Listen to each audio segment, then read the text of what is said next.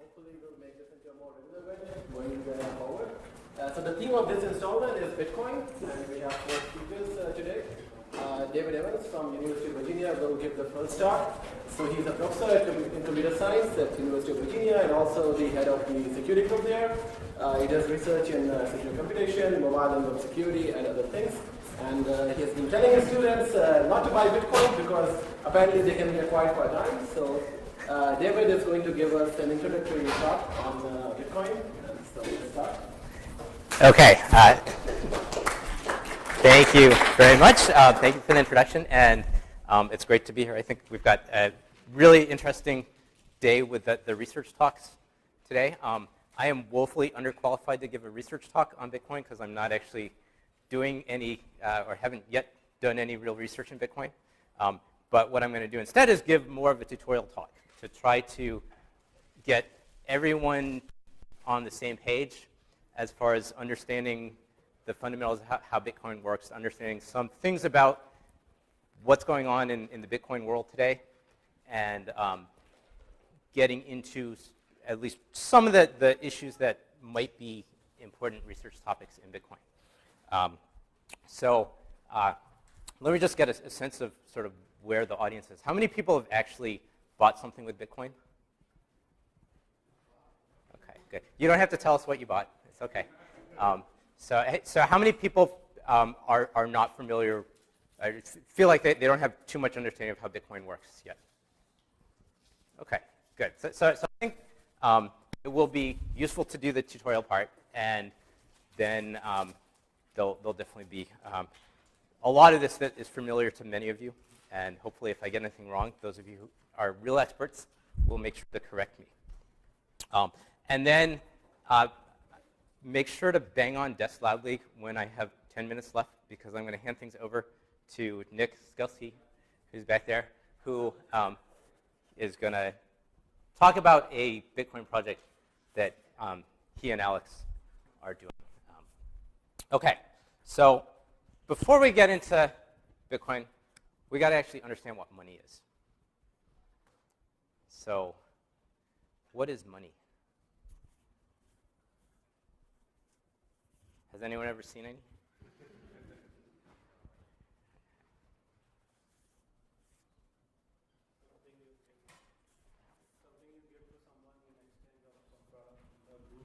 Okay, good. Yeah, so it's something you can use for exchanges. Right? That's really the fundamental thing that makes money work, is that you can exchange it with other people and they believe it's valuable. Right? And for it to be interesting as money as opposed to what we had before money, it's something that you're using as a medium of exchange, not for its intrinsic value. And Aristotle was writing about this back in 300 BC, right? So he talked about any commodity can be useful for what it's useful for, but also could potentially be used as a medium of exchange. Right? And we've had, since well before Aristotle, a notion of currencies that could be used as medium of exchange. And they worked because there was power behind them. Right? This is what's known as a fiat currency, that you've got some formal authority that can ensure the supply of the currency is limited. Right? So for something to be valuable as a medium of exchange, it has to be scarce. It has to be something that people can't easily manufacture in unlimited quantities. And it has to be something that you can transfer. Right? And so governments typically are the entities that can control fiat currencies. And they have value because you trust the government who controls the currency not to print too much of it. Right? And we've long since gone off the standard of our money having anything connected to any value in the real world. The money has value because we trust the government to not print too much and to go after people that try to forge it in a really serious way.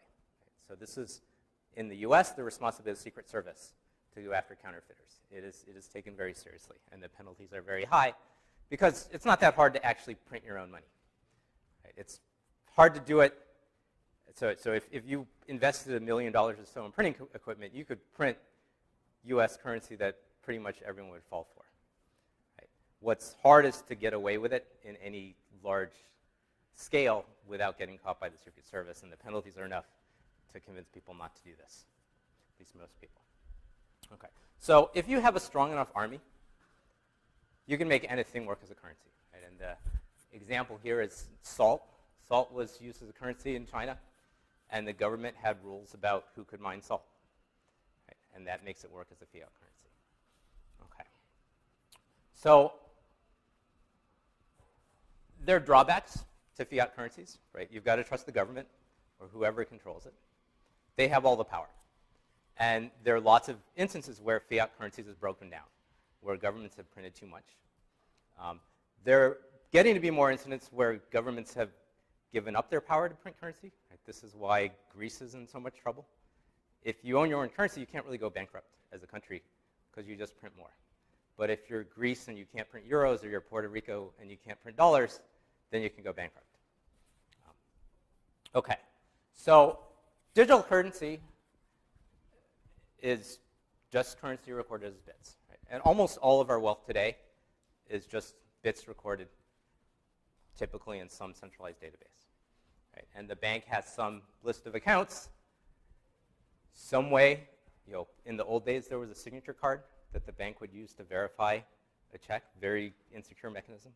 Right? Now, well, it's a password that people log into their bank account, probably even less secure. But they've got a ledger. They keep track of money in accounts, and if someone wants to transfer money, all the bank has to do is add some money to one account and subtract it from the other one and take a fee. Right. So very simple to have a digital currency, as long as you've got someone you trust to keep track of all the account balances. And the drawbacks, you trust the bank to keep track of everything. They also see everything. So if you care about privacy, this is not a very good solution. Right? And so there was a big wave in the 80s through the 90s, was the first real big wave in cryptocurrencies. Those of you who are sort of young students don't remember this. Hopefully you've heard a little bit about it. But people that are as old as me remember this. There was a huge amount of excitement and hype about digital currencies. A lot of it, this most clever protocols, David Chaum came up with several of them and started a company to try to make digital currency widespread. And there was a vision behind this, of which I think for having it in the 80s, of looking at control and privacy and the fear of computerization controlling everything, which was quite forward-thinking in the 80s. And the web was just emerging. Right? So this was the mid-90s. Digicast, and I think, does anyone here know David Chaum? Okay, good. Well, so I only know what I've read, so I'll defer to people who might know more in person. But Digicast, I think, really had a chance to succeed. Right? They had a lot behind them. They had great technology. They were making a deal with Microsoft to get it on Windows 95. They had a chance to make a deal with Netscape to get it on 95% of the browsers. This was a time when, if things had gone right, the web could have been run by micropayments instead of advertising. And maybe there are all sorts of other psychological hurdles to this, but it seemed like everything was aligned potentially to make micropayments work on the web. And at least from the accounts I've read, David Chaum's personality and ego kind of got in the way of making that happen. So he kind of insisted on getting far better unrealistic deals from Microsoft than they were willing to do, and refused to sign an NDA, or actually required that Netscape would sign an NDA before he would talk to them. So this didn't happen. But technology-wise, it could have happened in the 90s, and I think the web would be quite different if it had. And instead, they went bankrupt in 1998. And so all the hype that had built up around this first wave of cryptocurrencies died, and people sort of saw it as a failed idea. There were still some companies straggling along, like Peppercoin was Ron Rivest and Sylvia McCauley's company that had other technology for micropayments. But none of these really took off. And when things started to take off was with Bitcoin starting around 2010, 2011. So there's a fear for people who have been through that first wave of hype and excitement about cryptocurrencies, that it's going to be like AI had this cycle of waves of hype and not delivering on them, and whether that will happen with cryptocurrencies or not is too soon to say, but it's something that if there's another wave and another failure, then at some point people give up on it. But the big thing that changed, what was really new about Bitcoin, all of these schemes that David Chaum was coming up with, they still required a bank. They provided anonymity, they provided untraceable transactions, but there was a bank that generated all the cash and had clever ways of if someone double spent, you would identify who double spent, but if you only spent the money once, you were anonymous. Okay, so what distinguished Bitcoin from these was being decentralized. There's no bank. There's no authority generating the money. There's no one in control of it. So how do you do a decentralized currency? So the big challenge is you've got to be able to prevent people from double spending. Right? So with asymmetric crypto, we can have ownership of digital goods. We can create signatures that make transactions that say, I'm transferring this value to someone else. And in order for Bob to verify that, well, he needs Alice's public key and a way to verify the signature and the transaction and everything. But the key thing he's got to verify is that Alice actually owns the thing she's transferring, and she hasn't transferred it to someone else. And there's no way to get that with just crypto alone, at least no way that anyone has discovered, unless someone has one here that they haven't told us about yet. Right, so if you need some outside mechanism to be able to know that. And the outside mechanism could be having some central authority record everything, but if we want it to be decentralized, we want to decentralize that outside mechanism. So we can have nodes that are keeping track of transactions, and the way Bob's going to verify the transaction is pick some nodes to ask, does Alice own X, and will you record this transaction so now people believe that Bob owns X? Right. And that's going to work as long as everyone talks to the same nodes at the same time, or at least without race conditions and other problems in terms of the timing of it. But suppose they don't all talk to the same nodes. And if it's a decentralized distributed system, there's no way to ensure they're all talking to the same nodes. If the nodes are not controlled by some central authority, anybody can be a node, and everyone's going to see their own view of the network and talk to different nodes. So now Alice could send the same coin to Colleen. So she's transferred X to both Bob and Colleen. They're both going to believe it because it's a well-signed, good transaction. If Alice went to a node that had already seen the transaction she did to Bob, that node's going to tell Colleen, this is bad, don't accept this coin from Alice. But if she doesn't go to those nodes, she knows some other nodes which haven't yet heard about the transaction Alice did to Bob. And you hope all these nodes are at least connected in some peer-to-peer network or some way that they're gossiping, sending the transactions around. But that takes time. Right? So if she goes to different nodes that haven't yet heard about the transaction with Bob, she's going to accept this transaction. And now Alice has spent the same money twice. When Bob tries to spend it, some of the people who are verified are going to think Colleen owns it and not take it from Bob. When Colleen tries to spend it, if the person she spends it to talks to the wrong nodes, or the right nodes in this case, they're going to think Bob owns it. So we have confusion. People don't have the value that they expect. Okay, so this is where Bitcoin comes in. And this is the really tough problem that was what was unique about Bitcoin, solving that. And solving it, what was really clever about, so this is the post. It was on Halloween. So there won't be too much about Halloween in my talk, but the post was actually on Halloween that Satoshi Nakamoto, and no one knows who Satoshi is. It's this mythical figure. It could be a group. It could be some person. There are lots of theories, but no definitive knowledge who Satoshi is. Oh. Yeah.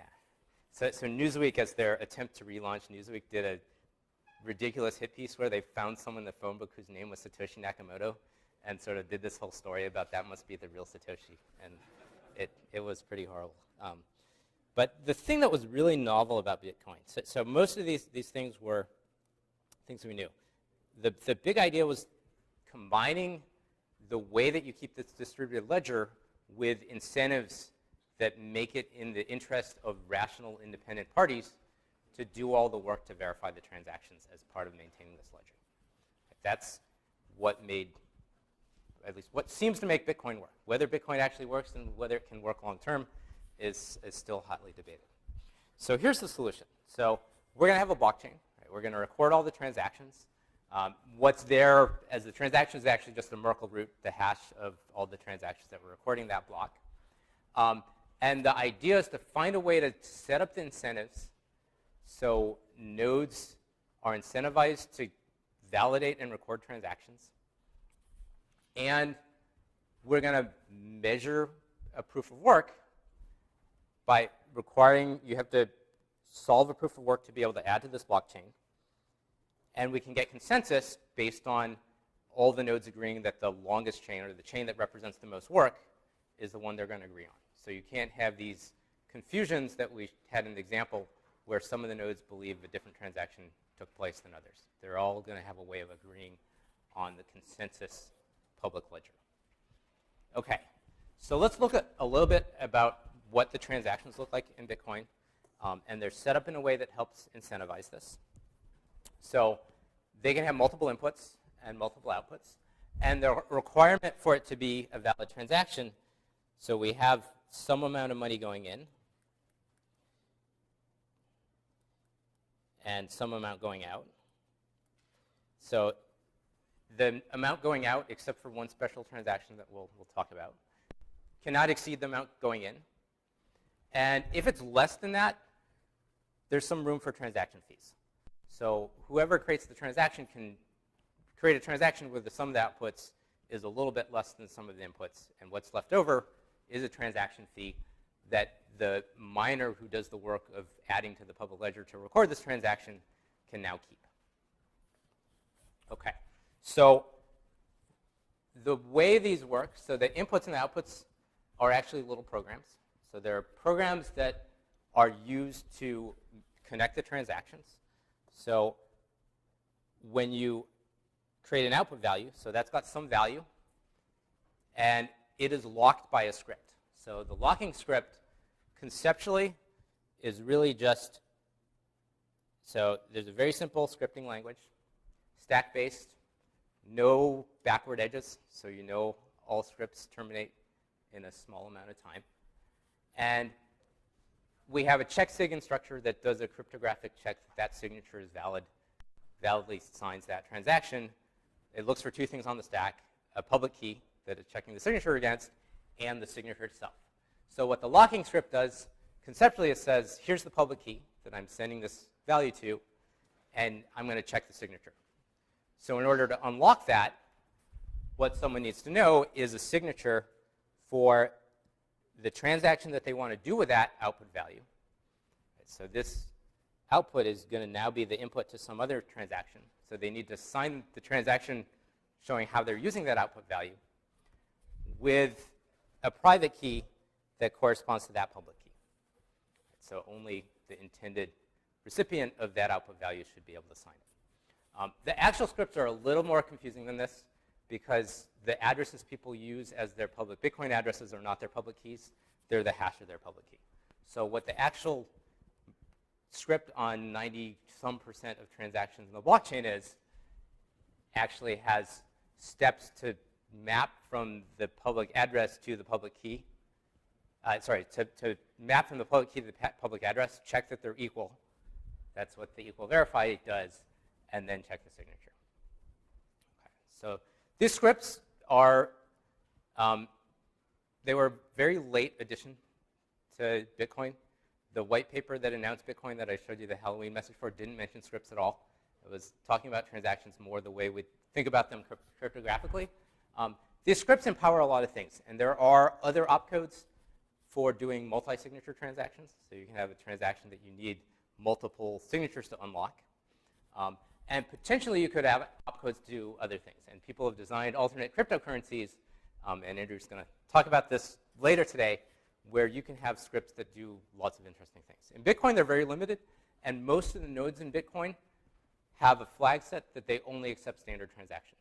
So there's a small set of scripts that they accept, and they're not actually allowing you to write any program you could with this language.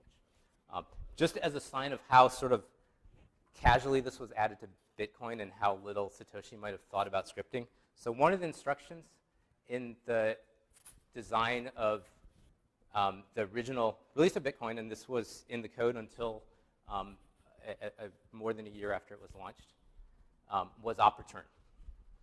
So op return is an instruction that terminates a script. So sets the PC to end, leaves the stack as it is. And remember that the way the scripts are interpreted, you run the unlocking script, and then you run the locking script. And if what you end up with is not having any errors in that and true on the stack, then the transaction is valid. Right. So with this op return instruction, how do you unlock any coin? Unlock any output value?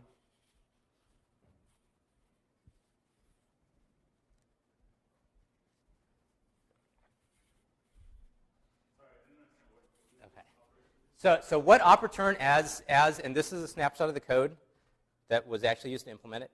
So it's basically jumping, like it's terminating. It's like a return in a programming language, right? It says, we're done executing. And when you're done executing, the rule is if what's on the stack is true, then the transaction is valid. So this is the scripting language. Right, so this is a stack-based language. You're executing these instructions. And as you execute them, there's a stack of values. So it's kind of like Java virtual machine language, if you know that. Right? It's just saying, so what op data does is push that data on the stack. So you're pushing the signature on the stack. You're pushing the public key. So duplicate here means now you have 2 copies of the public key on the stack. Hash means you're hashing this. So you're taking the hash of the public key. And this, you're pushing the Bitcoin address. And so this equal verify is checking that the public key here that was now duplicated is the same. Right? So you're operating on a stack. The other copy of it is still there. And so what checksig is seeing on the stack is now the public key and the signature and outputting 1 if it verifies, otherwise terminating with an error. Does that make sense? OK. So now if you allowed op return, defined as this, how do you unlock any coin? Yeah.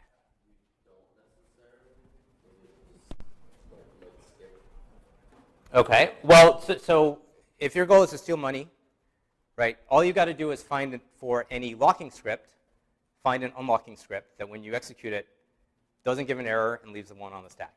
So we can unlock any coin. Right? With this instruction in our scripting language, all we've got to do is push 1 on the stack and op return.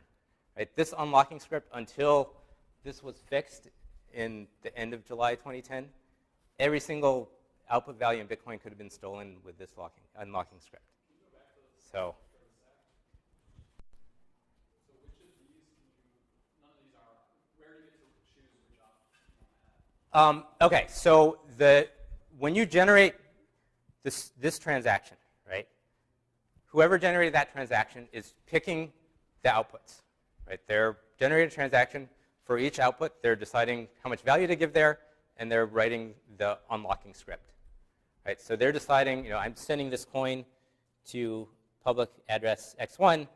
I'm going to put on the locking script something where the address here is x1. So whoever's generating the transaction is picking the scripts. Picking the unlocking scripts they put on the values of the output. Whoever wants to spend it has to generate the locking scripts for each input. The unlocking scripts. So the output values are locked with locking scripts. In order to spend them, you've got to generate a transaction that has the unlocking scripts that unlock those locked values. And in the straightforward case, what it should take to do that is knowing the private key so you can generate the right signature. With op return, all you needed to do was push a 1 on the stack. Right? So there were lots of silly bugs, and there's some other ones that have been fixed since then. But it's also a sign of sort of should, I guess, make you worry about sort of how carefully Bitcoin was designed, that something like this was in it for a year. People didn't know. Now, there was no one taking Bitcoin that seriously until like 2011, 2012, right? So now, if you notice this, and they believe, you can look at the blockchain and see no one was actually doing this, stealing coins, right? If you notice this and thought, had the foresight to think Bitcoin's going to be valuable a few years from now, you could have stolen, a lot of coins that probably people would have noticed these strange scripts stealing their coins, and probably Bitcoin would have died, and we wouldn't be talking about it now.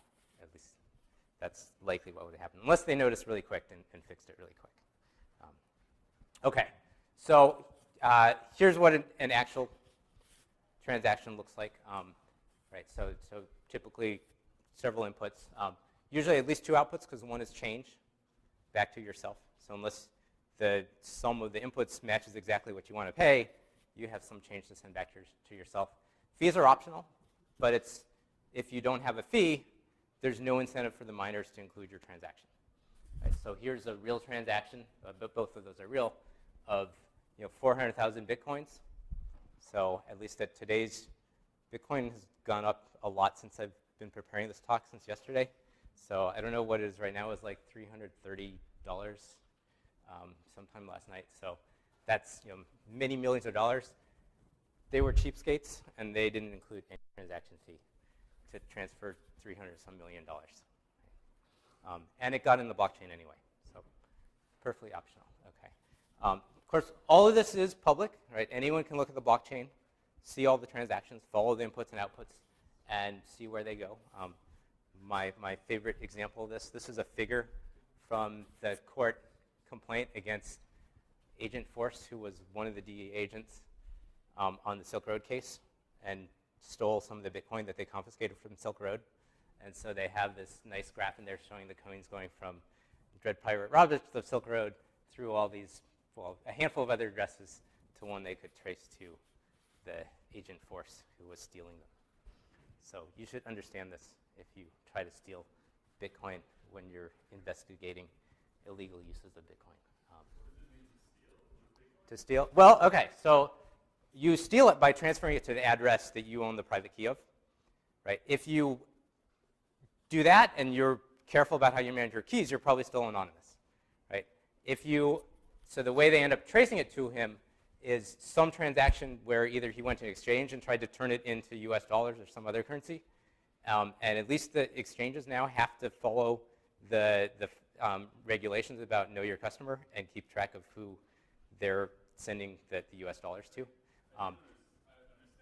You have to have the private key of the guy who took his transaction. Oh, yeah. So the money they confiscated from Silk Road, right, they confiscated it because they caught Ross Ulbricht with his laptop open, and they had his private keys, right? So the FBI that confiscated Ross Ulbricht's laptop and confiscated Silk Road got access. Like if Silk Road had done key management more carefully and had them locked up in cold storage somewhere, then they would have shut down Silk Road but not have access to the actual coins.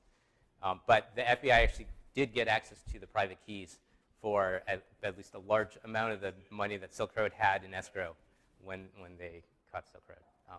And most of it was auctioned off. Tim Draper was the main purchaser of the U.S. Marshals auction of the confiscated Bitcoin. Some of it leaked out through, didn't end up in the U.S. Marshals' hands to run that auction, and some of it this DEA agent Force tried to steal, or did steal, but got caught from stealing. Yeah. Did they ever figure out where the rest of it went?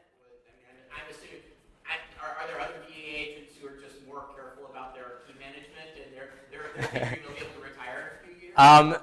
There could be. So it's all in the blockchain. Now, what's not clear is, and I don't know if this is known, if sort of all the addresses that the FBI collected when they shut down Silk Road, if those are known and you can trace them on the blockchain. There could be some that were acquired some other way, and it's not known if those are actually all the private addresses Silk Road had. But yeah.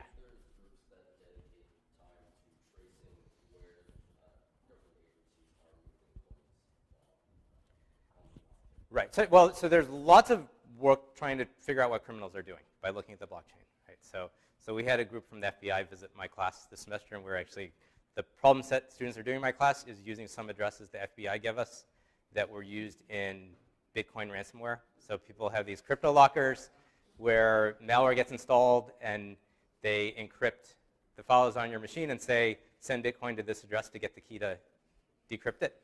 Right? So those addresses are known. Right? The FBI gets these victim addresses, and you can follow them in the blockchain and try to figure out what the criminals are doing. And if you're able to trace it to a real-world identity, maybe they can get subpoenas. Well, on the other side of that, though, there are individuals which try and track where government agencies who have Bitcoin are trying to hide them from blockchain. Okay, yeah, I'm not sure that there are government agencies trying to hide Bitcoin, although there might be people that think there are. Yeah, so the confiscate, like all confiscated, everything confiscated in a criminal investigation from the FBI goes to the U.S. Marshals, and they have procedures for what to do with it, like auctioning it off. The FBI themselves is not allowed to own Bitcoin. That's just a policy of the agency. There could be other parts of the government, and maybe you know about secret parts of the government that are doing interesting things with Bitcoin, but I don't know of any. Okay, so all these transactions that we've talked about so far, right? The outputs are less than or equal to the inputs. This does not create any new Bitcoin. It just transfers it around. It transfers it to different keys through these scripts. So in order for this to be a decentralized currency, you need some way to create currency. And I think this is the really most clever innovation in Bitcoin was you can do this by using the ledger itself. Right? So the way that you're creating currency is having a transaction that has no inputs and can send outputs. And the rule is just what the miners agree, what the nodes on the network agree the rule is. And the rule is you can transfer all the transaction fees, so all the leftover input from all the transactions in the block that you're recording, plus some mining reward to whatever outputs you want. And the mining reward started as 50 Bitcoin. It halves every 210,000 blocks. So it's halved once. It's 25 now. It's going to halve again in about a year, which potentially will lead to interesting things in the Bitcoin economy. Okay, so this is what a Coinbase transaction looks like. Right? You can see the value of the fees is pretty low. Right? So it's 25 is the mining reward, and there's 0.23 something in fees. Right? Most blocks, the value of the fees is pretty low compared to the mining reward today. Okay, and then to actually be the one that adds the block, you've got to solve this proof of work. Right? And the proof of work is just finding a value such that the double SHA-256 hash of the block header, which includes the Merkle root, recording all the transactions, as well as the header of the hash of the previous block, is less than some target. And part of the design of Bitcoin is that target adjusts automatically. So every 2016 blocks, which is supposed to take 2 weeks, that adjusts to try to keep on track with it taking about 10 minutes, the expected time for each block. Okay, so you can see how it's adjusting. This gives you a sense of the hashing power increasing on the network, that there was very little going on. Of course, it's exponential curve, so if you took a snapshot earlier, it would look the same kind of curve.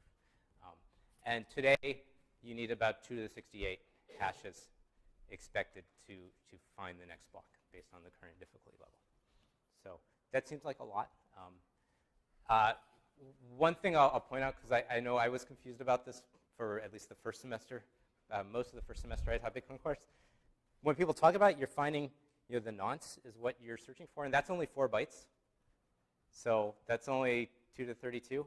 There's not enough possible nonces to find a good block.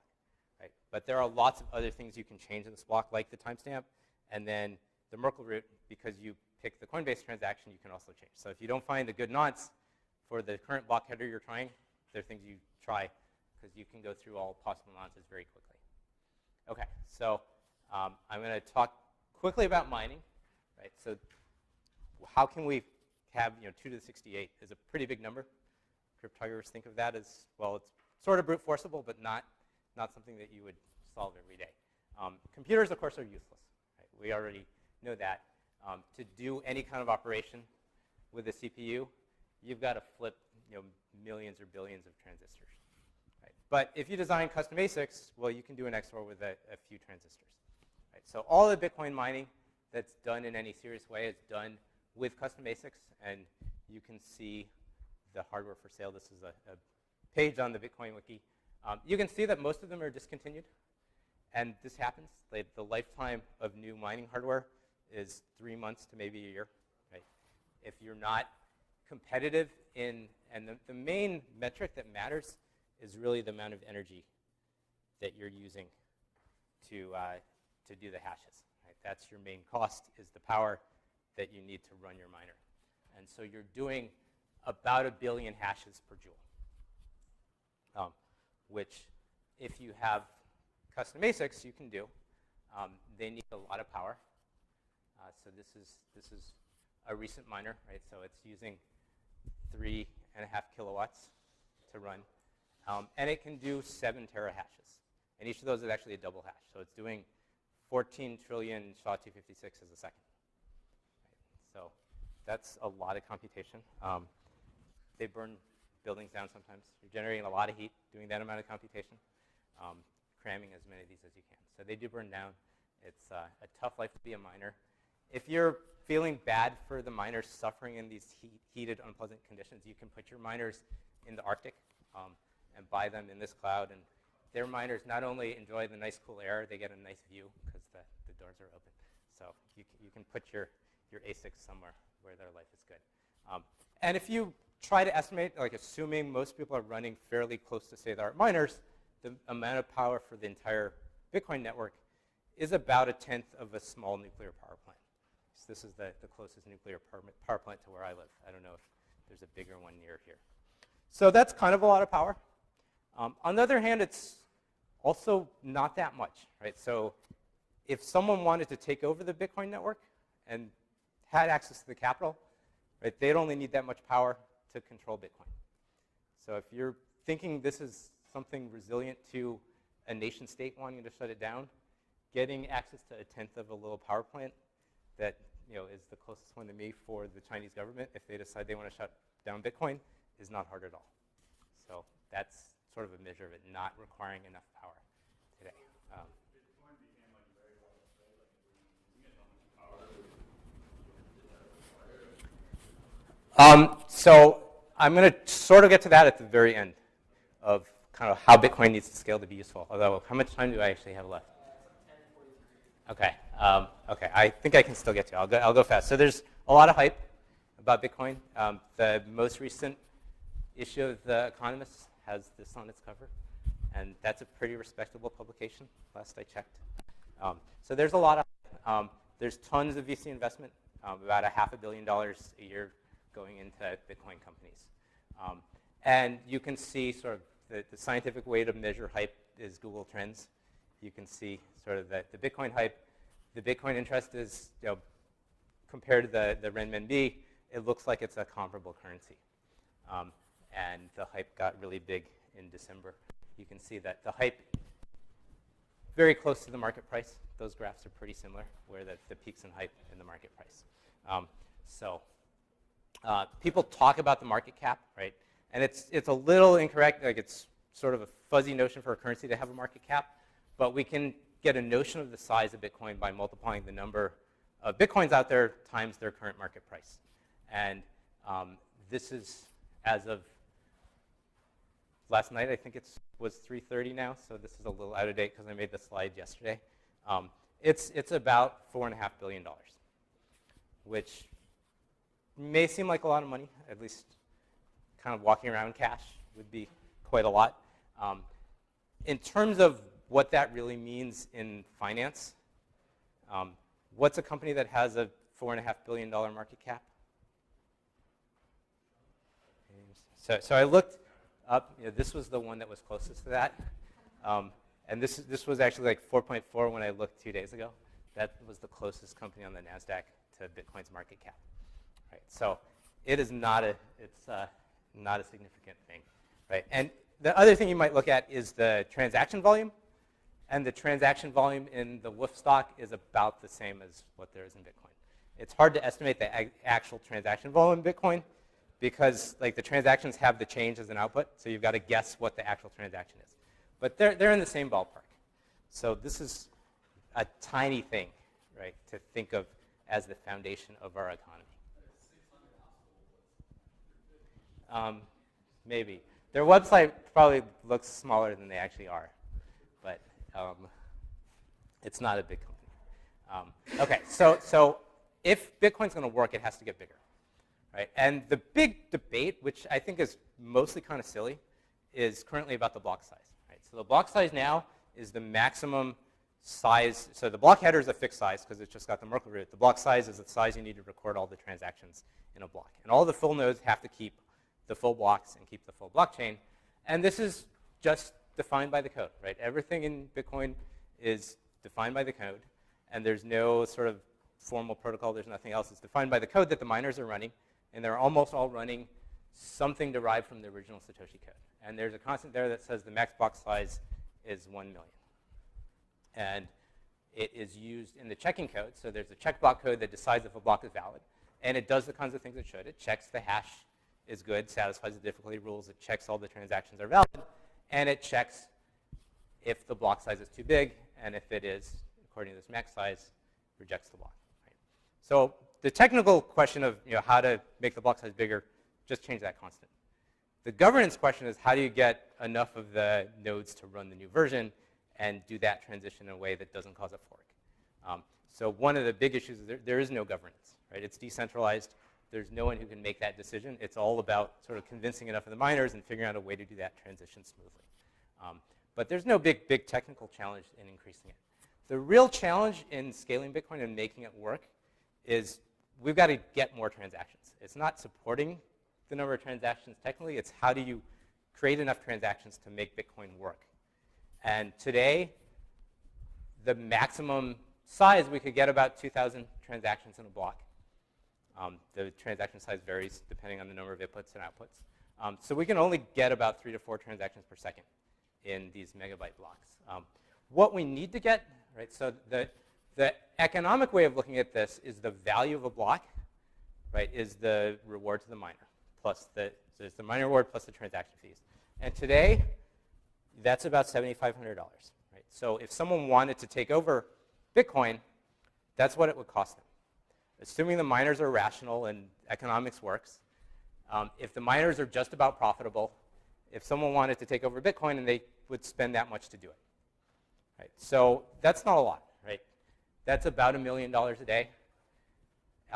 Most big companies, if they lost $1 million a day, they wouldn't even notice. Like it would be noise in their balance sheet. You could probably get away with kind of tricking them into $1 million a day without even noticing. So my claim would be, for this to be a reliable mechanism for recording transactions and for recording other things we care about, we need to get the value that goes to the miners to be close to $1 billion a day, not $1 million a day. $1 billion a day starts to be sort of real money, right? If we don't increase the number of transactions, we've got to make the fee per transaction over $3,000 without losing transactions, and the transactions where someone's transferring 50 cents to buy a coffee are not going to pay a $3,000 transaction fee. So the only way to get it, keeping the transaction fee around a few cents, what it is now, and there's no set transaction fee, it's what you need to convince the miners to put your block in, right? Is to get up to about 33 billion transactions a day. Right? So I think for Bitcoin to really work, the number of transactions needs to get into the billions per day. And just to note, like, what $1 billion a day, is that really enough? So Apple makes about $1 billion a day. So you need a little more than one Apple to make $1 billion a day. So it's not a huge amount in terms of if you thought the world economy could rely on this, Apple could still take it over. Okay. Yeah. So right. So this is the value going to the miners, right? So this is not the amount being transacted, right? And obviously, the amount being transacted has to be a lot more than fees going to the miners, right? So for the miners to be getting $1 billion a day, you probably need $1 trillion a day or something close to $1 trillion a day in transactions. So the question is, can you get there? And if you look at sort of what Visa and interbank transactions are currently, you're not close, right? This is sort of when people talk about scaling, they say, well, we want to replace Visa. We want to get up to a few hundred million transactions a day. That's not enough to make Bitcoin work as far as I see things. So in order to get enough transactions, we've got to get transactions that are not just buying things, right? And that's where things get interesting. So cash, maybe there's 20 billion cash transactions a day, 3 or 4 per person in the world. Probably reasonable. Visa thinks they can get all of that, so that maybe start. But the real things we got to get are transactions like Facebook likes. There's 5 billion of those a day. Or messages on WhatsApp. There's 50 billion of those a day. So if you can get those kind of transactions recorded in the blockchain, then maybe it works as something that there's enough value in it for it to be stable. So at least that's my hope. And I'm going to hand things over to Nick now, who, yeah. So yeah, while Nick's getting set up, I can take questions. Yeah.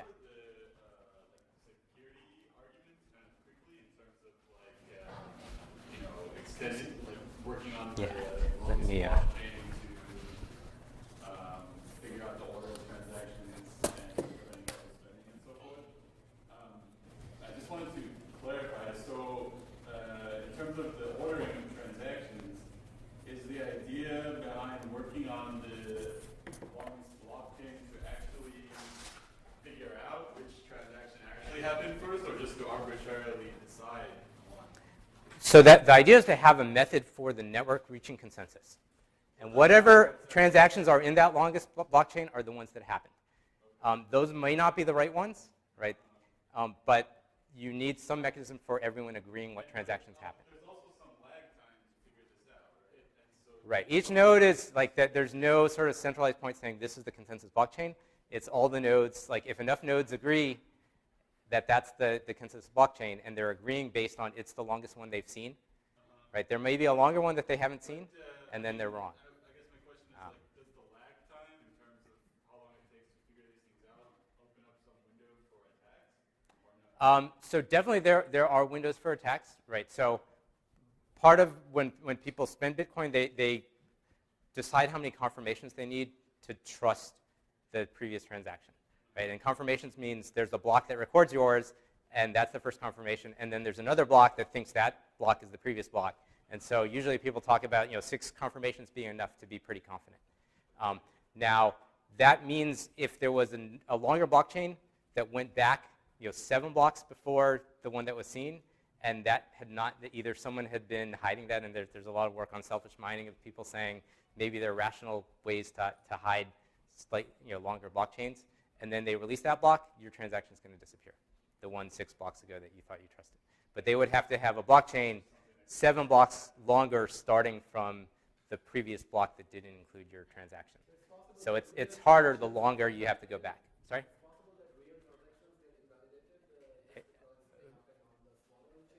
It depends what you mean by a real transaction, right? Our definition of a real transaction is it's in the consensus blockchain, right?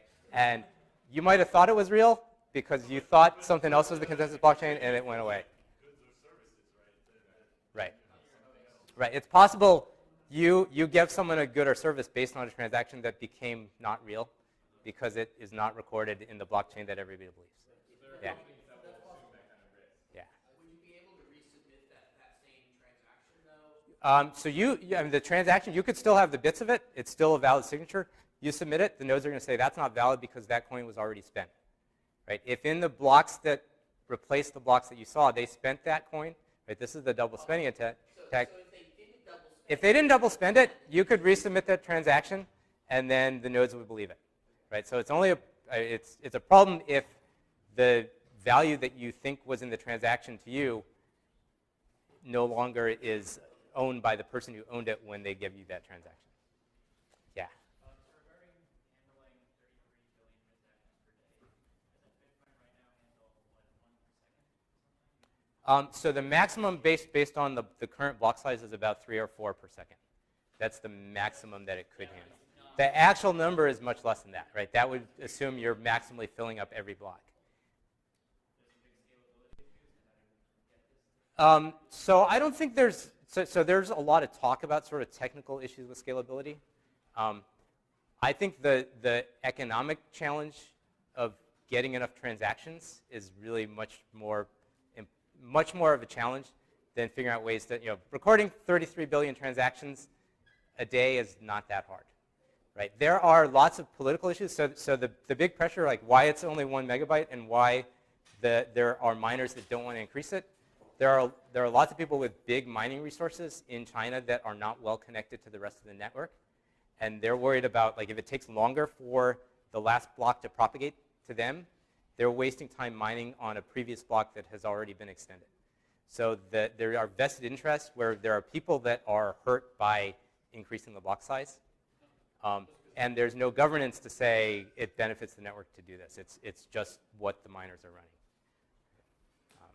But you're definitely getting the block size, from 1 megabyte to 20 or 30. I don't think there's any technical problem. It's just changing that definition in the code and getting the governance to agree to it. Can I ask a dumb question? Of course. Okay. They're always all. So you said that there were still a lot of people who were not adding transaction fees to their transactions, right? You're not allowing for a transaction fee. Why do any miners ever put those in? Since it costs them a little bit of computation Yeah. to verify it. Do you have any idea why that's ever being done? Is it just So this is a good question, yeah. So there are, and I think it's much less common now for transactions with no mining fee to get recorded. So the transaction I showed you was an older one. And then there were so few transactions, like in the first few years, there were so few transactions, none of the blocks were full. The miners were sort of all bought into the vision of Bitcoin and said, let's record them. Now, as the blocks are filling up, the miners who are rational and the code that's in the default client and for mining is prioritizing transactions based on the mining free per size, right? So what really matters is not the value you're transferring, but the number of bytes in the transaction. And I think if you sent a transaction with 0 mining fees today in the network, it probably would not end up in a block. It actually doesn't even get relayed because it's viewed as a anti-spam measure to force people to pay at least some fee because you could just be generating transactions that send coin from one private key you own to another private key you own. So there's at least you have to pay at least something. So not a dumb question at all. So why don't I hand things over to Nick? So we have, I guess, a panel at the end of the day, so definitely happy to take more questions as well as other times. But we should hear about Nick. So I think Dave might have mentioned, but I'm one of his former students. I just graduated with today, and I helped TA his the first rendition of his cryptocurrency course, which was actually really fun.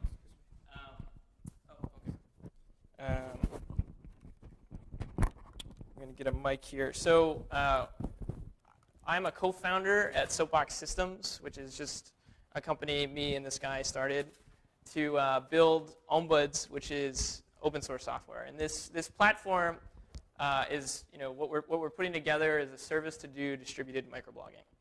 Okay, so and the big secret, right? The reveal is we are storing messages, we're storing small public statements on Bitcoin's blockchain. Okay, but before I get into it, I want to talk about why we're doing this.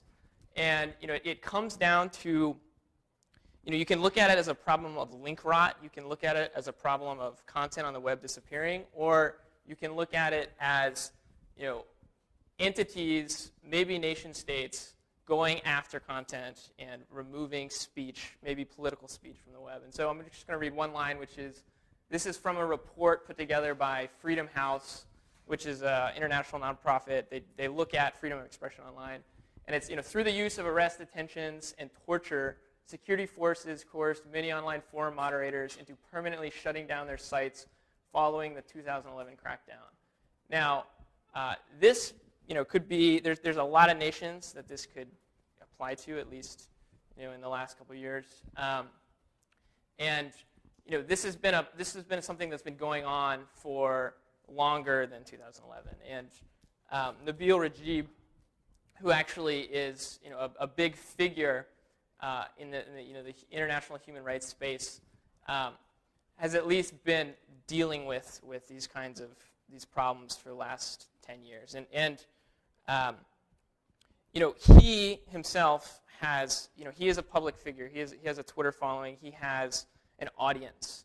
But what we're looking at, and what the problem here is for folks who don't have the audience, who don't have a platform already, who don't, who are younger, who say, this is some abuse by some, maybe it's my government, maybe it's an occupying force, but I have something to say and I need a place to put it, and I'm not going to rely on a blog, or I'm not going to rely on the Western press.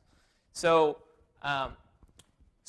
we're talking about Bahrain, which is a country of it's like a little over 1 million people, and it's a microcosm for a much larger problem.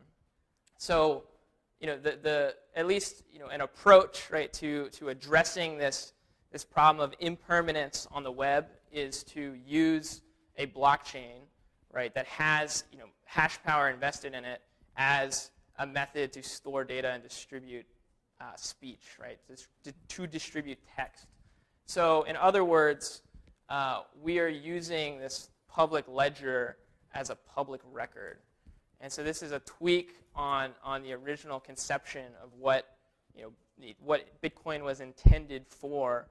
But if you look at the system, right, if you look at the way blocks are distributed, it seems, at least to me intuitively, that this is a mechanism for distributing information, not just transactions. Okay, so and this isn't an idea that really me, Alex, or have come up with. This is something that people have been talking about at least since 2011, when Namecoin came out, which was an alternate crypto coin that was looking at how can we distribute DNS. But there's been a couple interesting papers that look at using Bitcoin as an anti-censorship tool. And as Dave pointed out, right, Bitcoin mining is susceptible to attacks, right? And the hash power on the network isn't high enough to really justify even our ability to say our system, right, this platform we want to put out is resistant to a large nation state, right? Like the Chinese government can certainly produce the hash power necessary to take this network down. But if you look at the fringes, right? If you look at these small actors, maybe we actually have a solution here to this problem of content disappearing. So if you want to look at it practically from a user's point of view, all you have to do is say, well, what if you wanted to produce content, or if you wanted to blog, use this microblog, you need an Android phone and the software. You need a connection into the Bitcoin network, and you need at least 12 cents of Bitcoin. That's to pay the transaction fee for a single message, and we're going to pay. The idea is essentially to say, we will pay more than enough in fees so that this transaction gets to the front of the line, right? So that this transaction gets mined based only on the fee that the user is willing to pay for it. And that's tweakable, and that's based on a market rate, and that's something that will change. So yeah, so we can. I mean, you can get it anonymous, right? So you can get this system if you're careful about how you receive Bitcoin, it's careful how you get this software, and you're careful about what you say. We can, you're probably, practically speaking, you can be anonymous, but it's. Yeah, that's not our goal, and we can't provide that, right? Because you could just say, oh, I'm Nick Skelsey, and here I am in the city, right? Like, then you've taken your mask off and you've de-anonymized yourself. So, and that actually leads well into this, because to use the system, the way we look at it, or the way I look at it is, if you can get into the Play Store, if you can make a purchase in an app store, right, then you can use the system. And that is de-anonymized, right? Going and making a credit card purchase will identify you, but that will only identify you if that company that you paid through is willing to divulge who you are. And in most cases, right, Google isn't actually going to just say, here are the people that purchased this application, right? And you can even do this, in another country if you're that worried about it. So, when the rubber hits the road, the system is actually, it's a mobile app, and the details of it is that it functions as a simple payment verification client, and this is a Bitcoin term that describes a node that is only partially connected to the network, right? So it only can basically, the function is it can only verify that its transactions have been included in the blockchain. It can't, it doesn't have a full copy of the blockchain, but it can have confidence that if it sees a block and it sees a proof that its transaction is included in a block, you can basically be certain that your transaction was mined and is included in the best chain. So that's nice if you want to send things, but if you want to browse things, if you want to read what's been posted, we actually have to make some compromises. And honestly, the best way we've looked at making these compromises is to build a service that acts as a front end for the blockchain. So just like you have block explorers that expose these transactional data, we're writing the software to make these records that we're going to store in the blockchain available to the public. And the way we look at it is if it's open source software and if it's a simple enough API, then you could convince organizations that you want to trust to run this kind of software. And look, there are examples of this kind of model working, at least in the paid blogosphere, right? So WordPress, right, has this model of they release the software and then Bluehost and SiteGator and different institutions will come forward and host stuff. And so we're looking at that as to say, well, what if we went to Amnesty International? What if we went to the EFF? We went to the New York Times and said, host one of these services, run it on Tor, and expose this information, give people in some of these countries the ability to find out what's going on. So, I'm going to transition here, but technically, right, we can do it on a small scale. Technically, we are basically, we have a grant to write the software, and we're going to release it in February. Theoretically, writing software is, as you know, kind of uncertain when you release it. But if you look at how much data you actually have to put on the blockchain to support, say, 100 million messages, right? So 100 million tweet-sized posts. It's about 22 gigabytes. I think it's 23, 24 now that I remember. But the current size of the blockchain, right, which is this piece of data that every node in the Bitcoin network that wants to fully participate has to support is 44 gigs. So if you look at the theoretical limit of 1 megabyte, every block being generated being full, we very quickly can see that by 2017, we're at 150 gigabytes. So there's kind of, this network is going to grow, and it's going to be, as we've said, right, scaling it is going to be a challenge. And it's certainly going to be a challenge if we want to support an application like ours. So, so that's kind of an aside. But to conclude, the one thing I would like to say is that there is something conceptually different between publishing something on the web and publishing something on a chain or a blockchain or a ledger. And like a lot of cryptographic protocols talk about, at least in public key cryptography, we talk about publishing public keys somewhere. And to formalize that, right, I actually think would be a incredibly valuable thing to have some system where, hey, we can publish a message, right? Not encrypt it, not make sure it is transferred from Alice to Bob securely and privately, but just to say, hey, this is something that has been distributed widely enough. And I think I think these sort of mining protocols, the Bitcoin consensus system gets us somewhere along that path. And so that's basically, I think that's why, this is why Bitcoin is interesting to me, because I see potential past a transactional system of settlement, but I'm not sure where it's going to go. We'll see if our system works, but an event like this is awesome because it gets a bunch of people in the room with a bunch of different opinions and ideas, and so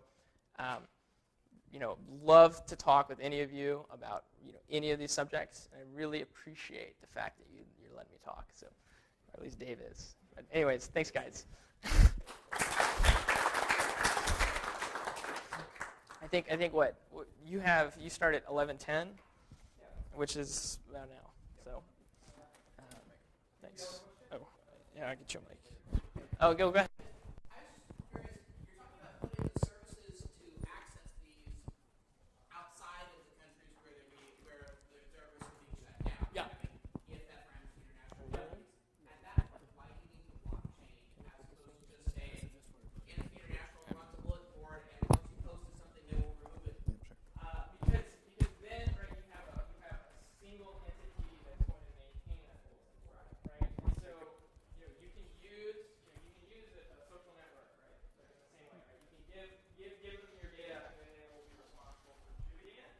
But if you have a backend that is consistent across multiple services, right? All of a sudden, we could maybe construct something where we can audit a protocol, similar to the way people are looking at auditing these Bitcoin exchanges to produce proofs of reserve. Like, well, maybe we can audit these entities that are handing over this public record to individuals. And so I think it removes a dependency on a single point of failure and it puts it one step back. But you're right.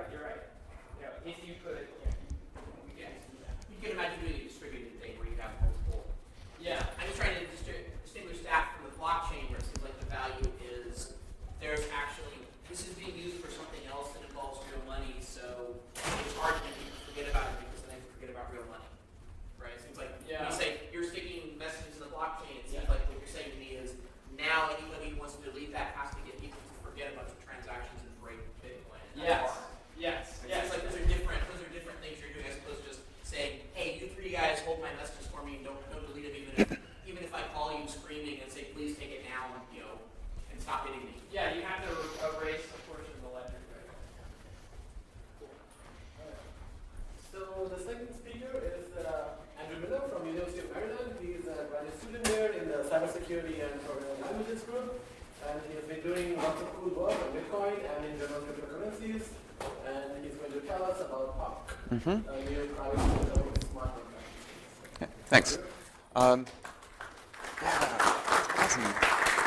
It might suck. I haven't said anything yet. Okay, so I'm going to tell you about two projects. I'm not just going to tell you about Hawk. I think this is going to it's going to improve kind of the narrative and understanding about this if I go through the first project, because it'll kind of serve as preliminaries for Hawk. So I hope that's a good choice for you all. It does mean that I'll have to go a little bit fast and be a little not as in depth into the crypto, but I think you'll all prefer that.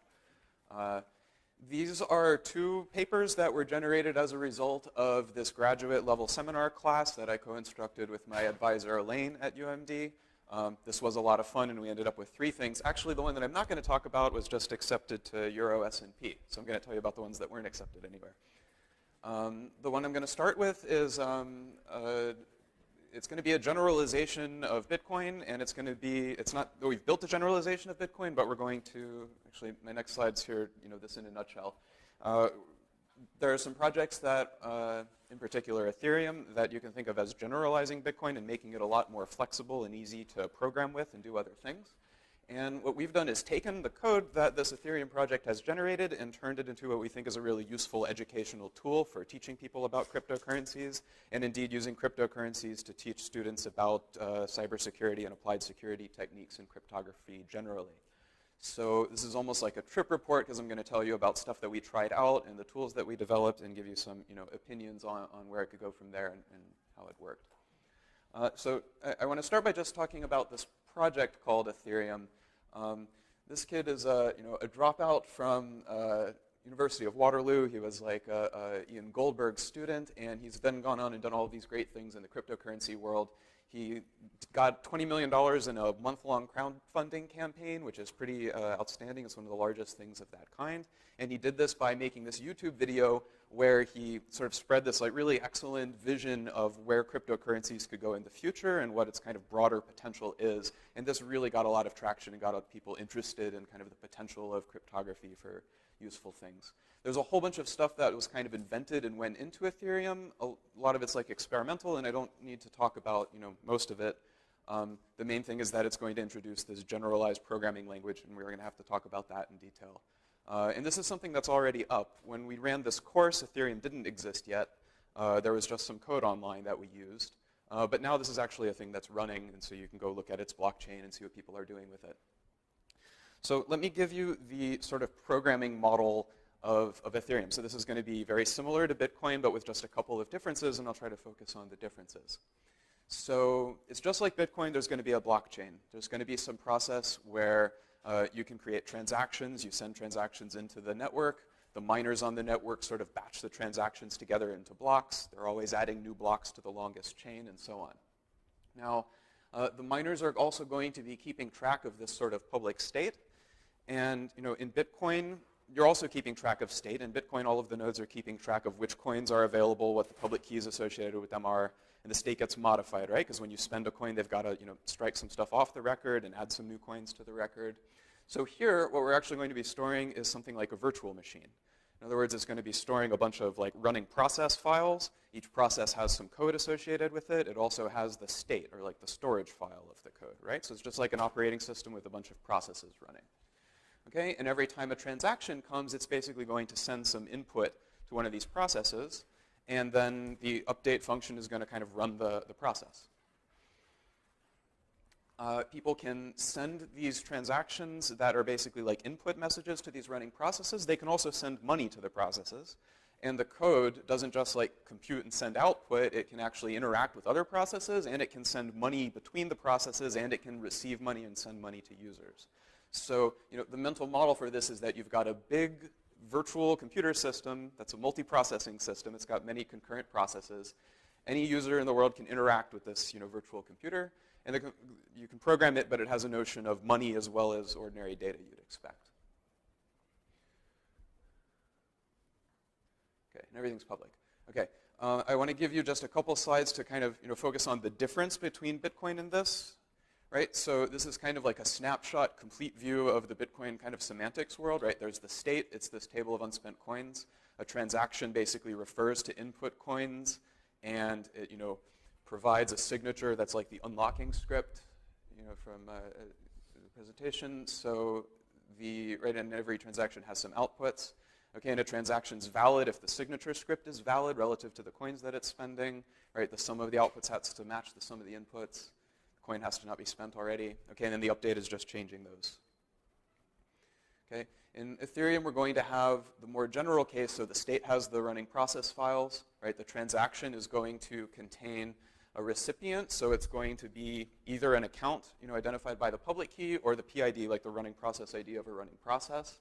It can contain a message, not just coins. If you send this message to a process, that's like the input that you're sending to the process. Okay, and it can create an amount. And the validity condition, again, is the amount has to be less than your balance. Okay, and the update function is actually going to run the, some kind of general execute function on the, current state and the current code of the process that the transaction indicates based on the PID, and then it's going to write the modified state back to the table. Okay. I can flip back and forth if that's not too confusing. The message wasn't there before. The update function, that this execute doesn't occur in Bitcoin. There is another technical difference that I guess I didn't want to emphasize, but it is there. This is kind of like a coins inputs and outputs model. This is an account model. So here, if many people send you coins to one address, then there's going to be many different coins in the table, all with your address. In Ethereum, there's an account. So if many people send you coins, it's just incrementing your account. So actually, this is the more normal version, probably the way you would think of bank accounts. Bitcoin's kind of the weird one. But that's also not the more. The main thing is that you've got this like execution thing. Yeah, sure.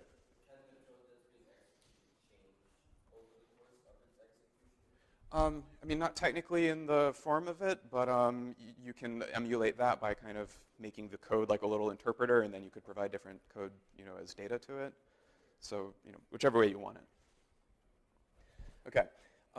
The system has some different, distinct hazards that you really have to keep in mind. So I think this may have been one of the questions, I forget who was asking, was getting at, right? But you need to worry about front running. If you send a message to some process, miners, anyone on the network get to see what you're sending before it gets committed into blocks. They can kind of put your own message right in front of it. I'll show you an example of why this is, can be a non-trivial thing to have to worry about. Right, this can either be pseudonymous or anonymous. You can optionally reveal your identity if you want by, including information that links it, or you can be consistent about using a pseudonym and only communicate through Tor. So those details do matter. Okay, and there's always uncertain timing, so you can't guarantee that just because you send a transaction that it's going to get in immediately the next block. You may want to think about having some delays kind of built into your applications to tolerate the sort of inherent uncertainty in timing.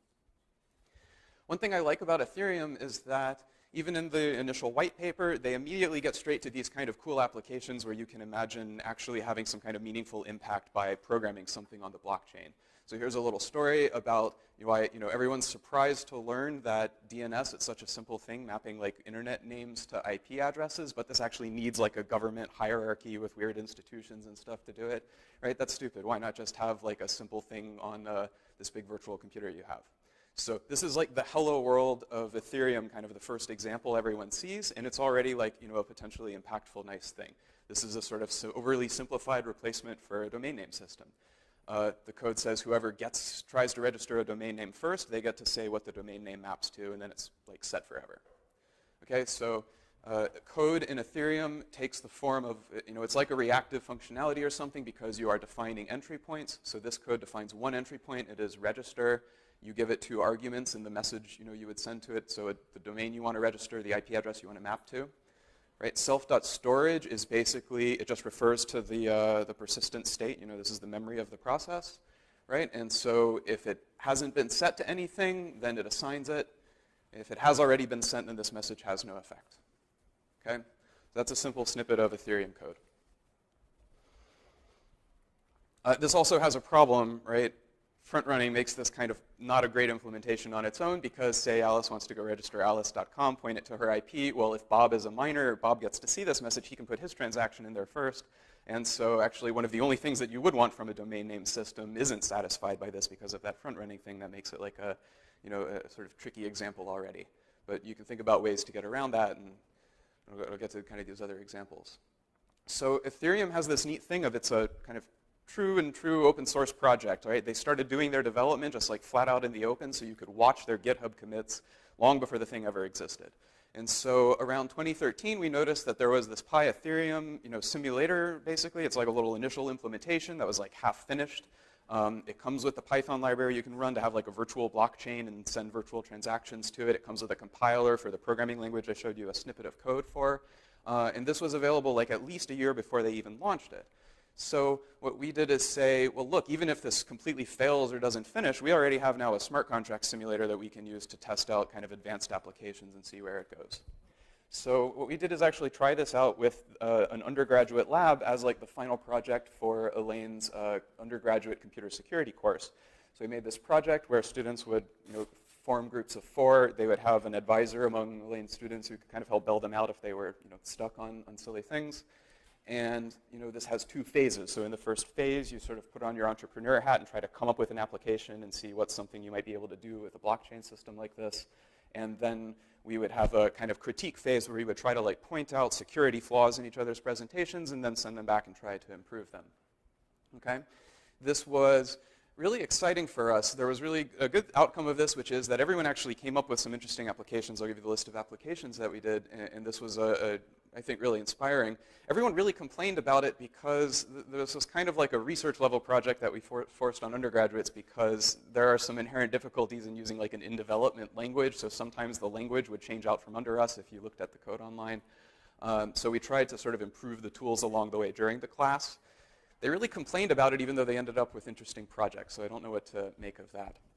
The applications that they suggested I thought were a pretty wide variety of interesting things. Several of them were just games.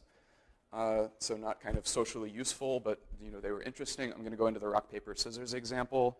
There were some like financial ones like an escrow service and a stock market app and some kind of like utility or grid or Internet of Things kind of ideas like a parking meter that used the blockchain to record its details. And the example that I want to get in because it motivates the sort of, I think the way that you need to think about the interesting challenges of this model is the rock, paper, scissors game.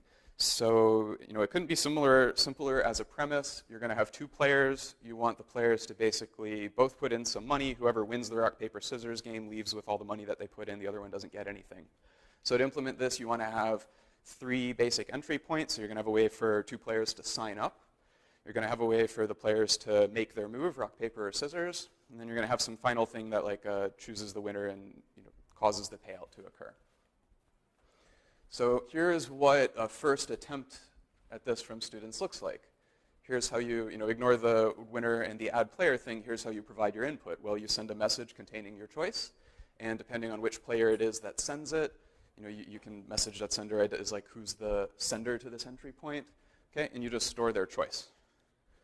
Okay, right, but this is obviously a really bad idea because you're sending your answer in plain text, right? So because of the uncertain timing, because of the front running, you're doing rock, paper, scissors, you're moving, and then the other player has like 10 minutes or whatever before they have to move, right? So this absolutely spoils the game. It's very intuitive what's going on. So what do you do to fix this? Well, this is a great way to show undergraduate level security techniques in a way that very makes sense what the intuitive reason is why we need this. Obviously, you shouldn't just be sending your plain text answer. You should be using a commitment scheme so that you commit to the move that you're going to make and only reveal it after both players have done their commitment. Right? So super easy, but it's well motivated by this game. Right? So this is what the code looks like with, this is just the open commit thing. So assume that when the players joined, they made their commitment. So it was just some string that's their commitment. Well, what you have to show here is that you've opened the commitment. So you provide R, your commitment nonce, your actual opening value, which is your choice. And now what does the contract code do? Well, okay, well I just have it written here as like choice R is a valid opening of self.storage, the recorded value. But the actual code looks just like that too, because you can have an instruction that computes the hash. So this is just like a hash commitment, and it's very simple. We realized that this would be a good opportunity to show off a bunch of kind of basic security engineering techniques like this. So we have kind of 3 core examples so far, and I imagine we could add more. So this rock, paper, scissors game is a great way of showing off how a hash-based commitment scheme works and why you might need one, and you can demonstrate why you need it, and then you can make the fix and then test out the fix and so on. There's another way you can show how to do programming with digital signatures, and there's a good motivation for it, which is offline payments. Right? You should think of this as like the optimistic fair exchange protocol, where if both parties can agree that a transmission occurred, then they don't need to go to the blockchain. The blockchain sort of acts like the impartial judge in an optimistic case. So if neither player has a dispute with each other, you don't have to do anything on the blockchain. But then you need to basically record evidence so that you can go to the blockchain to settle a dispute if there is one. And to actually implement this, you need to use digital signatures. And some of the classic things that can go wrong with digital signatures can show up in the first example of these. For example, replay attacks, or replaying a signature used in one context in some other context if you don't do tagging appropriately. And there's also a cool example. This example even is explained pretty well by Vitalik in the Ethereum white paper, because it shows how you might want to have an accountable file storage. You want to have a server prove to you that it's actually storing your data. How do you do that? You send it Merkle tree challenges. And so you can show how to implement a Merkle tree in these Ethereum contract language. And I imagine that there could be a lot more examples there. So, since the undergraduate class, we have basically batched all of these tools together and made a virtual machine. So now if you want to run something like this, like you want to run an Ethereum lab in your cryptocurrency course, you can just download our virtual machine and it's all set up. That saves you having to worry about getting all the different versions of the code on GitHub to compile. and we have a bunch of notes that are sort of compiled available. I also ran like a one-day workshop for a Hong Kong university a while ago when they had a blockchain workshop, and so we added some more examples to it based on that, and there are some recorded lectures that'll be online soon. Okay, so the thoughts that I want to make based on this. We think that Ethereum is a useful educational tool. Okay, this is completely independent of whether it survives. We thought it would be a useful educational tool even if it never launched, but so far it's kicking along just fine. Right? So you don't need to like bet on Ethereum overtaking Bitcoin for it to be useful to teach cryptocurrencies or teach these things. A lot of concepts are a lot simpler to digest when they're written in Ethereum language than they were if I tried to write them in Bitcoin script. Technically, some of those applications, even the Merkle tree one and even the micropayments one, you can do those using Bitcoin script, but it's a mess. There are so many details that you have to deal with to fit into Bitcoin's limited model that are just unnecessary and they're a distraction. So even though there's good motivation to want to build something and put it on Bitcoin today, because that's the biggest cryptocurrency everyone uses, it's a lot easier to start first by doing it in Ethereum.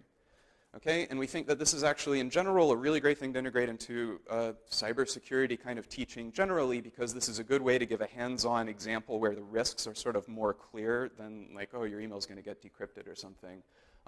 If you make a mistake here, you can see exactly how you would just lose the money. So I think that this is a great way to, to give a hands-on example of important techniques. What point did I want to make here? So Ethereum's actually online, which means that you can go and see coding examples that people are using. So, it's kind of in its beta mode, so I don't have any examples to point to of people using Ethereum, for real-world things, but tons of people are making, the workflow is someone will make a toy application, they'll make a blog post and a GitHub post explaining it, they'll put the code online and invite people to try it, and then people go and break it, and they figure out how to jackpot it, how to crash it, how to lose all of the money, and then they're like, oh, okay, we admit it, it's broken. So there are a bunch of fun stories of these and people losing I don't know, tens of dollars at a time. So if you actually look online at the Ethereum world that's going on, it's exciting to watch. Okay, so that was kind of the motivation to introduce into Hawk, privacy-preserving smart contracts. So, let's say that we've now got the idea that, okay, we can build interesting applications by programming the blockchain, but it's not really good for privacy. So here's an example. If you wanted to have a second price auction, then how does it work? Well, the bidders are going to submit their bids, but it should be sealed, so you want them to submit kind of encrypted bids. You want the person who's the auctioneer, the seller of the auction, to eventually learn what's the second price.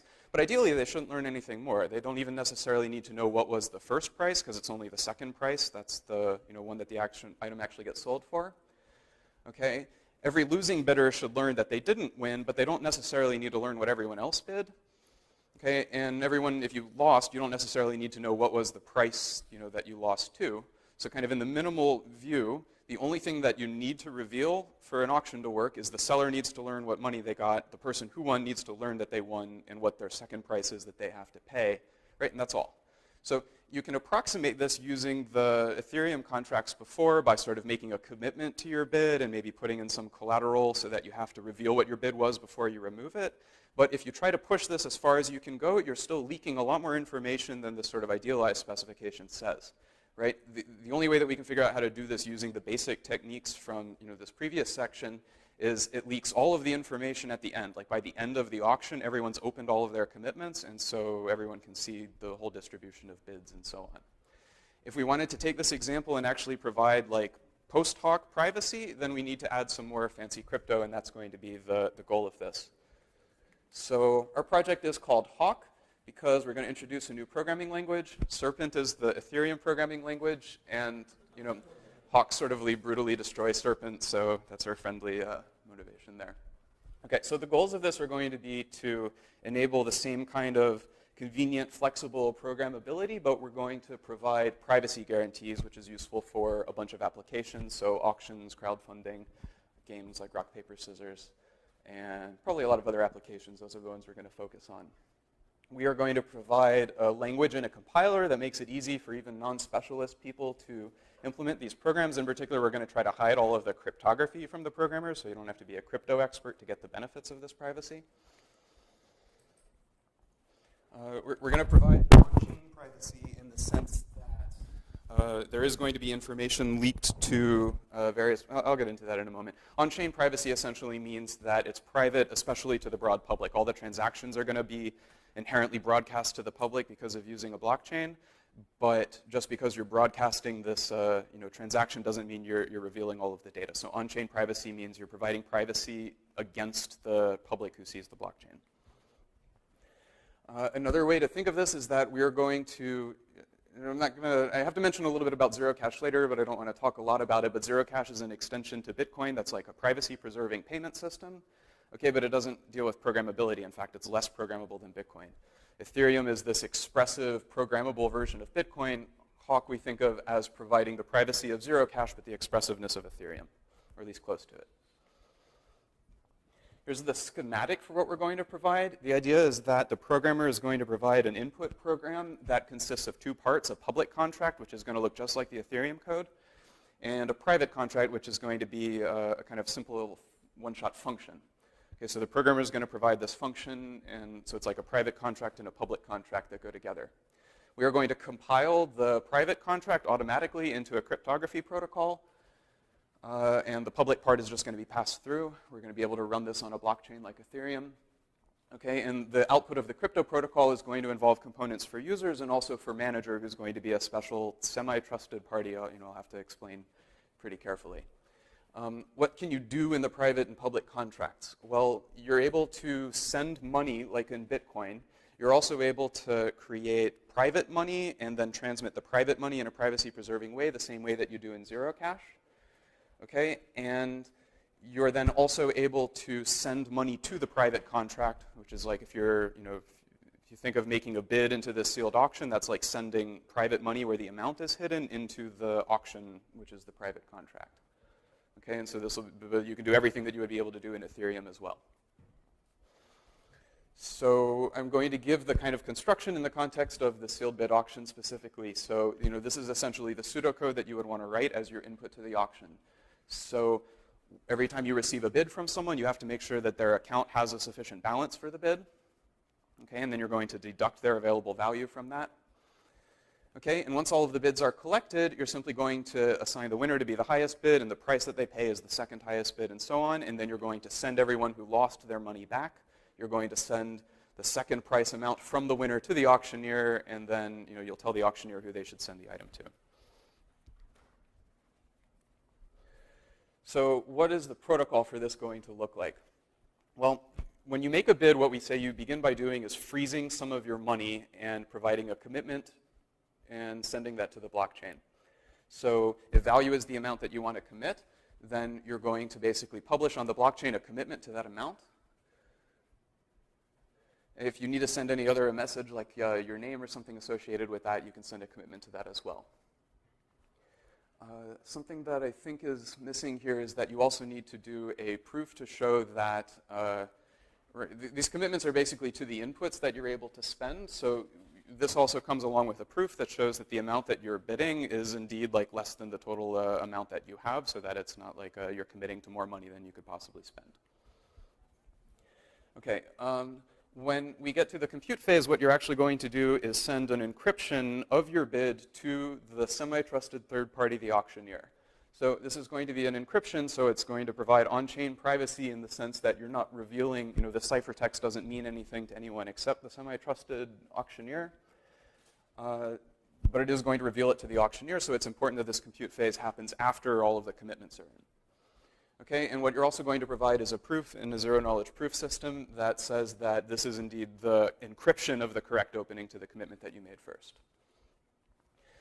Once the semi-trusted third party has seen all of these encryptions corresponding to all of the commitments placed on the blockchain and the time has elapsed, then it's the auctioneer who makes the sort of final output. So what he provides is basically a commitment to these values that's then a coin that each participant in this can use to spend.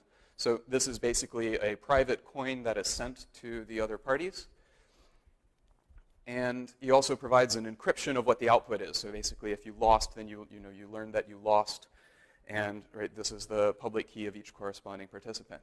right? And the auctioneer here also has to provide a proof that says that this is the correct output given all of the inputs. You actually faithfully evaluated the function that you want, and that all of the commitments are to the correct public keys, and contain the correct values, and so on. Yeah.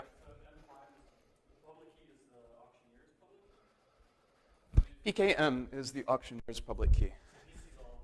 He sees all of the bids. What do you mean?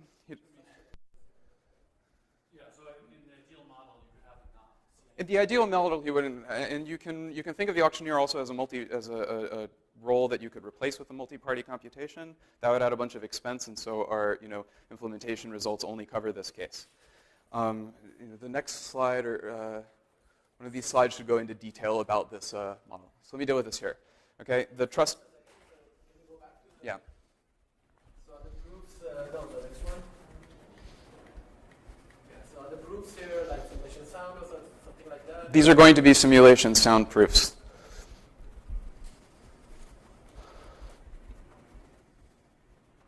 So this is actually what the implementation of the input for the private contract looks like.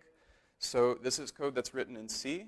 This is code that's in the subset of C that we can hit with the Pinocchio compiler, which generates zero-knowledge proofs. I'll get to the simulation sound bit a little later from a definition like this. So this is just some simple C code that implements the second price auction function, right? And it basically sends a refund back to all of the parties that didn't win, and it sends the difference between the highest bidder's price and the second price back to him as a refund, and it sends the second price to the seller.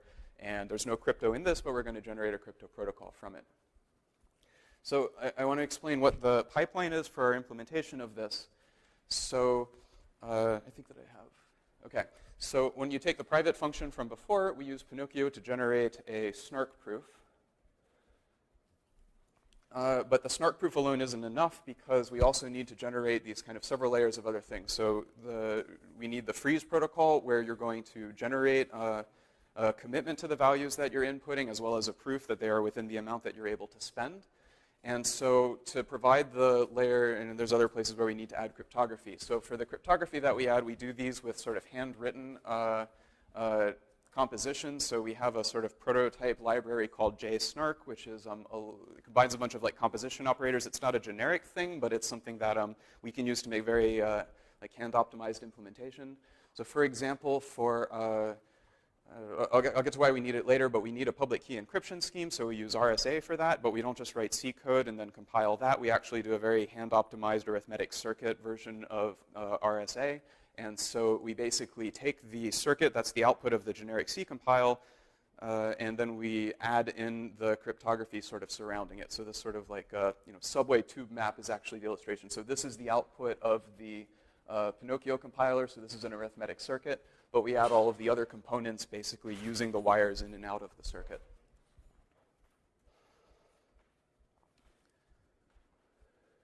Okay, and then the final output of this is a circuit which we then run using the libsnark library, which isn't the same project that generated the generic C compiler, but this ends up being more performant than Pinocchio as far as running the zero-knowledge proof system. The main thing to think about the manager is that it's not trusted for correctness. There's no way that this semi-trusted third party can provide outputs that are an incorrect application of the function, because they have to provide a zero-knowledge proof that the function's computed correctly. They're also not required to, by input independence, I mean that there's this commitment phase. So basically, the third party gets to see what the bids are after they are open, but there's still commitments ahead of time. So he doesn't get to see what the bids are and then selectively front run or add his own bids. Even if the auctioneer goes away or looks at, publishes the values that are there, he can't affect the security or the privacy of the underlying cache system. So even if the manager is totally bad, you aren't losing your privacy of the rest of the zero cache protocol. You still have private cache. Okay, so the only thing that the manager is trusted for is the posterior privacy of this. Okay, and this is sort of a virtual role, so you can imagine either implementing the manager using trusted hardware, and you could even replace the manager with a multi-party computation. The only problem is now you'll be having to do a multi-party computation to compute zero-knowledge proofs, right? And that implies some kind of significant overhead. So in our paper, we have a bunch of examples written out kind of in this code. So we have the sealed bid auction. We have the rock, paper, scissors game, which is also really straightforward to write. I don't know what the motivation is for this. I keep thinking about it. I mean, if you've come up with the ideal rock, paper, scissors strategy, like it turns out that like rock, rock, scissors, rock is like always the best strategy, but you don't want to reveal that to everyone, then maybe you do want posterior privacy where you don't reveal the strategy, to the world after the fact. And what else? A Kickstarter campaign, the idea of using this to coordinate like a Kickstarter-style crowdfunding is sort of one of the canonical examples for Ethereum. But maybe if your Kickstarter campaign gets really close and fails, you don't want to reveal to everyone what exactly the number of, how close you got. Maybe you don't want to reveal that in case it's going to jeopardize you trying it again. So, this version of a Kickstarter campaign, even after it doesn't reveal how close you got to the target, or even how far beyond the target that you got. So in terms of performance, when we implemented this, our sort of benchmarks that we had in mind are auctions or crowdfunding campaigns suitable for 100 users. The user, this is really independent of the application or the number of users, so the user's cost is only 50 seconds to compute the snark proof, so that's on, I think, an ordinary single-core machine. The auctioneer has, the semi-trusted third party has the largest thing to compute. This is application dependent, but for 100 users and for the auction and the crowdfunding campaign is basically 2.5 minutes or so. Okay, and the main overhead is computing the snark proofs. The actual rest of the crypto protocol is pretty trivial. Table summary, but don't look at that.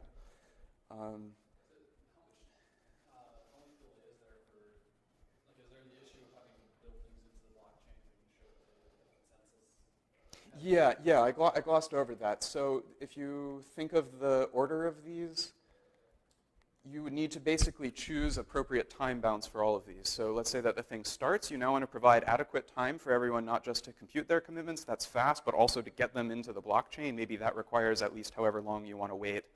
You definitely don't want to sort of cross from one phase to another and then have a bunch of things be inverted, so you would want to provide like time buffers between those. And then there's only these 3 phases, so it's whatever it is for one, times 3. So I think an appropriate thing would probably be several hours at least for an auction, because I think that it. Say what? So the numbers you gave on the next few slides. That's the compute time, but not not necessarily the entire latency if you wanted to allow the time. Yes. So if you were to try to replace the auctioneer with this your competition, that would be the issue of zero knowledge.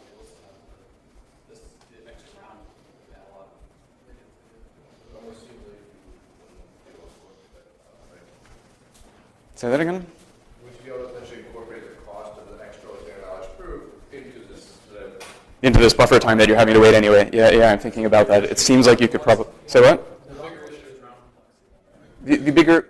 Well, but so if you have a multi-round protocol for this, it's not like those rounds have to necessarily be on the blockchain. So if I'm saying that each of these rounds requires waiting for the blockchain to go back, it doesn't mean that the implementation of this guy's computation has to do that.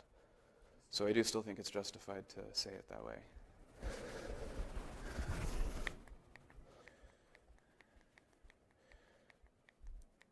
Okay, so you may notice that I haven't given you any definitions at all. I've just kind of given you intuition and things. So I want to talk about, with the rest of the time, about issues related to formal modeling of blockchain protocols like this. So, again, I'm talking about generalizing what Bitcoin offers you to what Ethereum can offer you, and even abstracting away from that, let's try to think about what's the core abstraction that these cryptocurrencies are giving you. Okay, they give you a notion of a sort of publish functionality, so you can send a message to this thing and everyone can see it and everyone can agree on what messages are there. Okay, there is a notion of uncertain timing, but sort of some kind of guaranteed time, like you're expected to be able to send a message and it's going to get included if you paid enough fee either in the next block or within the next few blocks. So there is a notion of synchrony provided. In general, this can be arbitrarily programmed, so we want to be in the most general case possible. And it's possible to use these things without revealing who you are, so we need to build in, we don't want to assume that everyone has kind of a fixed public identity in this case, so we want to allow our model to include pseudonymity and anonymity and so on. And of course, it's important that there's some notion of built-in currency, because that's the main thing that we're going to try to be, guarantee security about. So this is all the stuff that we're saying that Bitcoin provides. I don't want to talk at all about the security issues. Does it provide it or not? But if we want to talk about them, we need to have some model for them. So that's what this is going to be about. There are a bunch of challenges that show up about this. First of all, we're not the only team that are trying to provide blockchain models like this. So Ranjit has a model that kind of came first, and so we tried to improve on it in a couple of ways. Hongshen has a version of a model with his co-authors. Some of the problems are that we need some kind of more notions of, I'll mention the UC in a second and come back to this. But of course, our goals are that we want it to be realistic enough that it actually matches what cryptocurrencies are offering us, but we want it to be sufficiently general that we aren't talked out of applications we want, and it should be easy to read and use. I'm going to say that I want to be able to use this kind of, sorry about that, setup, right? I want to be able to use this constructive notation for like constructive cryptography. So this says that protocol P is a protocol that realizes this functionality specification from this functionality setup. So we're going to do all of our modeling in the simulation-based security world. So our specifications are always going to be given as an ideal functionality, which is just a reactive Turing machine that you program and it does what you want. That's going to be a specification. Any assumptions that you require, like a network model or some kind of setup procedure, that's also going to be defined as an ideal functionality using the same Turing machine code. Okay, and the protocol is also going to be, in this world. And so this says that protocol realizes this spec from that setup. Okay, and to give this some semantic meaning, we're going to use the sort of universal composability simulation security model. So this previous sort of declaration actually means that this experiment is indistinguishable. On one side, you have an adversary, the assumption, the protocol. Over here, you have the identity pass-through protocol. You have a simulator, and you have the specification, and its security if this is indistinguishable from the left and right sides from a thing that can interact with them. Okay. Why is constructive security cool? Well, you can do a lot of like composition things and show how they work pretty cleanly. And I think that this is a really good approach because it can untangle some of the complicated things that happen when you're trying to build cryptocurrencies on top of and inside other cryptocurrencies. So this gives us a sort of like principled composition approach. So in particular, if we have a functionality that we'd really like to use as a building block, you can present that building block as like an interface to a programmer, and the person programming the application protocol just gets to sort of build relative to that, and then you can implement your application. And of course, if you have a library function that implements that primitive from a setup assumption, then you just get the compose protocol, and that gives you the application from the very base level setup. Okay, so with that in mind, the main work to do is to say what's going to be the functionality that models the blockchain. Okay, and this is what we have for it. This is an over-idealized functionality, so this isn't exactly what Bitcoin provides. It's a little bit stronger. The idea is that any party is going to be able to publish a message. If you publish a message in a round, your message gets encoded in the list of messages sent that round, and the message and your pseudonym gets sent to the adversary. Okay, the adversary gets to reorder all of the messages in a round, and any party gets to see the messages at least up to the previous round. So there's a delay. If you send a message in this round, then everyone gets to see it in the next round, and the adversary gets to reorder the messages right before anyone gets to see them.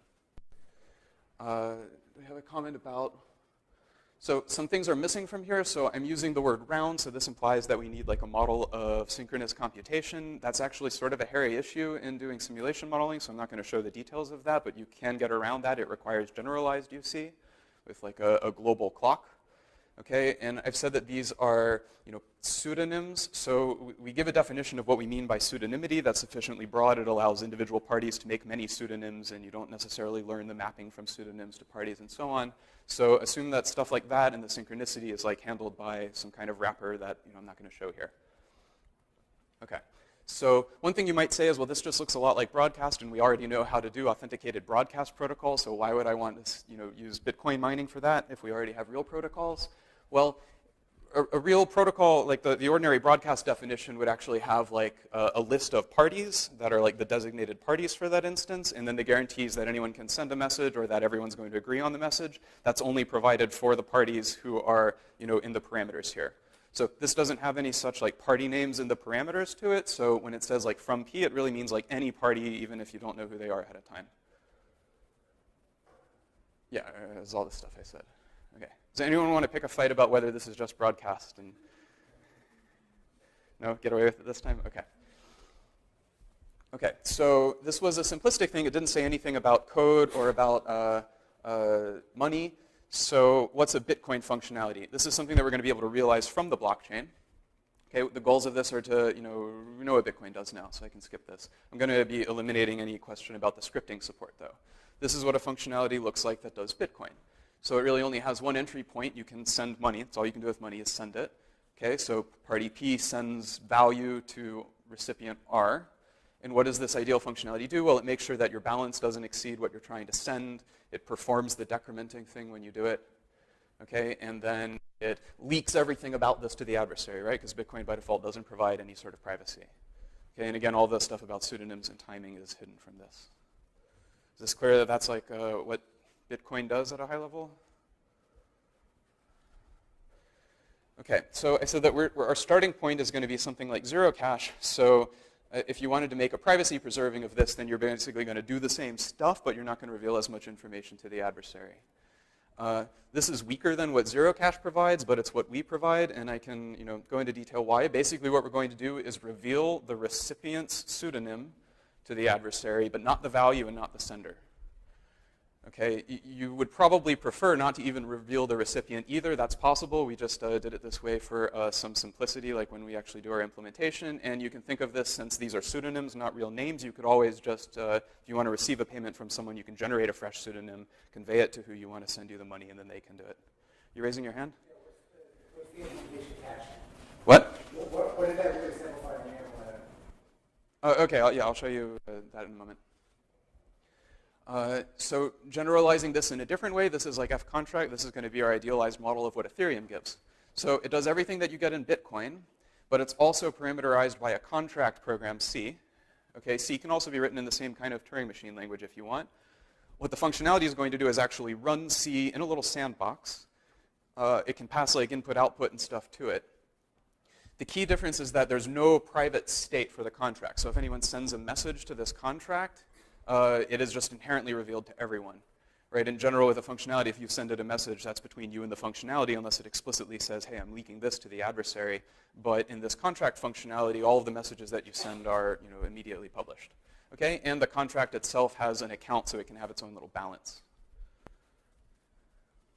Okay, so what I'm claiming, I'm not going to show detail about these two things, but the whole Bitcoin transaction thing with the script pub key and the script sig and all of those details, that's actually a way of implementing the Bitcoin cash functionality, the public version of it, right, from the blockchain assumption, right, and it's the miners that maybe implement blockchain from something else. Okay, and Ethereum also uses the same notion of blockchain, but it implements the contract functionality, which is programmable and has those little internal programs. Okay, so here's what we're going to aim for in the Hawk construction before I get to the cache construction. So this is going to be everything that's provided by the cache functionality, except now we also have a private contract phi. And this is going to be the thing that we run as an outsourced or multi-party computation, outsourced in the sense of done by the manager. Okay, and also this private function is going to have its own account.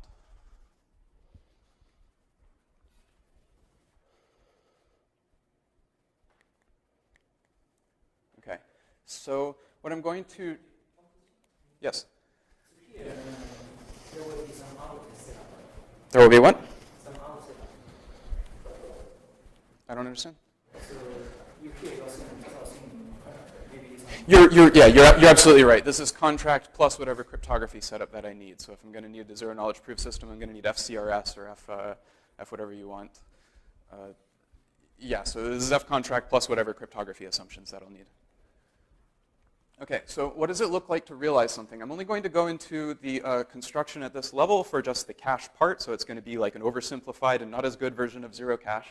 Okay, what it means to implement something is that, so first of all, this is the functionality wrapper. This ideal cache is like our formal definition of F cache in this program, so it says basically everything that the other thing said. The only difference is that it turns out to be useful to actually have a notion of coins when I actually write this. So what it says is that there's going to be a multi-set of coins, which are all of the private values that each party has received. And you can convert from a public coin to one of these private things. So you've got a ledger balance, which is your public value. You've also got coins that you're able to spend. Those are your private coins. Mint lets you take something from your public balance and add a private coin to your set of coins. And Pour lets you take one of your private coins and then split it out into two other private coins or into a public coin. I think that we only cover going in one way, but that's just for simplicity. So POR lets you take a private coin and make two more. One could be empty, and you could send it to someone else, private coins. Okay, so to implement a protocol, again, we're going to be assuming that we have this like contract functionality that can be parameterized by an arbitrary contract program. So the implementation has to provide that program. Okay, and then also users are going to have to probably do some cryptography on their own, so you typically have to provide a protocol that says what they do. Right, so every specification and implementation is going to have these three components. Okay, yeah, so and like I said with this, this is the notion that you want to guarantee that when you take two coins that you're going to spend and you're going to create two private outputs, you have to make sure that the input balances match. Okay, and again, we're going to leak both of the recipient pseudonyms to the adversary. Okay, and again, yeah, do you want to say something at this point or at a? No, I was actually just curious what the implementation thing is that you see simple about the definition. Okay, so the reason why we're able to simplify the definition is because so Zero Cash provides something where you don't have to actually reveal what the recipients are, and you can do this because recipients, you can basically generate an ephemeral one-time key from someone's long-standing public key. But in order to support that, you have to basically build a little bit more into the proof circuit that we're going to need. And so by revealing the recipient's public key, you don't have to do that at all. Okay? This is purely an optimization of the circuit. Say what? This is purely optimizing the circuit. It's purely an optimization of the circuit and for just simplicity in writing it. Okay, and I would claim that it doesn't actually destroy, and what it does destroy is like offline non-interactive spending to someone. You can just negotiate if you're willing to do the interaction. Okay, so the centerpiece of an implementation of something like this is one of these contracts. So again, this is like pseudocode, but it's something that you could implement in Ethereum in the most general sense. You would probably want specific opcodes. Okay, and the mint function doesn't require any sort of proofs because this is actually already revealing, the mint is basically taking some public amount from your ledger and then creating some private coins. The thing that you add to the coins is simply a coin, which is a commitment that is made from public value. So what this is actually saying is that the contract itself generates the commitment from the the opening to the commitment is provided by the sender upon sending it. Okay, so this is just because we're going to, let me skip that if that's confusing, ask me about it in a second. All right, the main port here is the version of port. So this is the simplified version of the Zero Cash construction. The idea is that the contract itself is going to store a Merkle tree over these commitments. Right, each commitment is to a public key and like an amount. And what a POR is going to do, the key thing is that it's going to verify a zero-knowledge proof. And the zero-knowledge proof is going to guarantee that the coin that you are spending is something that was currently in the Merkle tree. Okay, and what you have to reveal is a serial number, which is something that you commit to when you initially create one of the coins. And so when the serial number is published, you prove that the serial number is the correct committed serial number. And when you reveal it, the contract is going to store all of the serial numbers that have been spent so far. So what you prove in plain text is that any of the serial numbers that you're spending haven't already been spent. That guarantees that you're not double spending the coin. And you prove that the commitments are valid. And you also reveal that you have a secret that is that visible here? I wonder if this is missing something that's...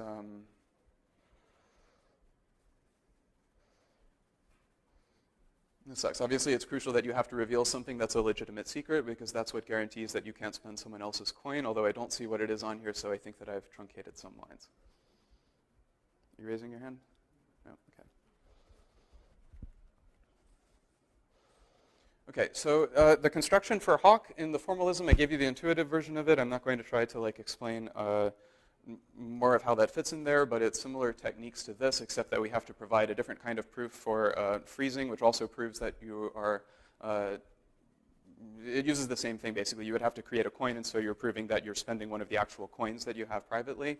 And you also prove that you have a valid encryption to the manager of the input that you're providing, so the manager is able to reveal it later when it's time. And when the manager produces finalize, it also includes a proof that the function is evaluated correctly and that it's using the correct decommitments that he received from his ciphertext and that the outputs are correct.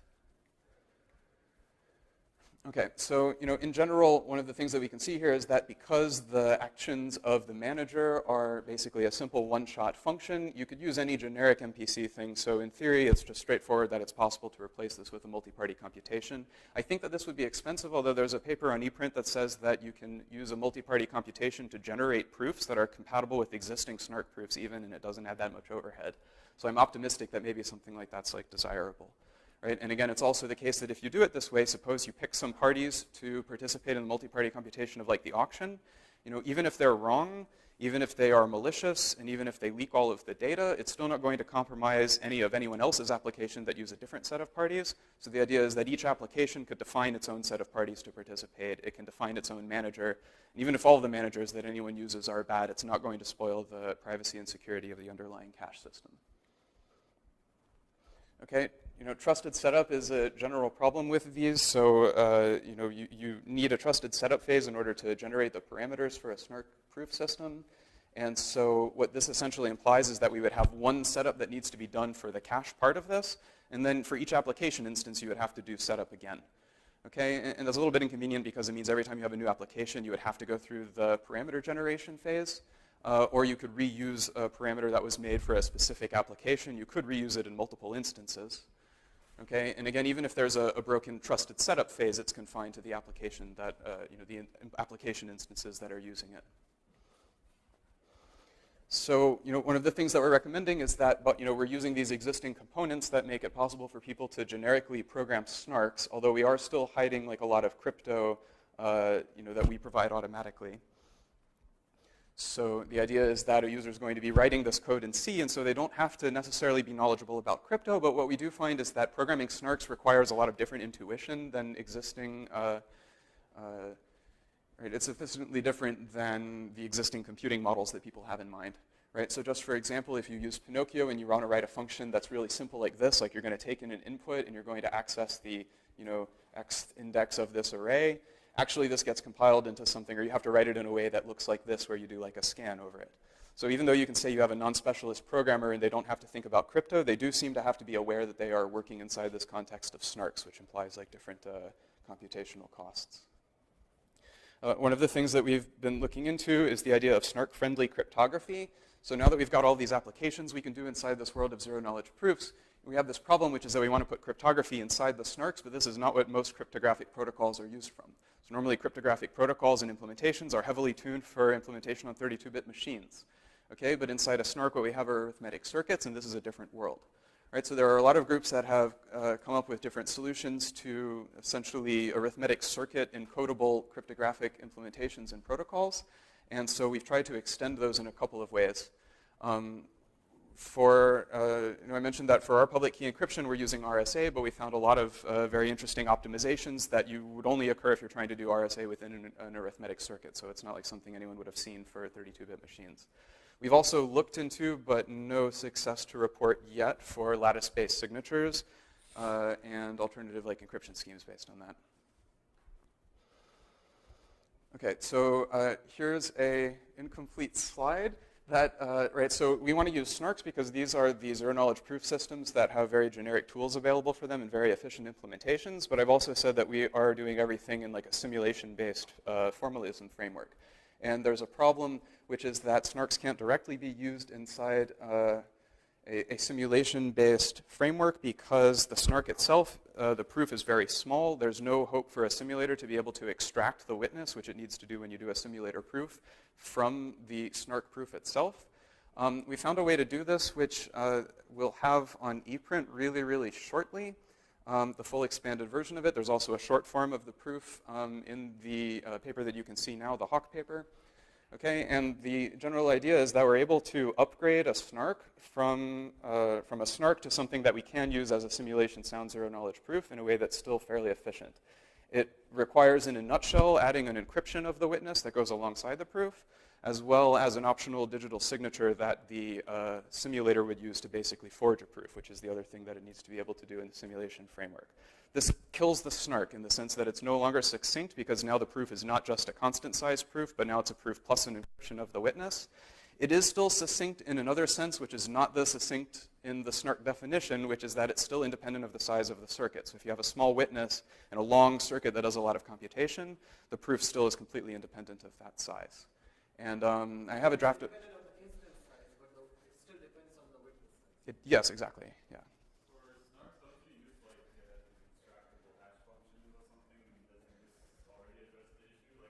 That does not address the issue.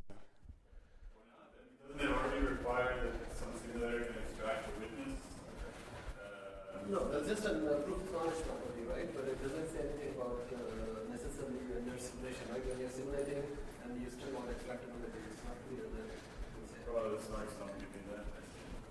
Yeah, because when we have to do the proof, the simulator is kind of one of the processes in our sea of processes, so it's not something outside the world. So the knowledge properties that you normally get kind of apply to the outside world, but you can't use the extraction there.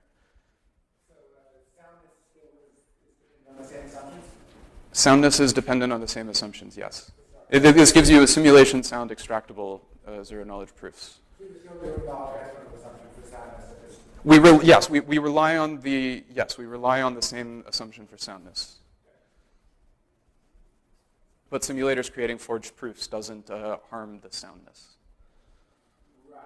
So, yeah. Okay, so that was all the content. Let me wrap up. So in general, we can think of, Bitcoin's the big cryptocurrency, but what we want to do is abstract away from Bitcoin and have this general notion of what we provide. Okay, and in fact, Ethereum shows that generalizing from Bitcoin is already something you can do kind of practically. Right? We think that this notion of a generalized blockchain is a lot better to use for Bitcoin than education. Right? And it's even useful generally for teaching applied security because it's a really flexible and compelling environment. Okay, and I would recommend that if you're considering explaining your research, it's probably easier to do it by giving Ethereum-style pseudocode rather than trying to explain anything first in terms of Bitcoin script, because Bitcoin script's a lot more unwieldy to work with. Okay, and the main new contribution that we've added is construction for private smart contracts, which provides the programmability of Ethereum, but it also provides privacy-preserving computations closer to zero cache. Okay, and we've shown that you can do a practical implementation of these using a lot of existing tools for zero-knowledge proofs. Thanks.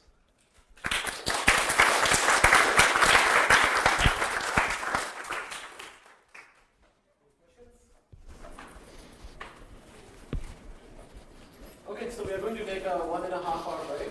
We will resume at 1:40.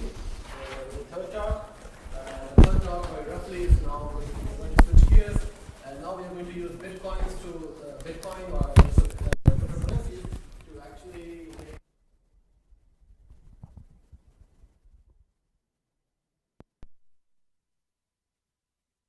So obviously, when I said the session will resume at 1:40, what I meant is 1:55, so we are on time. So our next speaker is Ranjit, who is doing presently a postdoc at MIT. He was previously a postdoc at Technion, and he did his PhD at University of Maryland. And so what he's going to tell us about is essentially how to use Bitcoin to strengthen security of cryptographic protocols. So this is kind of going in a different direction. Previously we were seeing how to use crypto to increase security in Bitcoin or in cryptocurrencies. Now we are going to use Bitcoin to actually add security to crypto systems, so that's kind of cool. And he has been doing this work for I guess, a couple of years now with collaborators at Technion, also IDC Azilia. So without further ado, let's welcome Ranjit. So thank you for the introduction. So I'll be talking about how to use Bitcoin to design fair protocols. Most of this is joint work with Ido Bento from the Technion and Tal Moran at IDC Herzliya. If I have time, I will also cover some more recent work with my postdoc host Vinod Vaikunthanathan at MIT and his student Prashant Vasudevan. So the main motivation behind this line, what I'm going to talk today is the problem of fair exchange. So this cartoon very nicely explains the notoriety of this problem. So you might want to exchange, $100 with 100 bullets, but whoever has the bullets will keep both the dollars as well as the bullets. So in computer science, we're going to be looking at a far less harmful version of the problem, where there are two parties who are trying to exchange digital media or they are trying to exchange signed contracts. So these are two parties, and the weird stuff is the contracts that they want to exchange. This is what they want to do, right? But in any kind of like the naive protocol, if you just want them to exchange stuff, what might happen is one party might try to abort. So in particular, the problem is that you have to kind of force these exchanges to happen simultaneously, but it becomes like kind of hard. For example, in this case, this party might send the contract, but then the other party might never send the contract back, right? So what we know is that, like from theoretical results, we know that fair exchange is impossible in general. So so this is like the state of the art, right? You want to do this fair exchange. I mean, if you think about it, exchanges are what like people do in all the time. And so this impossibility result for fair exchange is basically when there is like no trusted party. In the real world, you want to do these exchanges, but if someone defaults like this, someone aborts, then you usually have recourse to the court of law or some other party to arbitrate the exchange. Right. So let's look at a more general version of the problem. It's called like secure computation. So this is like the most general problem in cryptography. It's basically lets like a group of mistrusting parties to come together and perform any distributed computation over their joint inputs without leaking anything more than the output of the computation, whatever is implied by it. Right? So fair exchange, you can always, so because secure computation is the most general problem, you can model fair exchange as a special case of secure computation. And what we know is that fair two-party secure computation is impossible. So this goes back to a seminal result by Cleef in 1986. So what do I mean by fair two-party secure computation? So here I mean like parties start with their inputs and they perform some computation. At the end of the following attack always works. So the adversary or the corrupt party will always get the output first, and he can deny giving the output to the honest party. So this is what I mean by that secure computation is done. So one party always gets the output first, and then that party can decide whether or not to deliver the output to the honest party. So because fast secure computation is impossible, the definitions of secure computation itself have been like kind of modified to account for this fact. So the definitions, they require privacy, correctness, independence of inputs, and a bunch of other properties. But one thing that they, explicitly don't care about is this fairness property. So it's okay. So definition of secure computation is like inherently unfair, and this is in the presence of dishonest majority. So these definitions are because of this bullet point in red, which basically says fair computation is impossible. So in order to have like some meaningful definition of secure computation, you relax it so that you don't require fairness. But this fair secure computation is like it's a wonderful object. Fair exchange is also something that people always want to do in practice. Secure computation allows you to do computations without trusting a third party. But if you don't have fairness, then it becomes like a bottleneck in real applications, right? So you might run like a secure computation protocol between a client and a server, or between like two parties over the internet. And if you don't have fairness, then the honest party kind of does not have any incentive to participate in the computation, in the sense that the malicious party can always get the output and then not deliver the output to the honest party, right? So as a result, this is like a serious problem in secure computation. So as a result, there have been like several workarounds posted in the literature, and in this talk we'll be looking at one specific workaround. So this is known as the penalty model. It has been investigated in a lot of prior works as well. So the high-level idea is that you let the malicious party deviate from the protocol. That is okay, but then you force the deviating party to pay a penalty to the honest party. So just look. In terms of an animation, so this is how the protocol will look like. Both parties are going to start with some deposits, some amount of money. This will be used to distribute penalties later on. And then they start the exchange. This is like a very naive execution of a protocol. This is what you want. Okay, so the exchange happens. So one party sends over his contract. The other party is supposed to send the contract. But if he does not send the contract, right, then his deposit essentially goes to the honest party. Right? So this is the kind of workaround that we are willing to settle for. So the protocol is still not fair in the traditional sense, right? Because the bad party actually gets both the contracts, and the honest party does not get, he just loses his signed contract. It effectively goes to the other party. So it's not fair in the traditional sense. But then we have this like workaround saying that, at least the money gets transferred. So the honest party is kind of compensated with a penalty. And so the way to use these protocols would be like, before you start the exchange, you agree on like a penalty amount, whatever is the value of the contract. Maybe you can even set it to like twice the value of the contract so that you make sure that the bad party really has no incentive to deviate. And then you start running this protocol. Suppose the malicious party deviates, it's still fine. The honest party will not get his part of the contract, but at least he will get like a penalty. And he's okay with it. This is something that we are okay with. So like in more detail, so this is what we want to happen. So the bad guys should lose money if they deviate after learning the output. So in this case, it's like a contract. In a general secure computation case, it could be just the output of the computation. So if the bad guys learn the output and then they stop, they abort, then they will lose money.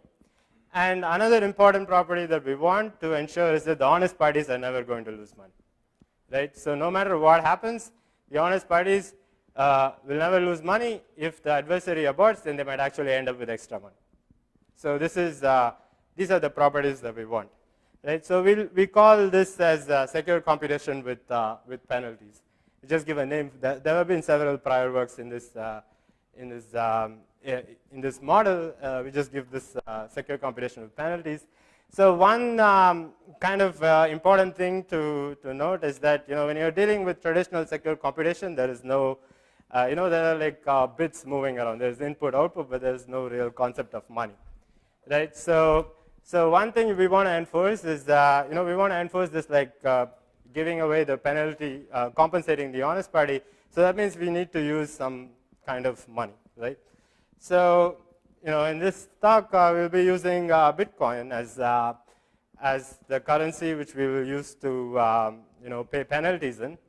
And Bitcoin, as you might have heard from the talks from the morning, it's a decentralized digital currency. It's relatively widely adopted. It's like the most popular digital currency. And there's a lot of recent research activity. And the thing that you kind of need to keep in mind about Bitcoin is like there's a lot of moving parts in Bitcoin. But one thing that it so far seems to provide is that it provides like a kind of secure implementation of a bank, in the sense that if you're only looking at Bitcoins within the system, then you have like you can transfer money, you can get money from other persons, and so on and so forth. But once you start like trying to convert Bitcoins into dollars, then you have to go through an intermediate party. Then it starts becoming tricky.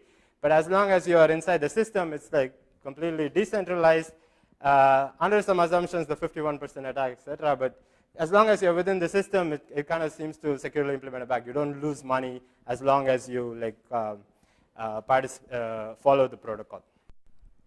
So in this talk, we'll be adopting like a even more very simplified and like concrete model for Bitcoin.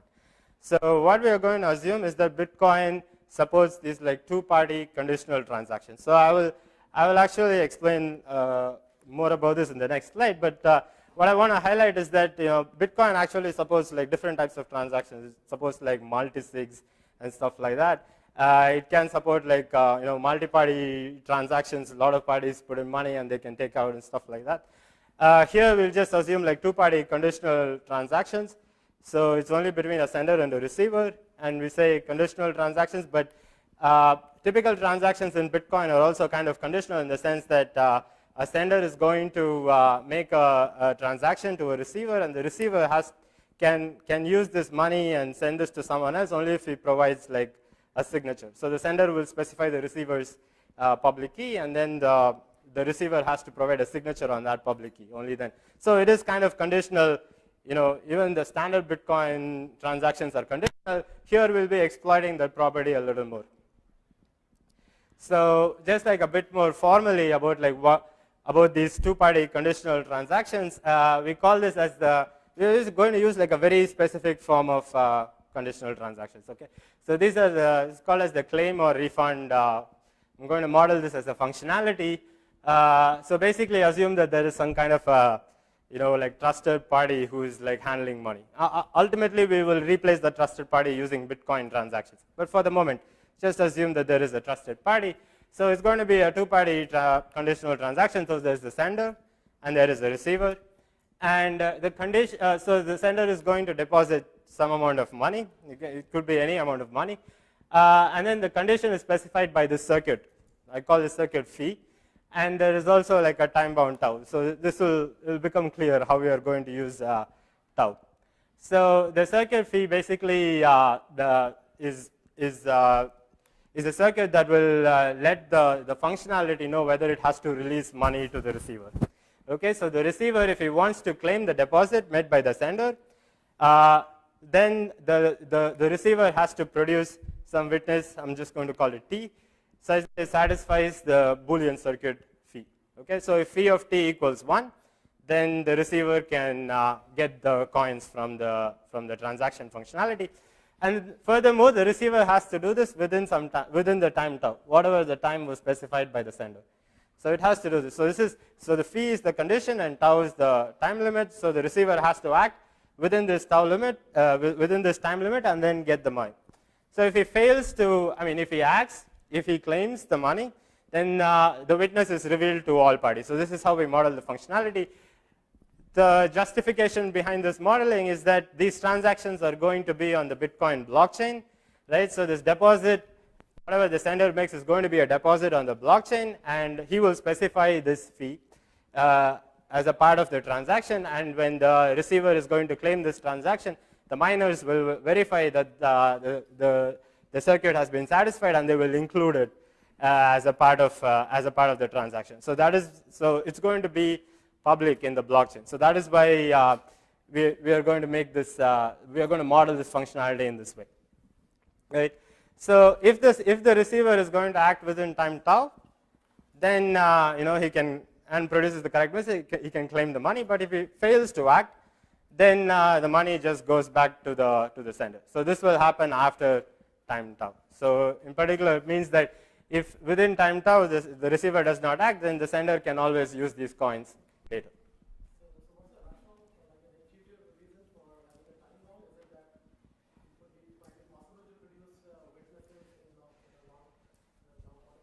So actually, the way in which we are going to use witnesses will be slightly different. So the fee will be like some kind of a one-way function or a hash, but the receiver will. So it will be a one-way function or a hash with the image encoded in it, and then the receiver will have to produce a pre-image.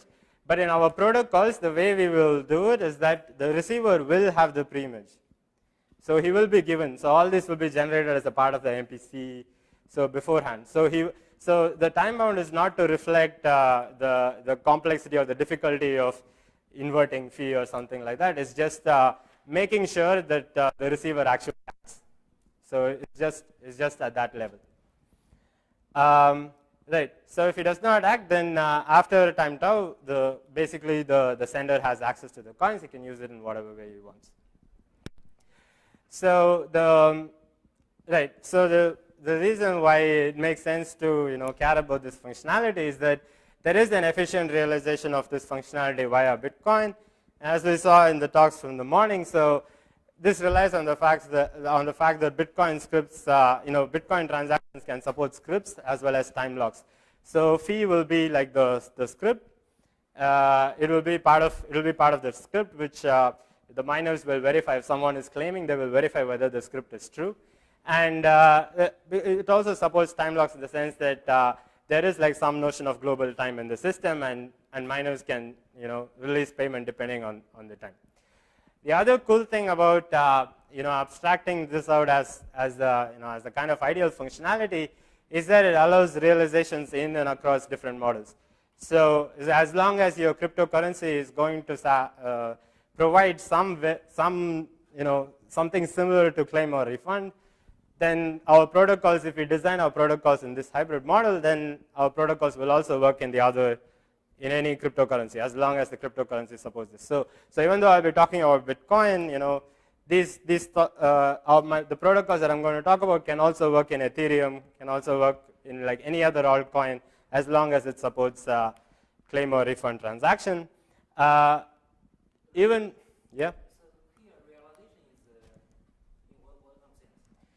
So this is like a kind of in an assumption sense, yeah. So because to prove it formally, you will have to model Bitcoin and stuff like that. So so instead of assuming like a very broad and general thing like Bitcoin implements a bank and it can support all types of functionality, we are going to make the assumption that it can realize this particular type of functionality. Maybe it will fail in realizing other more complicated functionalities, but at least this it can realize properly. So this is like the kind of assumption.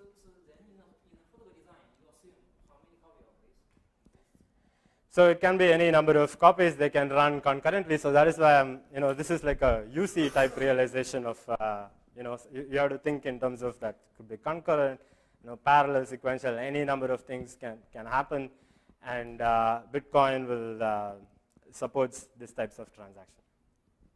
So one other thing I wanted to say is that not only does this work only on like cryptocurrencies, as long as some entity like PayPal or maybe a central bank, if it starts providing this type of claim or refund functionalities, then our protocols will also work. As long as they provide something like this, we will show how to realize fair, secure computation, fair exchange, and all those types of things, assuming this holds.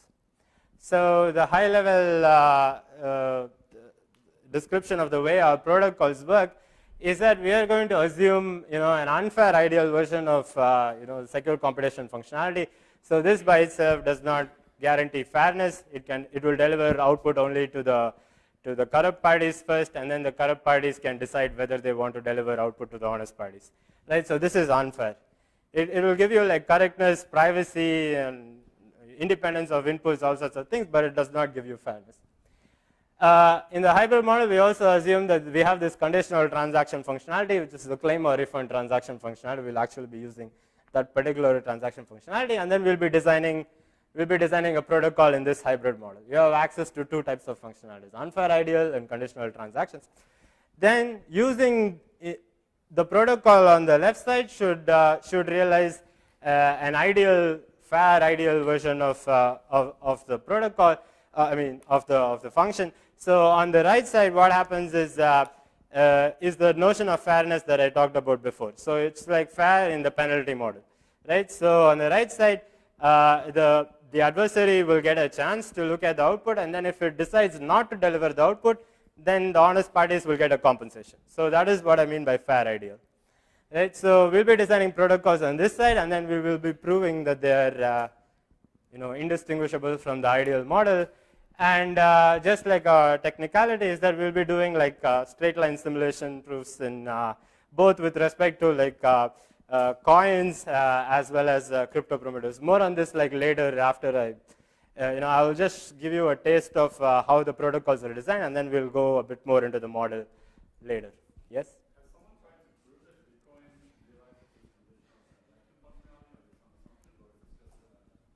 So, in order to do that, you will have to like model Bitcoin and no, as far as I know. There have been like some preliminary works, like Juan Garay has a work, Juan Garay, Agalos, and another author. They have a work from last Eurocrypt where they try to model Bitcoin as like how it like models like a persistent ledger.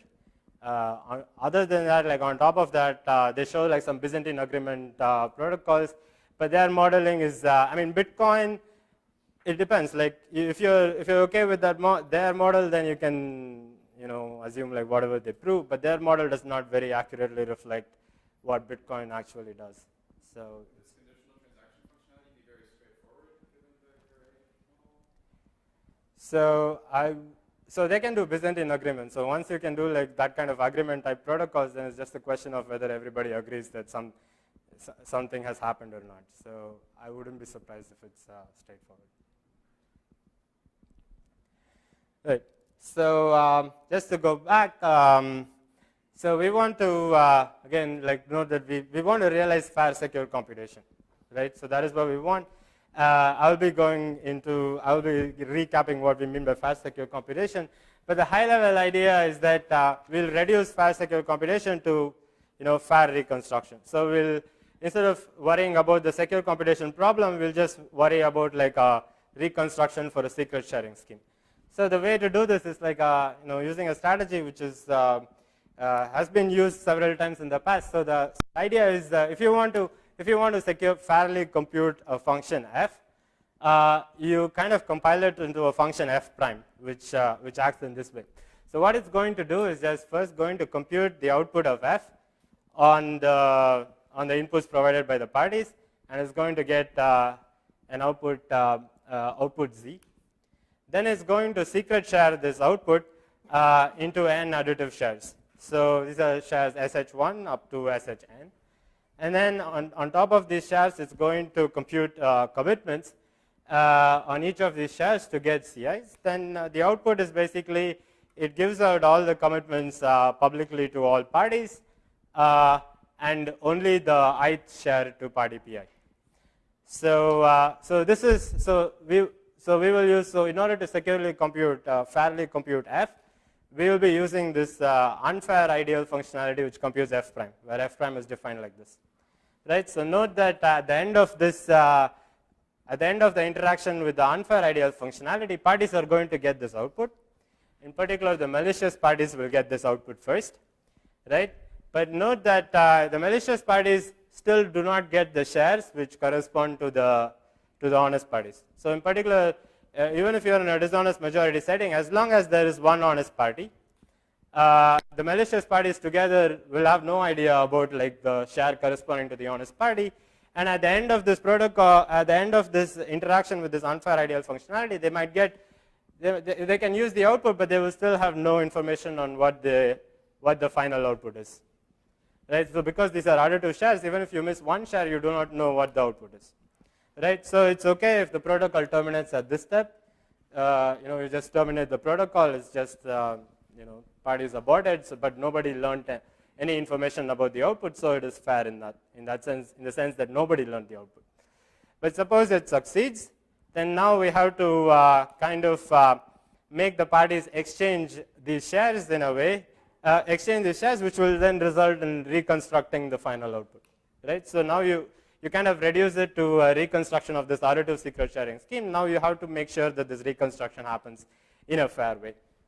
Right? So once again, so we'll be using this notation. Let's first look at the stuff on the right. So we'll be using this arrow notation to specify, to denote the claim or refund transaction functionality. So P1, the party on the left is going to be the sender. The party on the right is going to be the receiver. And we just use like a simplified notation where you, so just going back. So here the TIs are going to be like the witness, and these will be the shares and the decommitments for these commitments CI, right? So TIs will be the witness, and we will need the receiver to reveal the witness within time tau, and then it can claim coins Q. So it's like T on the top is the witness, Q on the bottom is the amount of money that it can claim, and tau is the time limit within which it has to claim. Right, so as answering Abhishek's question from before, these things will already be distributed to the parties. So it's not like they need to find it after the deposits have been made. They already know. It's just a question of whether they are willing to give it up for exchange or whether they are okay with paying a penalty. Right, so once again to recap, in secure computation with penalties, we want to make sure that the honest parties will never lose coins. And if a party aborts after learning the output, then it will actually pay a penalty to every honest party, not just like one. It has to pay penalties to all honest parties, and this is what we want. So let's start with the first thing that comes to mind when you have a claim or refund transaction functionality and you're trying to design fair secure computation with penalties. The first thing that note that the claim or refund transaction functionalities in itself, they're kind of stateless, right? It's between a sender and a receiver. and you just specify like some circuit, and that's it. It does not depend on who made, whether a transaction was made earlier, etc., like that. Right? So it's stateless. It does not enforce any kind of simultaneity on its own. So whatever reconstruction procedure that you're going to design is just going to be like a sequence of claim or refund transaction functionalities. That's all it could be, right? So so let's look at this, a first attempt at the scheme. So here P1 makes a transaction to P2 saying that if P2 can reveal whatever share it has, which is T2, then he can take Q coins from me. So here Q will be the penalty. Q will also be the penalty. And P2 will make like a similar transaction to P1, saying that if you reveal T1, then you can take Q coins from me, and that's it. So note that if everybody is behaving honestly, then they make these deposits, and then P1 claims. It claims T1. Note that whenever it's claiming, the witness is made public to all parties. In particular, P2 will learn T1. It already has T2, so it learns T1. It knows the output. So similarly, P2 will reveal T2 and claim the top deposit, and P1 will have the output, and everything is fine, right? But once again, remember that the claim or refund transaction functionality by itself does not offer any simultaneity guarantees. So in particular, the following attack will actually work on this scheme. So this we call this as the abort attack. So here like P2 will kind of wait until like P1 makes this transaction. So P1 makes this transaction, but P2 never makes the second transaction, just aborts. So the second transaction, let's say it never happens. There's no deposit made on the blockchain. P1 cannot do anything. But P1 has already deposited its transaction. So now what P2 will do is it will go and claim the first transaction. So it will reveal T2. So the honest party will have both T1 and T2 to know the output, but then the honest party would have lost money because P2 claimed it. And P1 does not have any deposit to claim. So it just cannot do anything because P2 never made this deposit. So there's no money for P1 to claim. And P1's lost its money. So the honest party did get the output, but it lost money. And one of the conditions that we want is like, we never want the honest parties to lose money. So you're saying that the unfairness now is not in the delivery of the output, but in actual exchange of money. The honest party. Yeah. Yes. So this is something we don't want to. In some cases you might think this is okay, but for our problem and our definitions you'll see later on, we actually want to. Honest parties will make in the ideal functionality version, honest parties will make a deposit. They are always guaranteed to get the deposit back. On top of that, they might get a compensation. So they never have to lose money. So honest parties can always begin the protocol, in a peaceful manner, in the sense they will be assured that they will never lose money at the end of the protocol. Right? So the way to fix this, so we are looking at like conditional transactions, but these are stateless.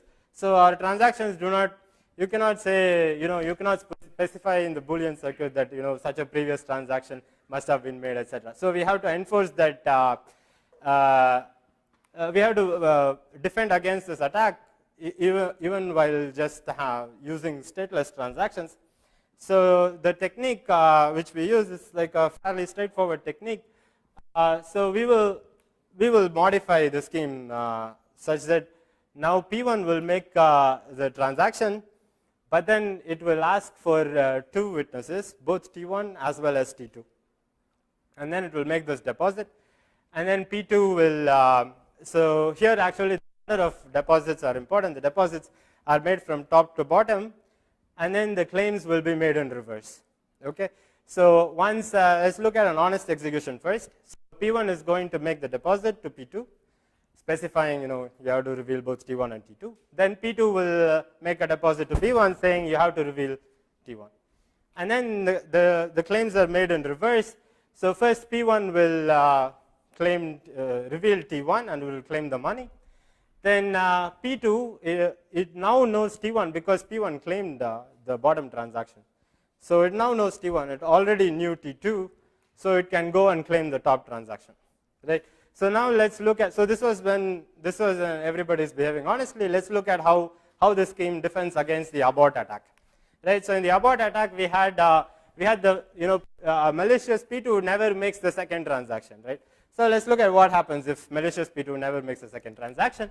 P1 makes the first transaction, saying reveal T1 and T2, then you can take my Q coins from me. But P2 never makes this transaction, which is fine. But P2 will also never be able to claim the top transaction because it does not have T1, right? It learns T1 only if only P1 has T1, P2 has T2, but it does not have T1. And in the honest case, it would have known T1 when P1 claims the bottom transaction. Now P1 does not claim the transaction, so it does not know T1. It has no idea about T1. So it cannot claim the top transaction. And because it's a claim or refund, so after time tau 2, the transaction will just get refunded back to P1. So in effect, the exchange has not happened, and the honest party also has not lost money. So this is kind of, we are okay with this realization, right? So now let's look at how this stuff looks when we go from 2 parties to 3 parties. Just look at the structure. It's T1, T1, and T2. So you normally assume that a structure like this should work, right? So there is there is a deposit made. P1 can claim using T1, then P3 can claim using T1 and T3, and so on. So the predicate just keeps increasing. It requires more and it eats up more and more tokens. So so normally you think that this will work, but there is also a catch here. Now you have to deal with. So this will be okay with respect to the abort attacks. Like if someone makes a deposit, then some malicious party stops making a deposit, it will not be able to claim from the middle. But now the problem becomes like malicious coalitions. So in particular here, a coalition of P1 and P2 can obtain T3 from P3. So what happens is P1, let's say all the deposits are made, then P1 will claim T1. After this, P3 will claim T1 and T3. And now at this point, P1 and P2 were bad. They were just waiting for T3, and P3 released T3. They already know the output. Right now they can deny P2. So the P2 at the top will never claim the transaction. It will never release T2.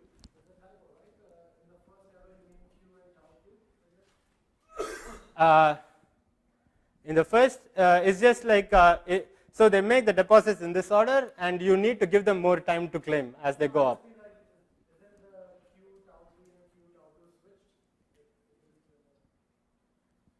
I mean, this is. I mean, so.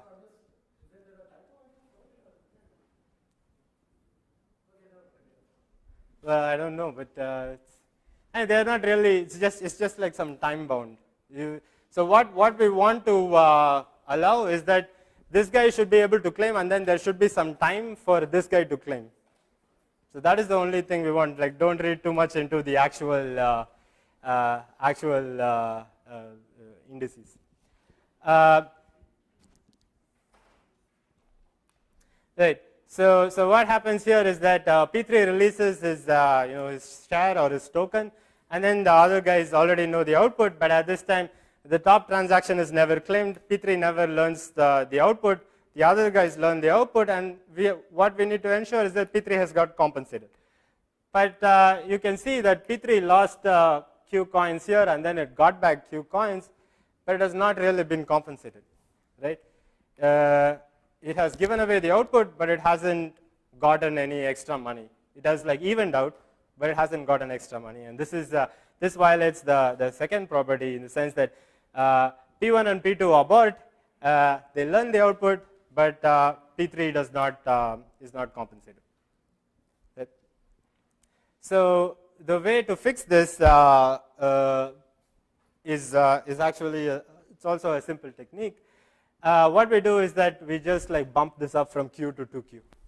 So we had a Q, and then now it becomes 2Q. Then we add like an additional transaction at the top just to make sure that everything is like sums to 0. Like parties getting and the amount of coins that they get and the amount of coins that they give sum to 0. So that's why we have a top transaction. Otherwise, the main idea is just like to bump up from Q to 2Q. And from the previous attack, you can see that now when it releases P1 and So here the parties are slightly changed. So P1 and P3 will learn the output, but then P2 would have given away Q, but gotten back to Q, so it would get compensated. Right. So this is so this is actually sufficient to deal with malicious coalitions. I won't go too much into the details, but let's look at. So you will actually. So the general pattern will be more visible when we look at the n party case for general n. So the way the protocol looks is like this on the right. So we call this the ladder protocol. So there is so again the deposits are going to be made from like top to bottom, and then the claims will be made in reverse. Okay, so this is always something to keep in mind. The other thing is like the deposits may happen at some point, and then the entire set of deposits might not terminate. Someone might start claiming from the middle, especially if the first few parties are colluding. So you still have to defend against different types of attacks. I won't be talking about all types of attacks, but I'll just give you the general idea behind the construction. So there are two phases in this protocol. The first is the roof phase, where everybody is going to make deposits to the last party. And the last party is going to be all deposits, all of like the same coins Q. Q will be the penalty amount. And Pn will have to produce all the n witnesses in order to claim these coins. In particular, if Pn is claiming these deposits, that means that all honest parties know the output. Right? At that point, like it has to release T1 through Tn, which actually defines the output. And then there is a ladder phase in which Pn will first deposit to Pn minus 1, then Pn minus 1 will deposit to Pn minus 2, and so on. And then the amount of witnesses that you need will keep on increasing. This is again as before to defend against abort attacks. So first, you will need P1 to produce only T1, then P2 will need to produce both T1 and T2, and so on. And to defend against malicious coalitions, the Q needs to keep increasing. So it will become 2Q, 3Q, and so on, all the way to n minus 1 times Q. Right? So as I said, like the deposits have to happen in this order, and then the claims have to happen in reverse.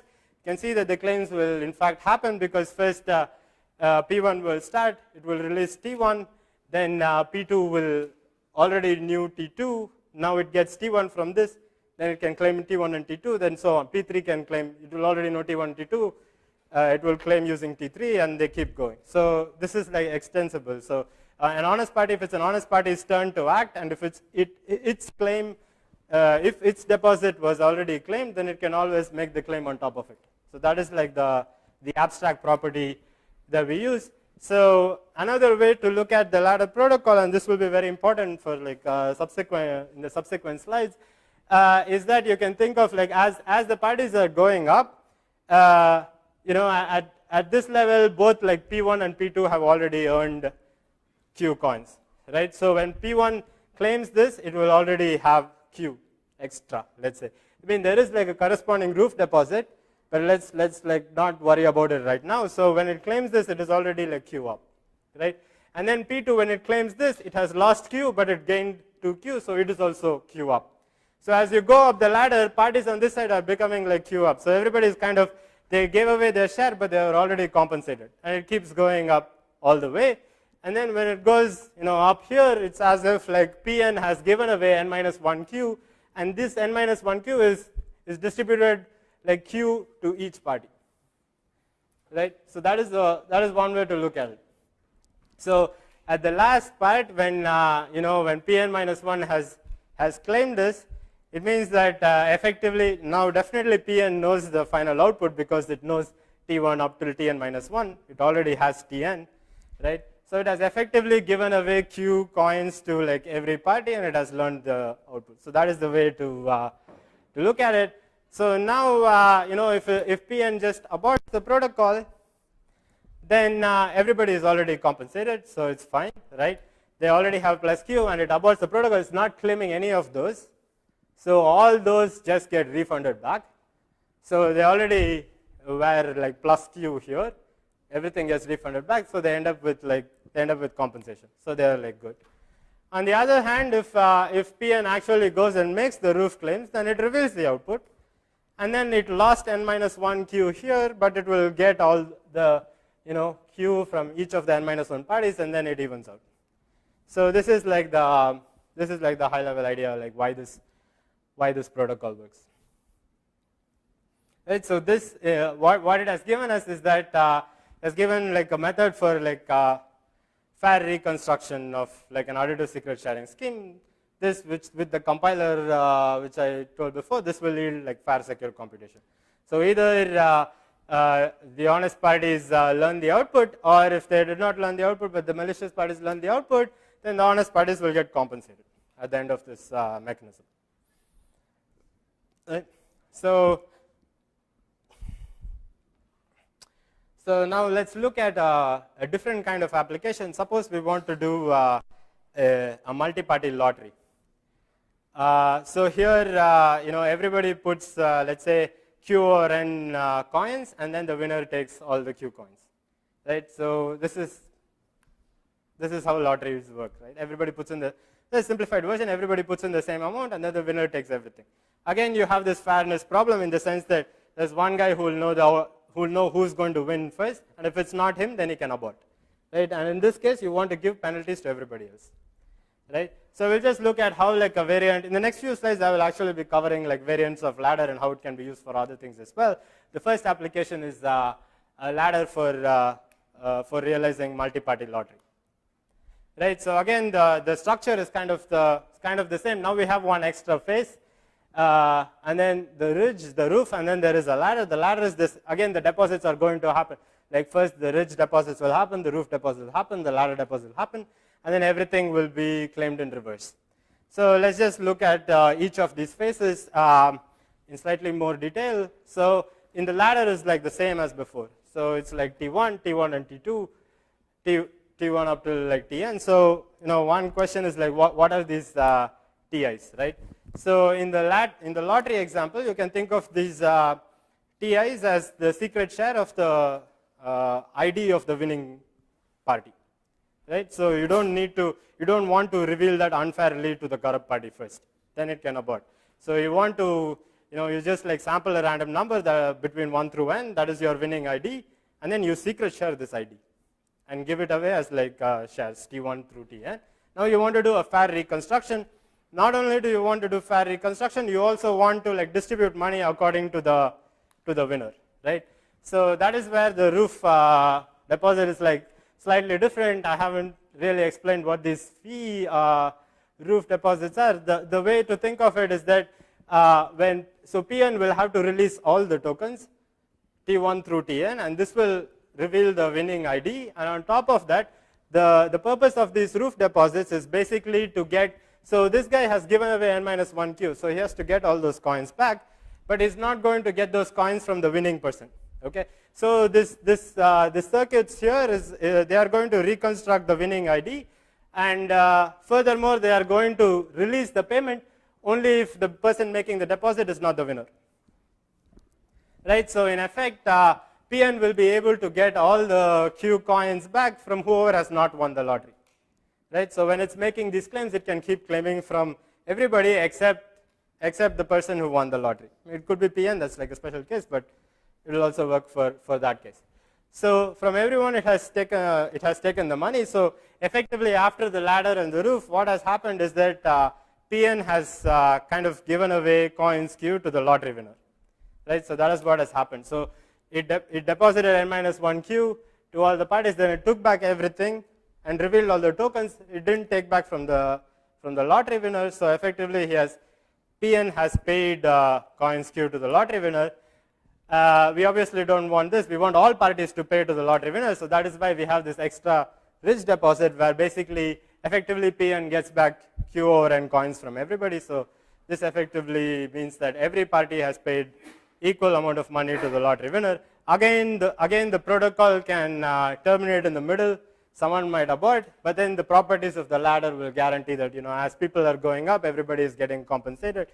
And if someone learns the output at that point, if the malicious party learns the output first, at that point all the honest parties below, in order to learn the output, you need all the honest shares, and that means that all the honest shares have been revealed which means that all of them have been compensated. So you can learn the output and then choose to abort. But by this time, all the honest parties have been compensated. And in fact, the compensation is actually equal to the lottery winner. It's equivalent to winning the lottery. So effectively, the malicious party has given away a lot of the pot to like many parties. So it doesn't make sense for a malicious party to abort in this protocol, right? So this is how you can modify the ladder protocol also to support lottery. So let's look at a different type of application. So this is so what we saw before was fair secure computation, but it was really like a one-shot computation. Parties given inputs and then they get outputs, right? And then you wanted to make sure that everybody gets the output or parties are compensated. So now let's look at like reactive functionality. So this is kind of a slightly different ball game. It's not a one-shot execution anymore. Parties send inputs, they get outputs, then there is like, the execution keeps happening in multiple stages. So there is a second stage in which parties have to participate. In fact, like for many application contracts, you might actually think of these as like a contracts over an extended period of time where you specify these are the actions that need to be made in so much time, and it could be potentially, it's like paying your rent every month, right? So it's a multi-stage thing, and you can specify it in one contract, and you really want right. So one other like concrete example is you can think of games, for example, poker as a reactive functionality. So there are really multiple rounds, and like theoretically speaking, you might think of, okay, well, you can always like compress it into a one-shot functionality, but then in order to do this, you're basically saying the strategy space can always be compressed. So for a one-shot execution, parties might provide their entire strategies, and then you can do it in one shot and then try to get the output. But in reality, the strategy space might not always be captured. It might depend on like several other events which you cannot always capture. Suddenly someone, it could be like players trying to learn something from like actions of the other parties, like real world actions. So some of these cannot always be captured. So you really want this to be like a reactive functionality, going through like several stages. In each stage, one of the party plays, that is just the action for that stage. Then you go to the next stage where the second party has to play. So that is how, it's more natural to think of, yeah. So if it's a composable, let's say, so then will not reactive Yeah, so there is a general transformation from one shot to reactive when you don't care about fairness. So if you don't really care about fairness, there is, in an unfair sense, for unfair ideal functionalities, you can always secret share the intermediate state, and then the next stage will reconstruct the state and then continue the computation. But when you talk about like with fairness in the compensation model, the basic problem is that you have to deal with aborts between rounds. Rounds in the sense that between stages. So the first stage, parties might behave in a fair way, but then you have to force them to start the second stage. So then the fairness in the standard model will, non-reactive will imply reactive. Yeah, but fairness in the non-reactive is also, it's kind of easy to see that it's impossible, right? You need parties to start the protocol. They might just not start the protocol. And, like in the general transformation, the secret state of the computation is secret shared among all the parties. It's like, if you have a dishonest majority, it's like n out of n additively secret shared, right? So in order to continue the computation, you need all the people to actually be present, and they all have to start the computation. Otherwise, you're missing a secret share of the state, then you cannot continue the computation, right? So it's kind of easy to see that in general, in the reactive functionality case, like fairness does not hold. One party can always abort, and there's nothing you can do at the end of a call.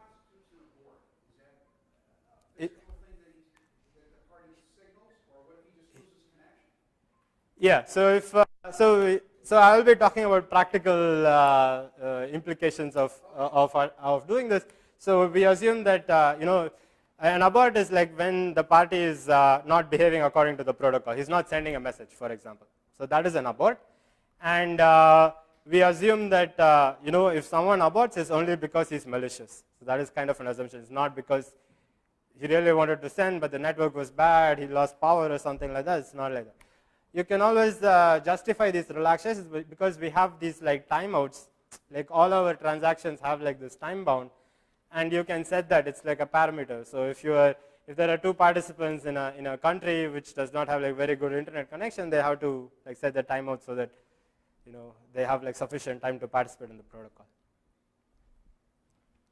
Right. So again, so what we have to do is like deal with aborts between stages of the protocol. So one shot, they might get all the outputs, but then they might not start the protocol.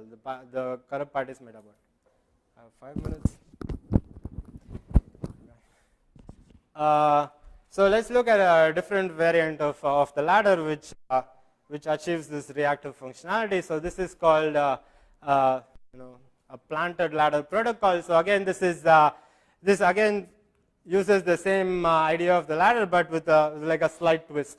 So here we are going to have like some dummy tokens, like D1 through Dn. So these are, again, you can think of these as like random shares which are being committed to. The commitments are known in public, and then only party Pi has the token corresponding to the decommitment, Di. So they will make a sequence of like everything is kind of the ladder. It's the ladder extended, so it not only goes up till Pn. You can think of it like there's another iteration of the ladder going on, again with like the actual tokens T1 through Tn, and you can actually repeat this like many times, as long as if you're doing like a multi-stage protocol, you can just keep looping this and the protocol will actually work. Then finally there will be a roof phase where Pn is going to get back all the money. So so the high-level idea is that the parties will start releasing the dummy tokens first before anybody is really sending the actual message corresponding to the protocol. Then once all the dummy tokens have been released, then the parties will start releasing their actual tokens. Now note that by this stage, when the claims have happened and they have crossed the plant stage and they have gone to the ladder stage, already everybody who has revealed their dummy tokens have already been compensated. So in particular, in this case, like if here P1 aborts sending the first message of the protocol, still it has already compensated everyone below. So that is the high-level idea, right? So in the one-shot case, you wanted all the tokens in order to reconstruct the secret share. Here you are running any type of arbitrary protocol. You don't want any abort in the middle. So in particular, you want even the first party to send the message. And then after that, if the second party does not send the message, that is an abort, right? And here you want to penalize. In the previous case with one-shot fair secure computation, you did not need to. You don't need to penalize if there are like honest parties above. Maybe the last party is honest, so even if P2 does not release, nobody learns the output, so it's fine. But in the reactive case, you need to penalize even if some intermediate party is not sending his message. So here you can think of these T1, T2, Tn, all these to be like messages corresponding to an actual MPC protocol. So you're actually looking at a protocol executing via these claim refund transactions. Right, so if someone aborts at the ladder stage, that means they've already compensated people below. So they will lose money. So basically they have to keep participating in the computation. So this is the high level idea. So so this is one version of this thing, but then if you're looking at the, let's say there are only two parties, and you see that this, this ladder, and if there are like many stages, then the ladder deposits keep on increasing, right? So it starts with Q to Q, and it goes all the way to 2n minus 1 Q.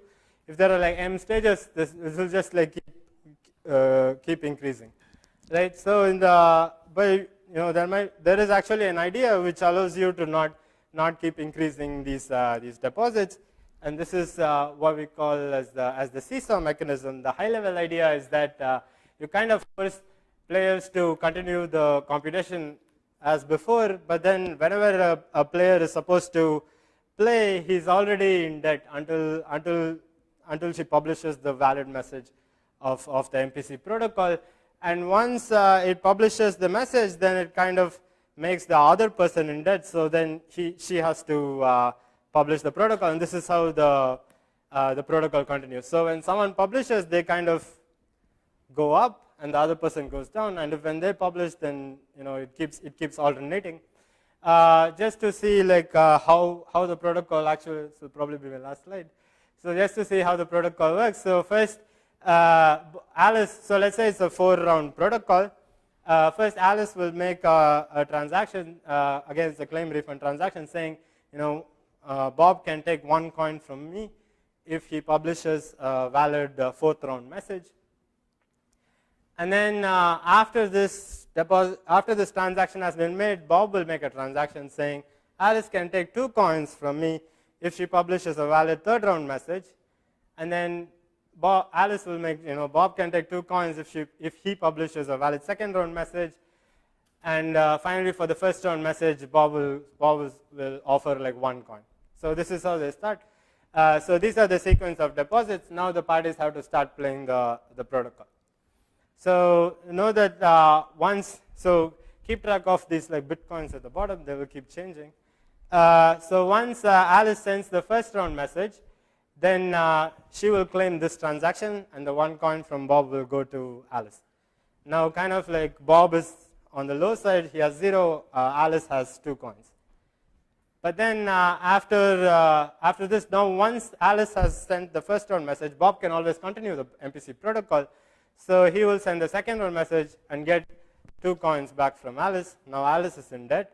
Bob has already been like kind of compensated. So now Alice has to play with the 3rd round message, and then she gets the 2 coins back. And then finally, for the last round, he will get 1 coin back, and they will even out. In the middle, if there is an abort, you can see that whoever is aborting has lost coins. Right. So this you can apply for general reactor functionalities. So this basically says that the amount of deposits don't have to keep increasing as the number of stages. So you can do for any number of stages, but the maximum deposit will only be like 2 coins for every message. It doesn't grow with the number of rounds. So I'll skip through this slide. Some extensions, this is kind of an important slide, so I'll just use this. So you can always plug in like a cache distribution mechanism at the end of the protocol. So your MPC protocol might actually, it can deal with not only like data inputs and outputs, it can also take coins, and then it can distribute them. Again, you can apply this notion of fairness on this type of cache distribution mechanism. The cache distribution mechanism is kind of, it's not very complicated, and this has been like outlined in at least like 2 works. So you can always like prepend like a cache distribution mechanism to your MPC protocol. In particular, this means that you can actually play a real game of poker with fairness. So you can also distribute like whoever won the pot will actually get the money, and if someone aborted in the middle, then everybody will get penalties. So it's like kind of translating mental poker to real poker using Bitcoin. And another thing that I want to say is this notion of like instantaneous exchange. So what I showed so far is that every time the parties have to do like the secure computation with penalties, they have to make deposits on the blockchain, right? They do deposits on the blockchain, then they run a secure computation.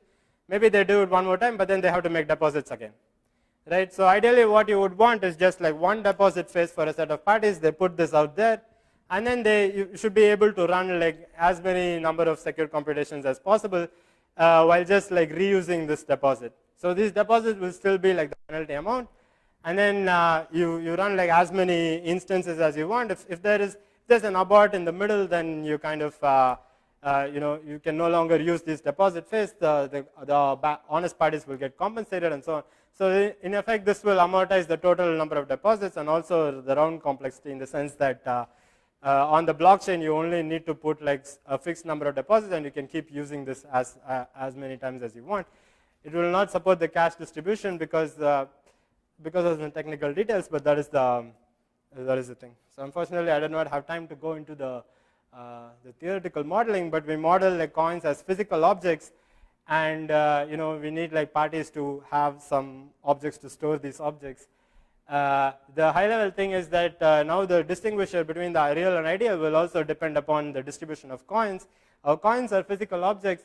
So in the ideal world formulation, we'll actually need the simulator to extract coins from the adversary. And if it extracts like sufficient, so here extraction means it's actually in possession of the physical coins, and the bad parties don't have the coins anymore, right? So it's a bit more complicated. I think I'm really running out of time. Some related work which preceded us, practical issues. Again, the DOS attacks, and again, like we don't give like financial privacy like zero cash DOS, There are a bunch of other applications. I really don't have time. Thank you.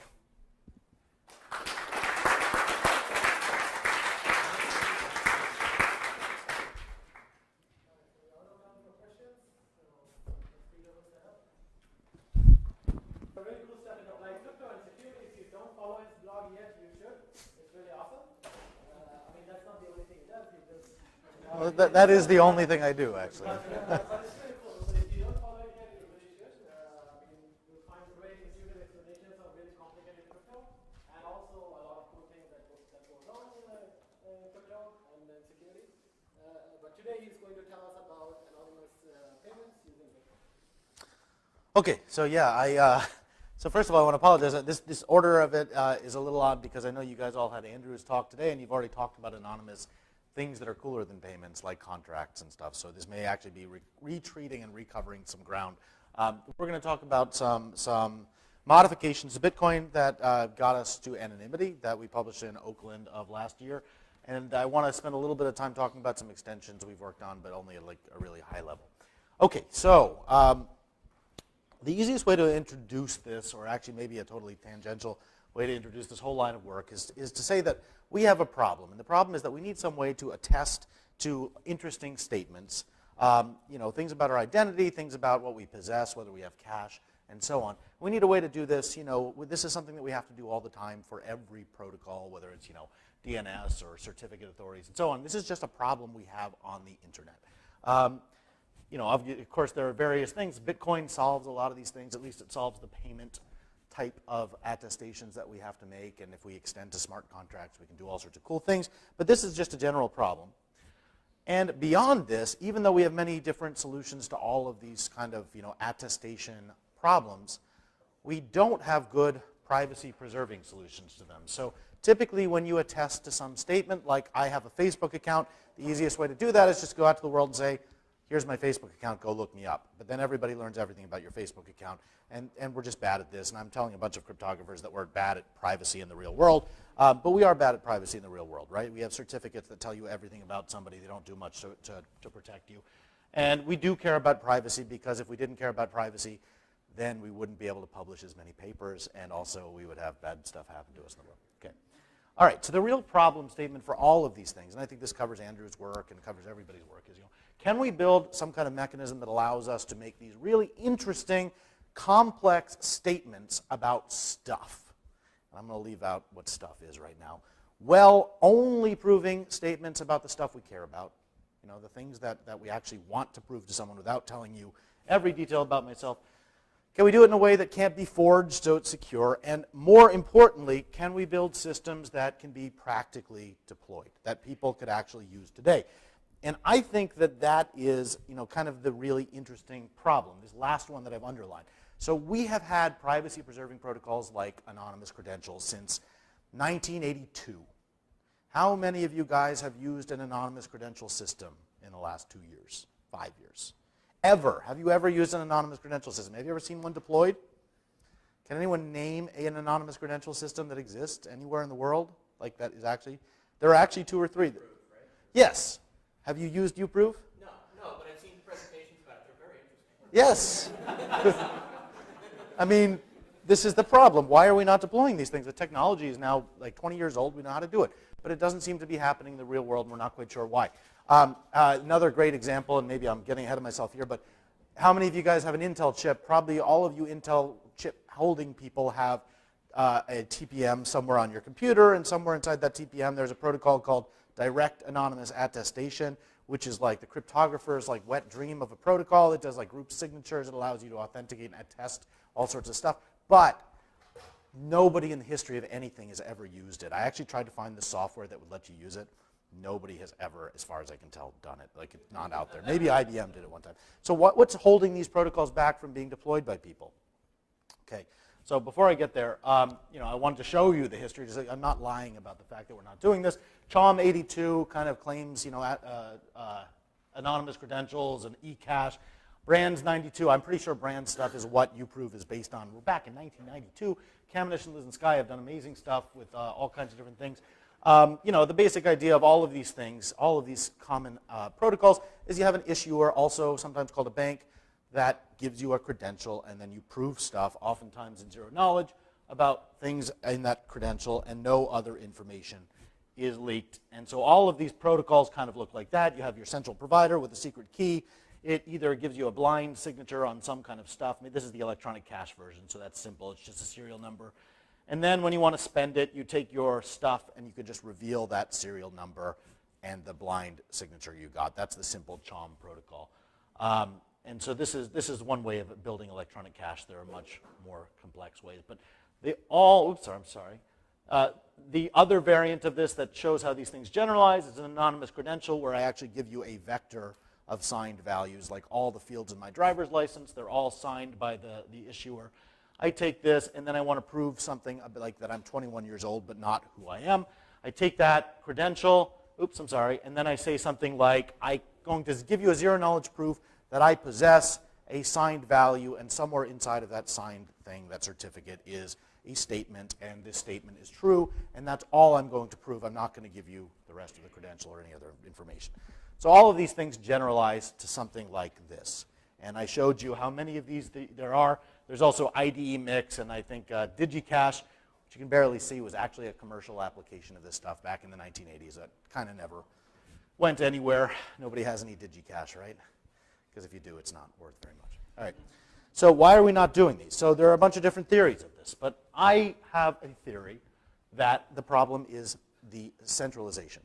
So there's this old story about, like, you know, the Facebook story. How did Facebook get started? Well, there was very low cost of entry for Facebook, whereas if you wanted to start a business that built something, there was a very high cost of entry. Well, the problem we have is that in order to build any kind of anonymous credential system, you need, in these classical schemes, you need a centralized party to hold a signing key and to issue credentials. And that's a problem, because then you have huge trust requirements on that centralized party. If it gets its key stolen, the entire system breaks down, and that's really scary, because with anonymous credentials, with at least non-anonymous credentials, when there's fraud, like, we can revoke certificates, we can shut people down, we can recover. But with anonymous credentials, if I give you an anonymous credential and somebody steals the secret key or does something bad with it, we're all out of luck. There is no detecting it until it's too bad, and the problem is just horribly, horribly messed up, which I think is why the uproofs of the world have not gone anywhere. Similarly, DAA has not gone anywhere because you have to operate your own server, and nobody wants to set up that server, and it's scary, and so there are all kinds of problems. All right, so back to this problem statement. Can we build things that can actually be deployed? So the obvious solution, and of course this is a Bitcoin conference, so I'm taking a long time to get something very obvious, is can we eliminate the trusted issuer? That's the problem. How do we do it? Okay, so this talk, which will be hopefully relatively short, is going to talk about some work we did in trying to do that. And of course, we're going to start by talking about payments, because it turns out that payments are the simplest version of anonymous credential in some sense. Okay, so what we want to do is we want to take all of the existing eCash schemes that exist out in the world, and we want to decentralize them. But obviously, that's not terribly easy, because without a central party, we no longer have secret keys. We can't use any of the Chaumian systems. They're all toast. So we need a totally different ingredient.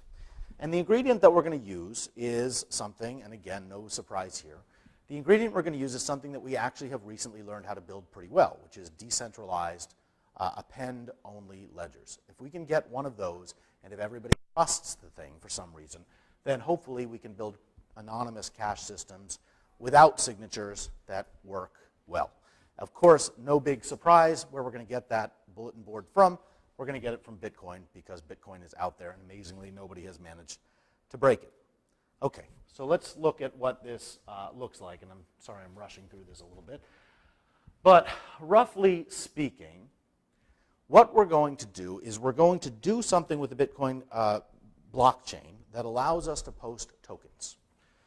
We need Bitcoin to allow us to post these tokens. I'm going to show you what we do with the tokens, but we need Bitcoin to allow us to do this. How do we get the Bitcoin network to allow us to post information? Well, it turns out that's actually pretty easy. We can pay people to do that. We can modify the Bitcoin script so that we can actually send up new kinds of transactions, and we can just post them on the bulletin board. That's what Bitcoin is all about. The classical Bitcoin, of course, I hope you guys know, is pretty simple, right? Bitcoin transactions are literally just a reference to a previous transaction and an amount, And then you can have, multiple outputs. You can have multiple inputs and multiple outputs, which leads to a very big problem. Before we get into how you make it anonymous, it's worth showing you guys, how much did Andrew cover about the anonymity of Bitcoin? Like, how much is this even controversial? Okay, well, let's just say, so classical Bitcoin transactions are not very anonymous. I think I could have convinced you of that.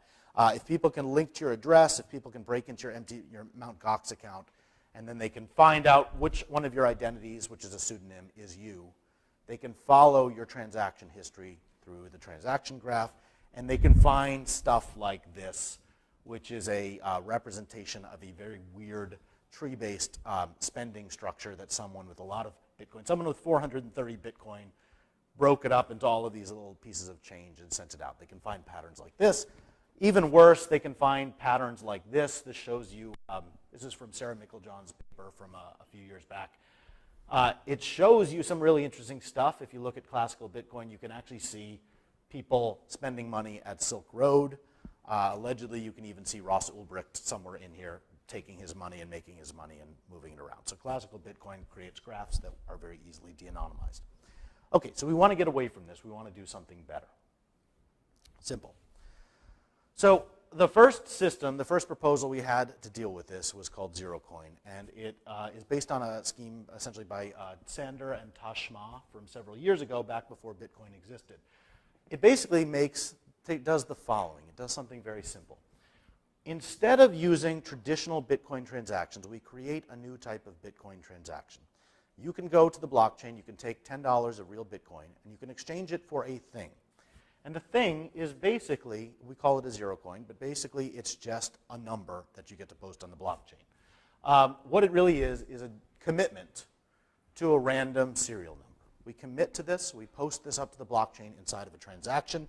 And the great thing about these commitments, of course, is that anybody can make one. They're very simple to do. We use like Peterson commitments to do this. Great. Once you've placed this on the blockchain and you've paid your money, let's say you've paid 1.0 real Bitcoins to do this, now you have a valid coin.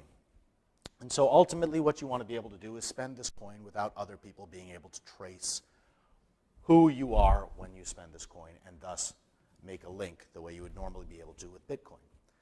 So in order to do this, you basically you create a spending transaction. And what you do is, first of all, you open the commitment and you post to the blockchain a new transaction where the input to that transaction is the serial number that was contained within this commitment. So very simple.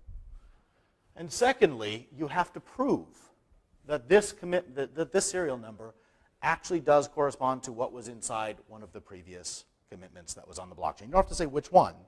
You just have to show that it was inside one of the commitments. You reveal the value and give a proof, and of course it'll be a zero-knowledge proof, that one of the, let's say, 10 billion possible commitments that have already been placed that are valid on the blockchain opens to this value. And then you reveal it. And of course, the nice thing about this is if the proof is valid, this serial number should be unique. In other words, there should be, for each coin that you purchase, there should be one serial number, at least with high probability. And that will make it so you can't spend the same zero coin twice. The zero-knowledge proof makes sure that when I actually do post one of these, if the proof is valid, then nobody's going to be able to forge new currency, so we get a balance property. So it's a pretty simple idea. Okay, so of course we want to do this proof, and we need to do this using some kind of non-interactive zero-knowledge proof. The obvious way to do this is to do some kind of OR proof where we say there are 10 million previous zero coin commitments placed on the blockchain. We'll say that this one that I'm opening is, A or B or C or D. Of course, that's really inefficient. We don't want to do that. Turns out there are much faster ways to do this. Let me explain quickly what the proof is before we get into the details. So the proof actually consists of two separate statements. The first is there exists some zero coin on the blockchain, some commitment on the blockchain. And the second is that that particular commitment opens to the serial number we just revealed. And of course, that prevents double spending and so on. So that we want to do this efficiently. We don't want it to be a linear-sized proof or linear in the number of coins. So our first solution to this was basically to use an accumulator. And this is also something that Sander and Tashma did, but pretty inefficiently. The zero coin construction uses an RSA-based accumulator, which is nice because it just requires exponentiation. You accumulate all of the previous coins to produce a single small root A, and then you prove knowledge of a witness, which is just one value, that proves that one of the values you've placed into this accumulator is actually in it. So everybody in the network can help compute that accumulator. You can do that even incrementally. It's nice. And then ultimately you have a short witness, and you can do a proof that was actually formalized by Lizenskaya to prove that the coin that you're opening is inside of that. The problem we have in that construction is that it's kind of crappy. It requires a double discrete, so this is a Fiat-Shamir proof. It requires a double discrete logarithm because we're opening a commitment, and it just sucks. And it turned out to take 25 kilobytes to actually do this proof. We thought that was pretty good. And then we went to the Bitcoin people and we said, hey, how do you feel about adding 25 kilobyte transactions to the blockchain? And they told us to get lost. And they said that they were actually thinking about making transactions smaller. And we said, well, they only take like a fraction of a second to verify. And they told us to get lost. And they said they were like they said that ECDSA signatures were too expensive to verify already. And they didn't want anything to do with this. So that wasn't so hot for us. So clearly, we need a better construction for doing this. Now, at this point, there are different ways to go. One way to go is you can not do what I'm about to talk about. There's actually a really nice paper from Eurocrypt of last year by Jens Groth and Marco Kohlweiss that actually has a really cool logarithmically sized proof. So basically, they have a log n sized proof for proving that a commitment that you've given is in a list of commitments. And that's really nice. It turns out that you can get this proof size down to about 5 kilobytes if you use an elliptic curve group. So that's much, much better.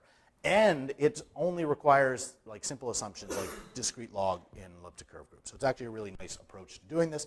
But it turns out that 5 kilobytes is actually still too big, and so people don't want to deal with that proof either. So as Andrew has already told you, have you talked about snarks? Oh, no. Oh, geez, okay. So snarks. Snarks are the answer to everything. Snarks are the best thing ever invented for various reasons. So snarks are succinct, non-interactive arguments of knowledge. And what's great about snarks, and there are a lot of bad things about snarks, but what's great about snarks is that they're very, very succinct. They're small. Turns out that the particular construction, which is by Parnot et al., that we chose to use is about 288 bytes. I might be off by a few bytes because it depends on the group size. We can produce a proof of an arbitrarily complex statement, which can be expressed as an arithmetic circuit. And we can do this with this constant size, 288 byte proof. It has some limitations, which I'll get to in a second. But at least we can verify it quickly. We can verify this thing with about 13 pairings, which turns out to work out to like 8 milliseconds or something. So this seems like a really good tool to solve our verification time and proof size problems. And there are even these great C compilers where you can take arbitrary code, you can compile it into a circuit, and then you can actually make a prover. But they're not very efficient, so we didn't use them. Okay? But this seems like a really good tool to use. There are a bunch of different ways that you can actually use snarks and implement snarks. One way you can do it is you can actually take the existing zero-coin construction, which involves like exponentiation and Peterson commitments, and that turned out not to be very efficient.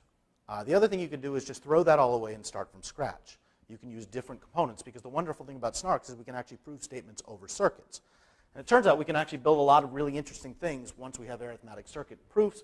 We can actually use SHA-256 to construct our commitments. We can build an accumulator using much simpler primitives like hash trees. So it turns out that we can basically, if we are able to put all of our coin commitments down at the bottom of the tree, we can just hash upward, and we can get a simple root. And of course, everybody knows with a Merkle tree, you get a log n sized proof that something is within a given Merkle tree. And so then all we have to do is take the existing zero coin type construction, use a Merkle tree as our accumulator, and then use these snarks to prove that the coin is inside of this Merkle tree. Replace our Peterson commitments with some hash commitments. And then we have to hand-tune everything so that instead of using all of SHA-256 as our hash function, we use just the compression function. We really shrink things down and make sure everything's very small. And we're able to get a final circuit size for SHA-256 that's about 30,000 gates. The upshot of this is that we end up with a circuit that can be evaluated on a modest PC. The proving time turns out to be about 2 minutes.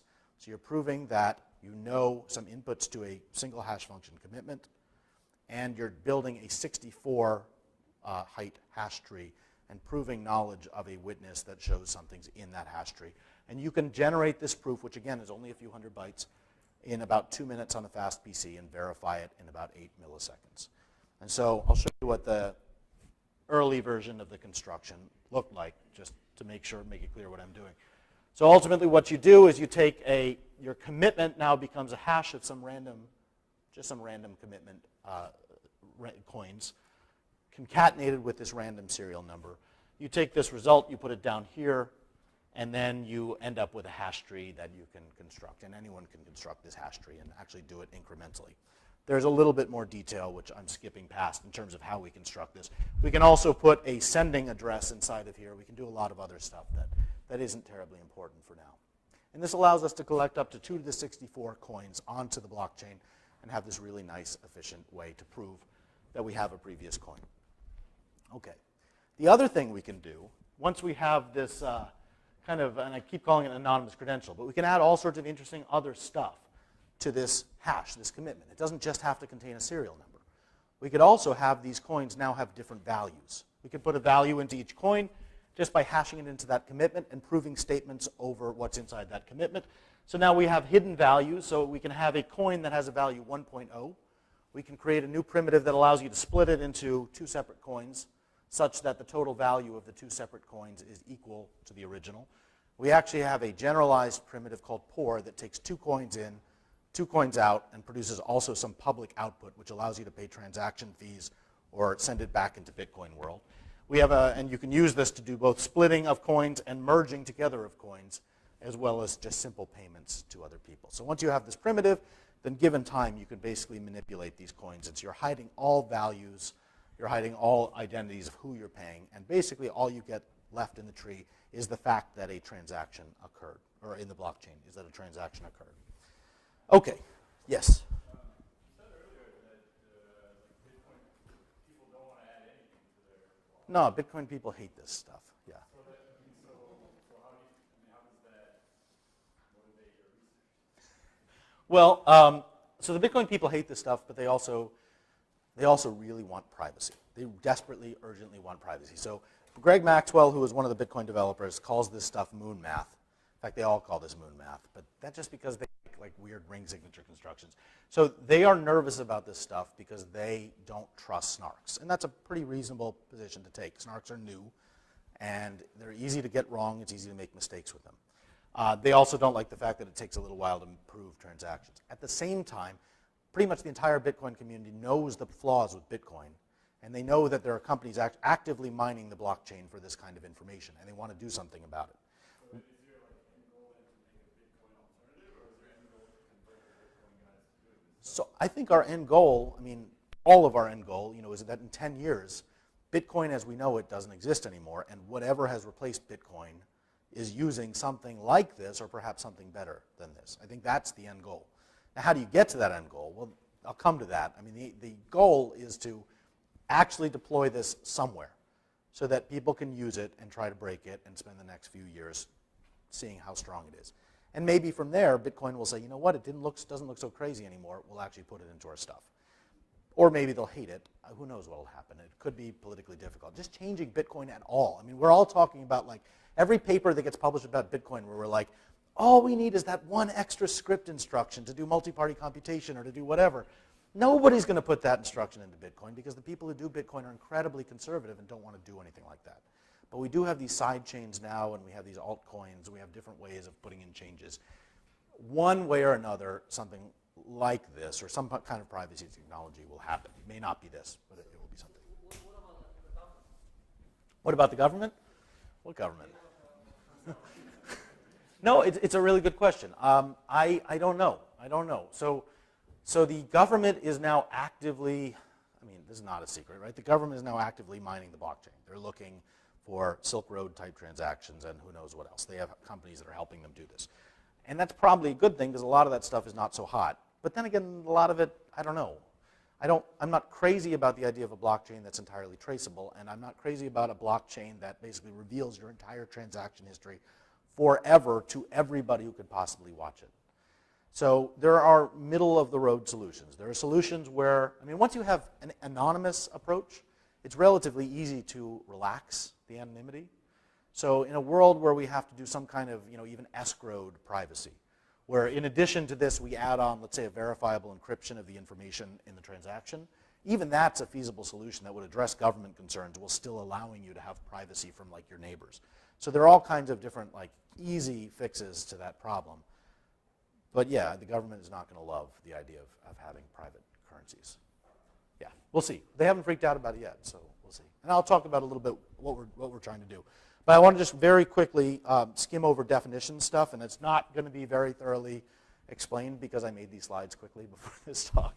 But one thing I want to do, and actually I've been talking to Andrew about this a little bit, is we had this problem when we put together the construction. And I think the construction itself is so relatively simple that it kind of doesn't hint at what a pain in the butt these snarks were to work with, to actually build a protocol out of and to try to prove something.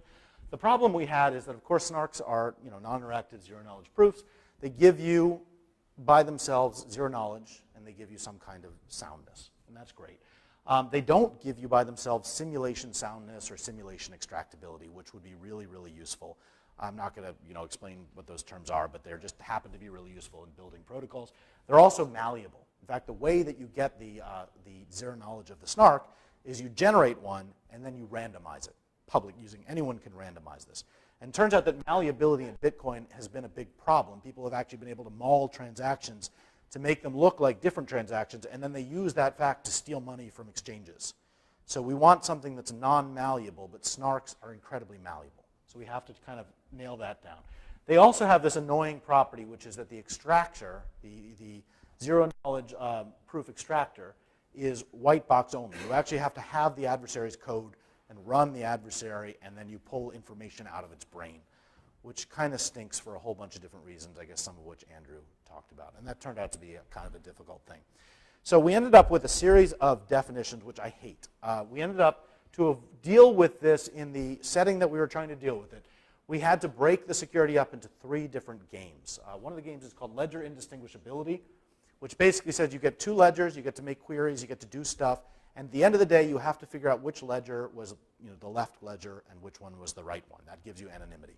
This game gives me heartburn because it's still, we're still fixing bugs in this game. It's a horrible game. The second thing is transaction non-malleability, which I think is pretty obvious.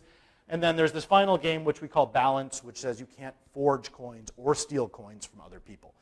If you get all of these properties, we believe you get a secure scheme. However, there's a lot of room for something to fall in between the cracks in any of these games. It's not a good way to design the security of a scheme. So, yeah, so there's lots of room for subtle flaws. We do have a better definition of this that actually does an ideal world, real world. It takes an ideal world, real world approach. It's a simulation-based definition. And so what we did is we basically have a trusted party. You interact with it, and you actually can conduct cash spending in the ideal world. In the real world, you would run the protocol, and then we would show that basically there's a simulator that allows you to show that you are the same. The problem is, and Andrew probably covered this, I missed his talk, is that these snarks really they mess with you, and it makes it hard to do this, and you have to do stuff. And also, trying to do composition in this world is really hard, and Andrew and I are still talking about this. Like, universal composability with snarks is hard because universal composability does not like snarks. And so you have to do a lot of work to make that all go away. So I just wanted to mention that. Now, where do we go? Yeah, sorry, go. No, they don't lead to actual attacks on the scheme. It's just really hard to formalize a definition like that doesn't, yeah. Do you actually just assume the solution soundness, or I mean, otherwise the proof, even if you don't care about UC security, right? Mm-hmm. As soon as you start simulating the snarks, you need simulation soundness. So how do you address that? Like, do you build it simulation soundness from some other mechanism? So in the better revised definition and proof, where we do use a simulation-based definition, just done properly, we achieve simulation soundness. And what we do is we use a trick like from Jens Groth a few years ago, but we actually like at, so basically there's an old trick that involves, signatures. Right, but actually it turns out with snarks, because if you have a PRF, you can do it as well. And you can basically bolt in a single additional PRF call to the existing construction and at the same time wipe out 2 of the MACs that we had to add to our previous construction. So you get something that's just as efficient as the original, but gets simulation soundness. And then you can do a full normal simulation proof. And so the end goal is probably just to get rid of these game-based definitions and like ultimately bolt that on and submit that to a journal. But yeah, and it does not get UC, it doesn't get universal composability, unfortunately, which is what Andrew has been working on. Yeah. So another question. So here, you talk about anonymity, right? Have you defined that? Yeah, no, I mean, in terms of this definition, the anonymity is basically that the adversary does not see, in the simulation-based definition, right, you have an adversary who is able to see certain, the trusted party does not give the adversary any information except that a transaction occurred. And so the adversary doesn't learn information. The anonymity is only about the transactions, not about identity. It is about identities and amounts. So the adversary only learns that a transaction occurred when a transaction occurs, but doesn't learn how much was transacted between the coins and doesn't learn who was transacting. Unless, of course, they were a party to the transaction. So there's no clean information. There's no what? Is there like any clean, very clean information for anonymity? There's no super clean formulation, but I think it's pretty straightforward. It turns out the simulation-based definition is much simpler than the game-based definitions were. It's not ideal. Okay, we can talk about it. Take a look at our definition and tell us what we did wrong. No, it's in submission right now.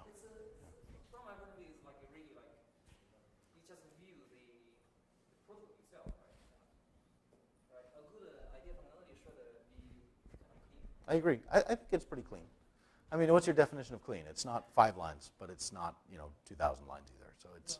Clean means this simulator and idea of anonymity, the inertia should like less information. I think it's pretty clean. I mean, I think it's a fairly simple definition where you define the anonymity by what information the adversary gets from the trusted party, and in this case, the adversary learns that a transaction has taken place, but not what. We essentially omit the information that we don't want the real protocol to leak, which is to say the identities. Yeah, we have to assume, for all of this stuff, we have to assume, if you're using, if I can track your IP address as you make a connection, then yeah, forget about crypto. That doesn't help you. We assume an anonymous communication network like Tor.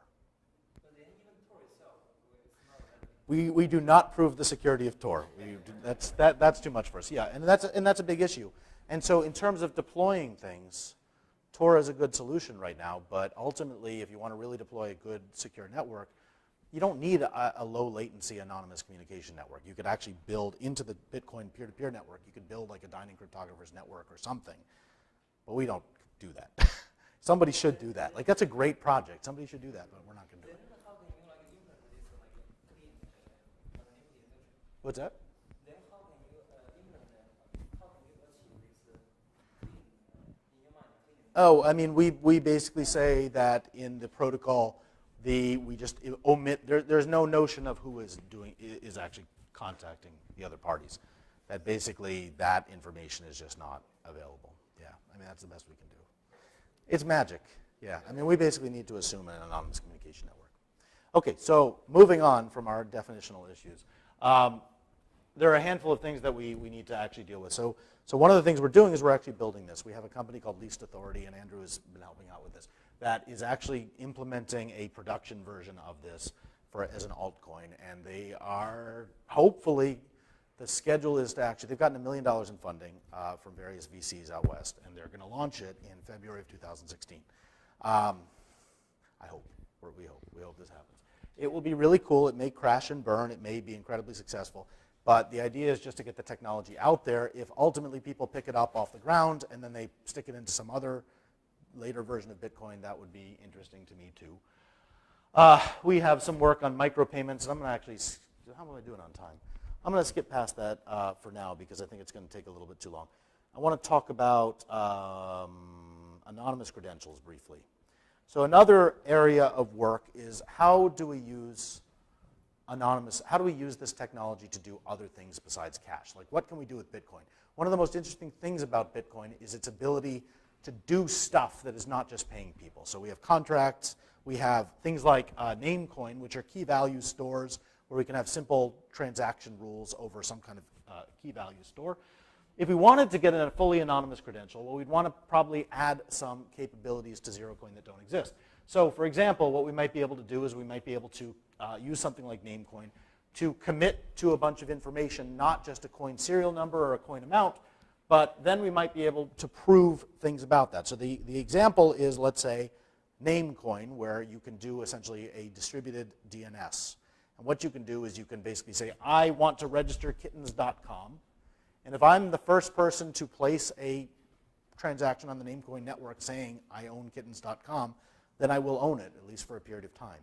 And so I can add other information to that as well. So maybe what I want to do later is prove that I own kittens.com without revealing any other information. We can basically do the same thing where we place all of the information from your key value store into a commitment, and then we can perform zero-knowledge proofs over different parts of that commitment. So this leads to a construction that we call decentralized anonymous credentials, and it works very similarly to the kind of CHOM credential, except that we go the opposite way. We have a transaction called mint credential, where basically you formulate all the information that you want to have placed into a credential. You send it to a network where the entire network can validate that the information is correct. Everybody can run this verify mint to make sure that you've correctly committed to all of this information. And then later on, you can produce a proof that says something like, let's say this is your driver's license. I have a driver's license that shows I'm 21 years old, but doesn't show anything else about you. And then the verifier can basically check that you did this. And so it turns out this might have some neat applications, one of them being the ability to do software attestation. Today, like I mentioned, we have these cool things like decentralized anonymous attestation built into all of our TPM chips. But nobody uses it because the first thing you need to do is set up a server, put a secret key on that server if you can find the software, and then if that server gets hacked, the person who hacks it can now pretend to be any single person on your network and attest to all sorts of terrible things, and they can basically control your whole network. But here, instead of having to set up a server, that becomes a huge point of vulnerability. What's that? So it's sort of like compromising one of the CAs listed in the browser. Exactly. So it would be like taking, exactly. And there would be no detection of a compromise of that server because it's all anonymous. You don't know who's using different resources and attesting to different things. But what we could do is we could build a variant of direct anonymous attestation where we use a blockchain. And everybody who wants to register for a given network simply places their information, their machine serial number, and their public key into a transaction in the blockchain. And we don't even need to set up a new blockchain. We could just use Namecoin, for example. And then whenever we want to make a proof, we simply make a proof that somewhere on that blockchain is a valid registration by us and whatever properties we want to prove things about. And this requires no server and no secret key. And it actually seems to be a much more robust and auditable way to do anonymous credentials than what we do today. And that's all I've got. So thank you, guys. Yes? Just an aside, it seems like this does require that you publish all that information for everyone to be able to attest to in some form that's made public to the world, right? Yes, so you do have to. I still have to put, here's my name, here's my address, here's my citizenship, all that thing I want to be able to prove later. Yep. It has to go out in public so that I can then prove that I have that. Yep. It preserves privacy in one direction and throws it away in the other. Yes, right? it does, and that's a limitation. But when you're later using the information, you're not. I mean, many of us have a public identity. We all have a Facebook page, but you don't want to know that I went and did this, bought drugs on Silk Road and linked that to my Facebook page. So there are lots of occasions where we have that information publicly. So, okay. Any more questions?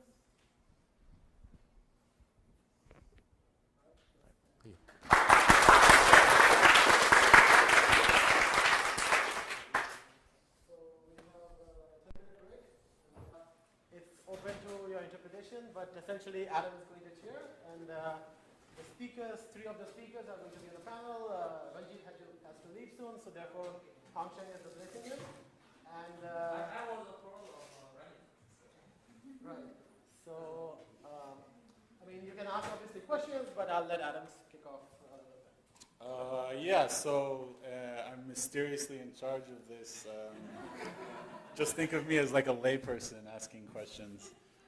And I mean, I don't know what the format is supposed to be, but I assume that anyone can just ask questions at any time. Maybe to get things started, I could just comment that it seems like kind of there's two broad directions in this research area. One is analyzing Bitcoin itself, right, and the security issues and maybe things that need to be fixed with it. The other is how to use Bitcoin as a tool in like higher level protocols and what we could do with it. I mean, that's kind of we've seen talks on both directions today.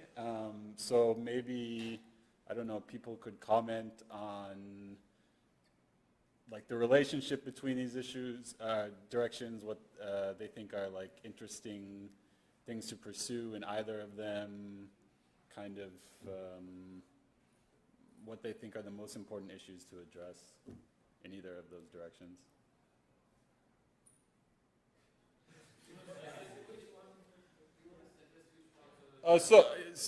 So for example, okay, so we can. So for example, in terms of analyzing Bitcoin itself, right, and any security issues which need to still be fixed. And one thing I do want to say is, I guess this is a crypto day, right? So we should try to highlight, if we can, technical cryptographic problems, which would be interesting to people in these domains, right? So in terms of the core Bitcoin functionality, right? I'll say one thing, which is that all the stuff we've talked about today are all, in a sense, they can be fixing Bitcoin, but they're all very much applications on top of the kind of core blockchain thing. We've kind of left the blockchain alone and assumed that it works okay, and then we'll what else we can do on top. But actually justifying that security is the blockchain security. So do you view then as like the stuff that you talked about or that Matt talked about as building higher level applications on top of Bitcoin?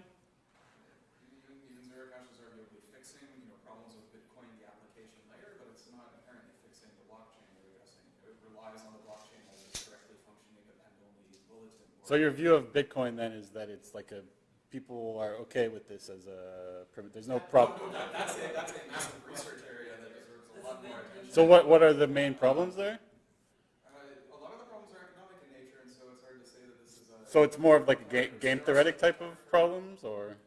Well, I think the cryptographic question is the asymmetry of it, right? So can you make the cost of tampering with the blockchain more than the cost of building it? I think that the solution that Bitcoin has is the economic incentives one, but maybe there's a better cryptographic solution that can make those things align differently. One active area of work has been making alternative proof of work puzzles. So, for example, trying to make memory hard puzzles that require memory as a resource rather than SHA-2 computing circuits. And so I know that there's some recent work I've seen on ePrint on a better one, as well as a sequence of ones prior to that were in financial crypto Bitcoin workshops. So that's definitely a cryptography topic. Yeah, and also this improve with like Bitcoin, right? The size of money pool. So at some point, some big money pool have more than 50% power. So Miller has some book, right? So can reduce the size to 1. So there's no money pool. So here, the one interesting thing is so I don't know, it's amazing, right? So it's better to have a small size, relatively small size money pool. I feel like a lot of time we're trying to find technical solutions to social problems. Like if people wanted mining pools to go away, it seems like there might be other ways to dissuade that kind of activity. Similarly, if people want mining pools, even in a system that makes it hard for them to exist, they'll find other ways to kind of bootstrap on mining pool compatible stuff to it. And so, I mean, I feel like the network does what it's, people want it to do right now, which is not good, but it is what it does. So let me push back on one thing. So I know most people here are cryptographers. This is Crypto Day, and I'm more of a systems person than a crypto person. But what I would encourage all of the crypto people here, lots of the problems that you're dismissing, the crypto people dismiss as systems problems, the systems people have no idea how to solve. And maybe there are crypto solutions. So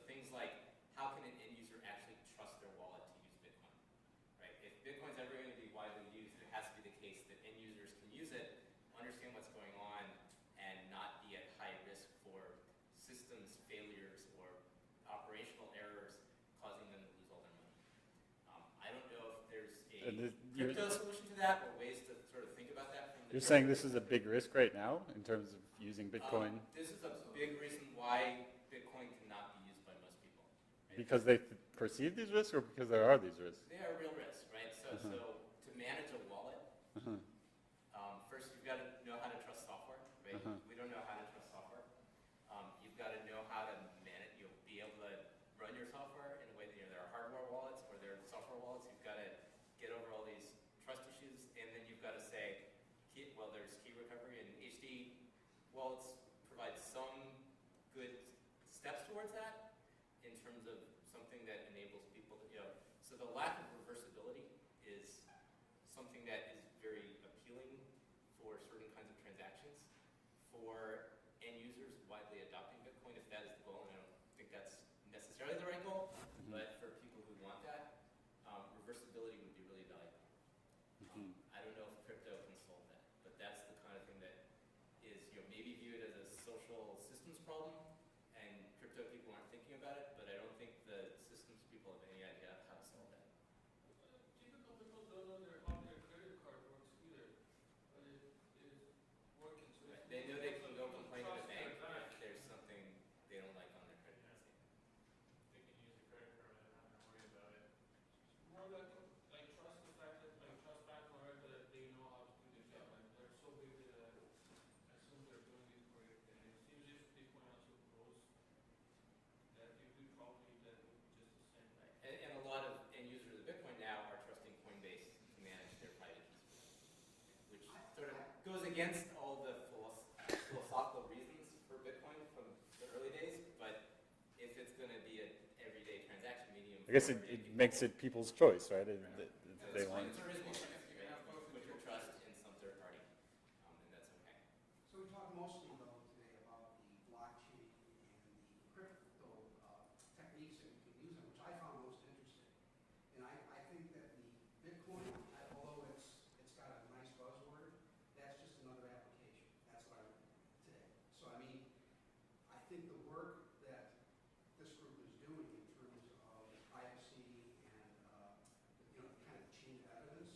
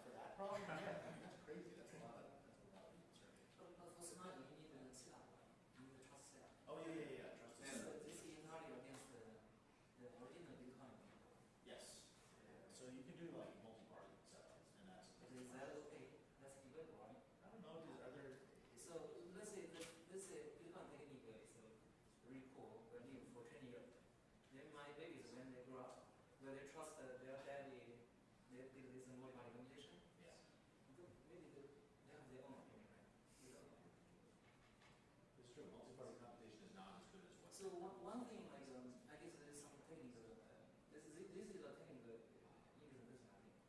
So why not use the random oracle? I guess it's not implemented.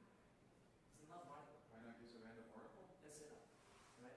Can we have snarks with the only setup assumption is a random oracle? And then I can prove. Not necessarily. I mean, that's like practical issue. Yeah, It's an implementation. you don't have that. So one of the really nice things about that proof, which is not a snark, is you don't need any trusted setup. Or, I guess, is that, I mean, maybe for upshare, is that like any like idealized model if we can allow some music? I mean, It's very efficient as like, it's not.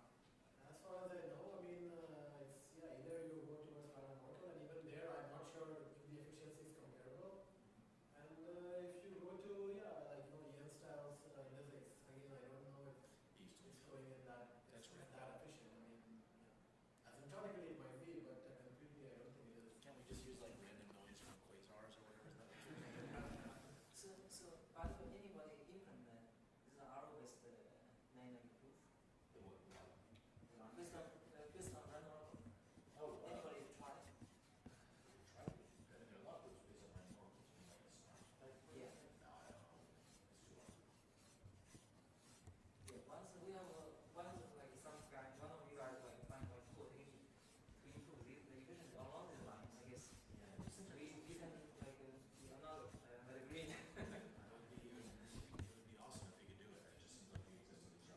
I mean, so one question is like, to what extent do we need generic proofs? I mean, is there like, could you look at specific languages that you want proofs for and optimize things for these languages, or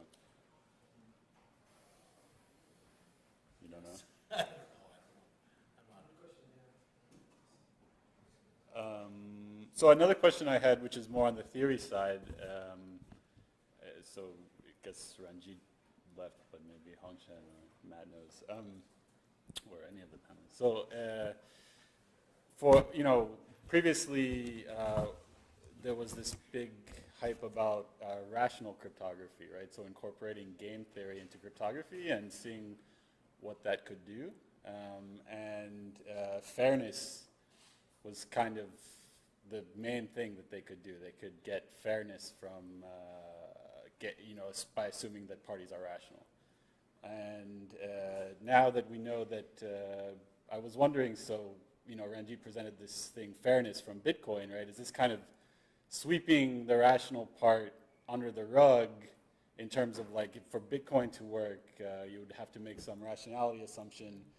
And like, and like, is it possible, for example, that using Bitcoin, we would be able to do new cryptographic things that we couldn't do just in some way, just assuming people are rational, for example? Yeah, there's like a rational proof, right? So Jonathan is not here, right? So he has a paper, probably you read, right? So Fox 13 paper. They have a protocol design approach. So which can basically, so once we turn to rational setting, so we can do two things. One is we can bypass impossibility. Another one is we make the protocol more efficient. Mm-hmm. So I guess my question is, so like if we look at what we could hope to do with this rational approach and what we could hope to do with Bitcoin, how are these the same or different? Maybe one way to say is that, the money, the incentive of money makes people behave rationally, I guess, right? I mean, maybe that. Yeah, so is that just another way of saying that we're assuming people are rational? But we're assuming that a larger group of people is rational. I think it's more reasonable to assume that like the large quorum of Bitcoin is going to be rational than to assume that like one individual attack. But that's also how they do it in these multi-party computation settings, right? You assume some fraction is rational. Yeah, I mean, so from a theory point of view, that's true, but also from a practical point of view, there's a very big difference between those in the sense that the people who are there's a very different kind of interaction happening. You don't have to interact with every single person who's out in that quorum. You only have to interact with a few people, and then those people are behaving in the background, so that it becomes a much more efficient thing.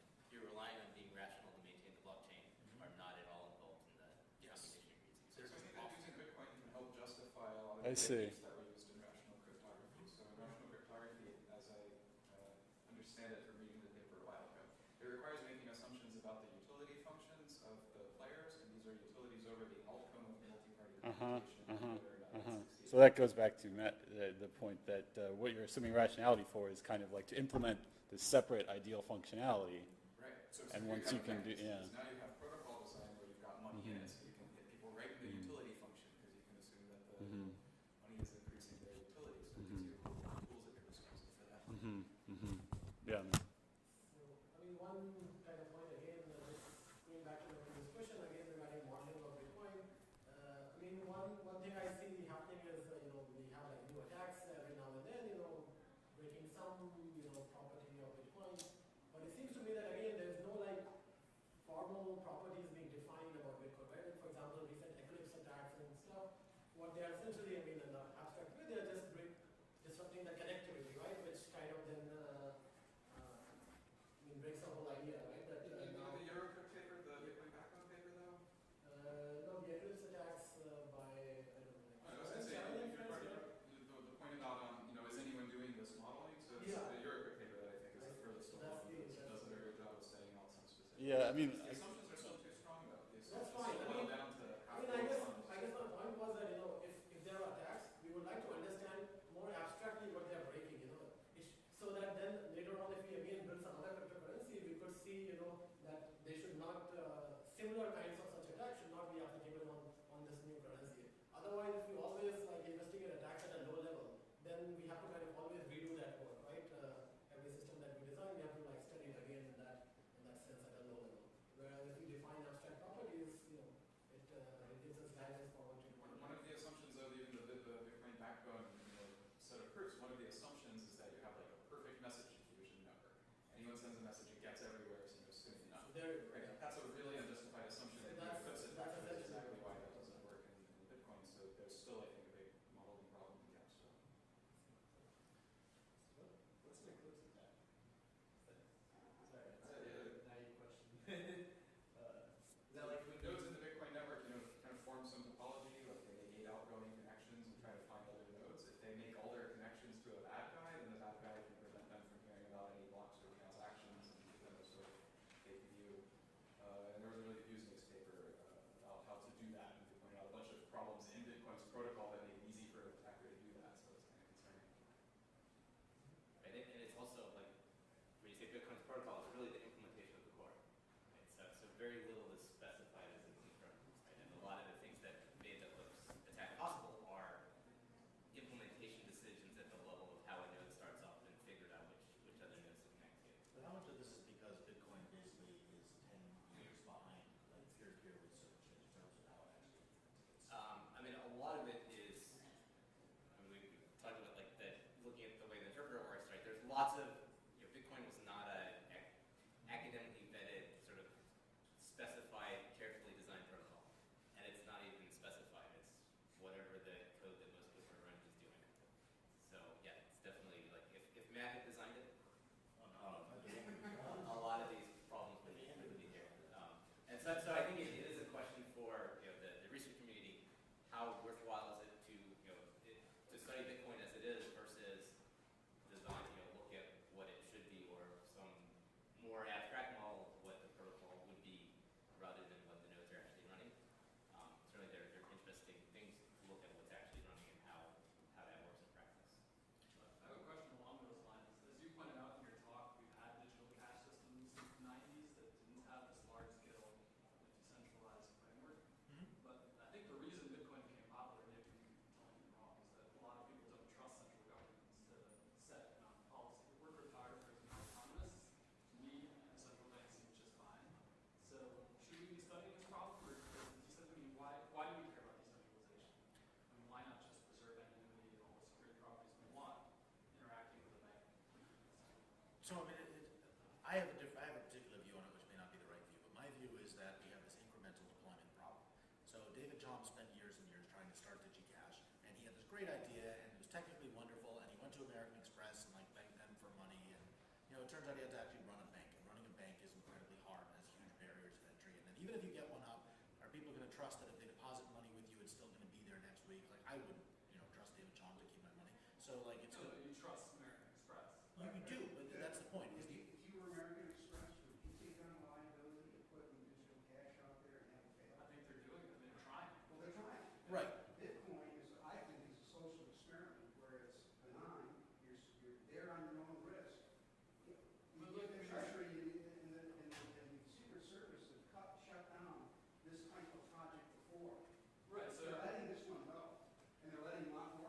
Right. I think it's a social experiment where it's.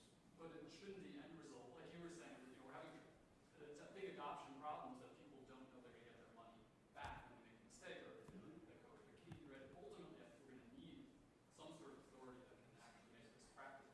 And maybe, maybe there's a way to do that, and maybe the Coinbases will, provide that as an add-on to Bitcoin or so on. But well, I guess my question is, what's decentralization going to be? Why are we setting what I think, we could probably get rid of decentralization. Now that Bitcoin exists, you could probably put the whole thing in a data center, which basically it already is, and have Coinbase run it. And some people would not like that at all, but now that Bitcoin exists and is a thing, that would work fine. The problem was in 2009, when Bitcoin was not a thing, if you had said, I'm a guy named Satoshi Nakamoto who nobody's ever heard of, and I'm going to launch a server, and I'm going to implement this with a database, and you have to trust me with your money, nobody would have trusted him. It would never have happened. But when you have a blockchain where cheating on the blockchain, even a relatively small blockchain in 2009, was really, really hard, even though it was all composed of volunteers, but availability was really high, and forgery was really difficult, then you could incrementally grow it from a small blockchain to a big blockchain with like almost no cost of entry, or at least everybody was paying some cost of entry, but it was widely dispersed. Well, why don't we just develop the science assuming that Apple or Google will eventually succeed and then let them take it? Yeah, actually, people already consider it. Yeah, but people. But the fact that we're putting it out there, and we're finding problems, it's in the public domain, and people are looking at hammering, right? Yeah, I'm not sure we're hammering the right problem. Maybe not, but, you got more people hammering it and it's out there in the public domain as opposed to a closed domain. You have more of an opportunity. For instance, I'm not arguing for a closed domain. I'm just saying as academics, let's study the problem. Sure. Make a centralized system. Yeah, Well, this I actually has some advantage. Having some trusted parties involved, this will make the problem more efficient. I mean, it could be like a semi-honest model or something like that. So I mean, we all trust American Express to be essentially honest. I really like the decentralize everything, ideology of Bitcoin. And it's always a struggle in trying to clarify this thought, see if it's just ideology or if there is. So let me try out, this new form that I've been thinking about. Even the large institutions that we think of as centralized parties, so a big company like Apple or a government, they aren't just like some dude who's like fully trusted, right? They are these institutions with processes for selecting people, for kicking out bad actors, and they're made out of incentives. So you have a disincentive against embezzling because you'll get thrown in jail. That's a utility function, kind of mechanism put there, right? So there's no institution that's just based on trust in some person. And so Bitcoin is also a process that has some people who end up at the top. So there are miners, and they're a much smaller number than all the people who use Bitcoin, and they're effectively chosen by the process and self-selection and incentives, and they're the ones who are doing the mining, and so they're effectively responsible for all of this. So really what's fundamentally different isn't that it's the only thing that has a process rather than some person. All things have a process, but it has, I do think that it's different in that it is kind of pushing the boundary of how the incentive mechanism works. And it does it maybe to a lesser degree than other things with relying on kind of designated authority. So I think there is merit to the idea that, the question is, can you design a system that relies on kind of the weakest rationality assumptions possible and relies as much as possible only on this kind of incentive response of a population to a mechanism that you build rather than on the other type of trust which comes from like designating. It seems that as Bitcoin is growing, more centralized. And that may also be due to design flaws in it, right? So maybe if the goal is worthwhile. So Dove's question is kind of like, is this goal even worthwhile? If it's worthwhile, then we can make better mechanisms to get closer to it. So I think that's promising, but I can't tell if that's just the cypherpunk kind of ideology trying to improve on that. Okay, so let me ask a question. Suppose you're directing a Back to the Future movie, and you had to figure out what the state of make a prediction for the state of cryptocurrency in 30 years. What would your best guess be?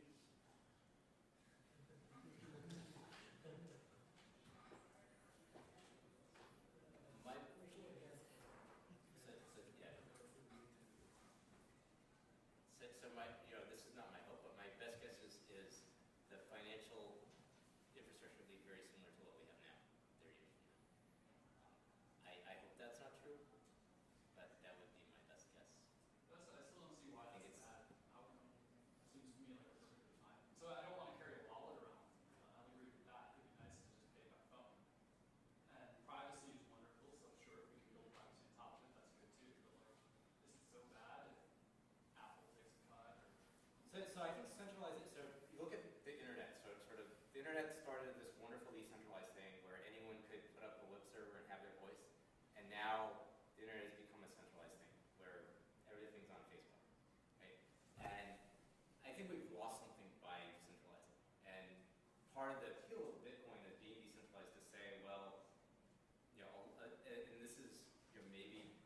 not that relevant as far as the academic community and whether we should be doing research on it. But in terms of the appeal to it is to say, yeah, we look at these big banks and the way they're ripping us off, and we look at these governments and the way they're being controlled by the big banks, and say, well, there's an appeal to something that's not controlled by those big institutions, and that can be built by people in a decentralized way. Well, I think that because universities and people like in this room are looking at it, gives the whole concept more credibility than people doing it just trying to make money and doing it so heroically in back rooms. I think the government agencies and American Express are going to take notice that there are some really reputable people taking a look at this and adding and closing up some of the integrity. I think that's when you're going to start looking. People are going to, the economists are going to take notice and say, maybe we got something. Because when you think about it, most of the money and part of all the bubbles we've encountered are because people are making money digitally. Whether it's Bitcoin or if they just say, credit cards. Is there really money behind those credit card debt? We saw the real estate bubble. All these bubbles is because somebody has come up and said there's no money real money behind this, and it collapses. So we are in a digital age. I think privacy is actually wrong. You say, why don't we just build privacy on top of credit cards or centralized payments? And I think the answer is that for some people you'll get some privacy, but I think that kind of centralized payment is going to be fundamentally incompatible with. So is that true? Well, just privacy as well as control, right? So one thing that moved people towards Bitcoin was when Visa said you can't make donations to WikiLeaks. We're not going to process those transactions. And people said, oh, we still want to send money to WikiLeaks. You have to have Bitcoin to do that, right? So one of the things about centralization is you have a small number of organizations, maybe they're not governments, but they can decide what transactions you can do and what you can't. And maybe for the most part that's okay. Like a lot of the transactions they don't allow are ones most people say, yeah, we don't really want people buying assault rifles and illegal drugs and all these things without, it's good that it's hard to buy those things. Bitcoin miners in aggregate, if they more coordinated to, could decide not to process donations to WikiLeaks. That's the appeal of this being decentralized is if it's decentralized, they can't. But that's the appeal of being private, because then you can't see who's donating to WikiLeaks. So, too bad. But Matt, were you suggesting there's a technical issue with making it Not private? a technical issue. I think there's going to be a fundamental social incompatibility between really private currencies and centralized currencies. I think any centralized currency that has real privacy is either going to be in some government that is really just a rogue government, and that government will have problems, or the company that runs it will have problems. I think that's not going to be But possible. you're not adding not only privacy, but you're adding integrity to these transactions too with encryption. It's not just a matter of privacy. Right, exactly. It's fungibility, it's all sorts of other stuff. But once you add something like escrow, for example, to even a decentralized currency, in some sense you're kind of back to the centralized model, right? I mean, if you add escrow. then essentially you might as well just. So I have a question for you. So will we have a privacy or anonymity in surveillance? I mean, sure. I mean, yeah, I think so. I think somebody will either, improve upon this work or use this work or some variant. Really use any of this stuff. And then they will deploy it, and maybe they'll crash and burn 3 times, but somebody will get it right, and it will be a side chain to Bitcoin, and it will be usable. So then what about the government again? I have a question. The Someone government, think of the government? yeah, the government's going to be really unhappy about it. Yeah. But I think it has nothing to do with whether we do it or what we do about it. It will happen. Like the stuff that somebody else we could burn all of that right now, and in 5 years somebody will still do it. So, yeah, I think it will happen. Do you think there's enough demand, from consumers, from people for the privacy to develop? Yeah, I really do. I mean, not like huge amounts of money, but there is. But the anonymity has 2 sides, right? So that guy also. Yeah, there's a lot of bad guys. That's absolutely true. Yeah, no, I don't know what to do about that. But will the government maybe not be unhappy because they won't get any income anymore? I mean, how are you going to implement the tax system and stuff like that on private payments and stuff like that? I mean, yeah, you can come up with some stuff, and I mean. I think the government, the tax the government can find other ways to fund itself. But yeah, the question is whether the balance of good versus bad is going to be, how that is going to work out. I don't know. It's a little scary. Like there are bad people doing bad stuff with Bitcoin today and getting away with it. So anonymous Bitcoin could be even worse. Because with the question going from here in 30 years, I mean, what the government wants is like more electronic money. That seems clear. I mean, that's what everyone wants. But the reason why the government likes this is because you can easily track all payments and all money if there's no cash. You said that we still live in a democracy. So the government is the government that we elect, right? So there isn't some government that's happy or unhappy with things. Well, there's the Russian government. We're talking about the U.S., yes. So there certainly are other countries where things might be different. But this is really a matter of if there are enough people that care about this and will influence the government in the ways that, at least if we're still sort of a democracy, we can influence the government. It is a societal choice, this trade-off between anonymity and the likelihood of catching criminals that are doing things. But the fear that I think I want to express is like what you get is by decentralizing money is maybe you decentralize the government. Because for the moment our world, the only reason we go on is because there's money. I mean, people do stuff because they get money, or at least they get value for what they do. And also government does stuff because they get value. Okay, the government are people, we have democracy. I think you're picking out part of a very specific problem with the way that we currently tax people, and there are other ways of taxing people. I think governments will find ways to survive, even if they just charge a toll at every state border crossing or something. The governments will be fine. It's other stuff that's weird. There's an underground cash economy today, right? And there's companies, whether they pay their employees in cash or not, which is rare, they tend to follow the law. Google has $1 zillion overseas that they're not paying tax on. So It's a different question on this line. Like we have accepted now like cryptocurrency, not just Bitcoin, but cryptocurrency will be in future a global currency. That we have accepted it, and the governments have accepted it. So, and now looking at the Bitcoins, the mining of Bitcoins, countries like US, China, they have like really mined a lot of Bitcoins. That is mainly because they have a very good infrastructure and technology. But what about the third world countries? Like the upcoming cryptocurrency, should there be a regional cap, like these countries can only mine these many, like, so that it will be a truly global currency, cryptocurrency?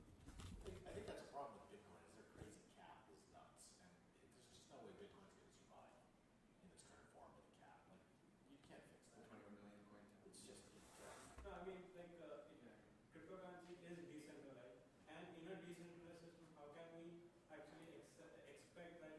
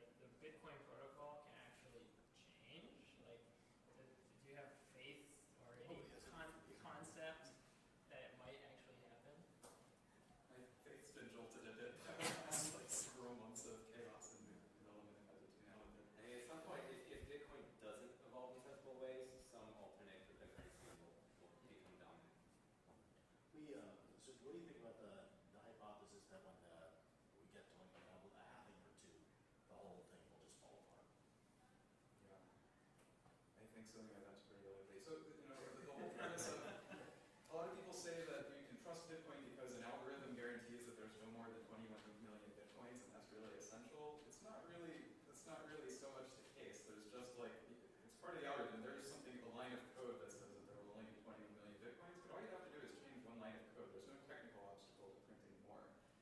The problem is all the speculators who have large amounts of Bitcoin are. So the Bitcoin development community has made a very strong commitment to never changing that. It's almost like a kind of constitutional thing where they've said the first rule is that we'll never touch this. At the bottom, we can make protocol updates, you know, every couple of days they do that. And then in the middle, there's like adding a new opcode requires like a big complicated effort. But definitely will never change the 21 million, you know, limit. But they totally could, and I sort of feel like they're likely to have to. But it's hard to follow the politics of Bitcoin development, so I have no idea what would happen, or whether it would crash before then, or what would happen. So I don't know. So you don't see a way for the stakeholders to rationally come to the table and say, hey, we need to update this. I mean, I'd love to know more about how governance works and stuff. I've been trying to branch out and Bitcoin's led me to try to understand more economics or understand more policy, and yeah, I have no idea. So it seems to me that someday, if we do have these kinds of distributed currencies, it will be tied to a real currency, right? There's no reason it should be its own currency, like American dollars. There are a lot of projects that are trying to build a viable way to that are trying to find a way to.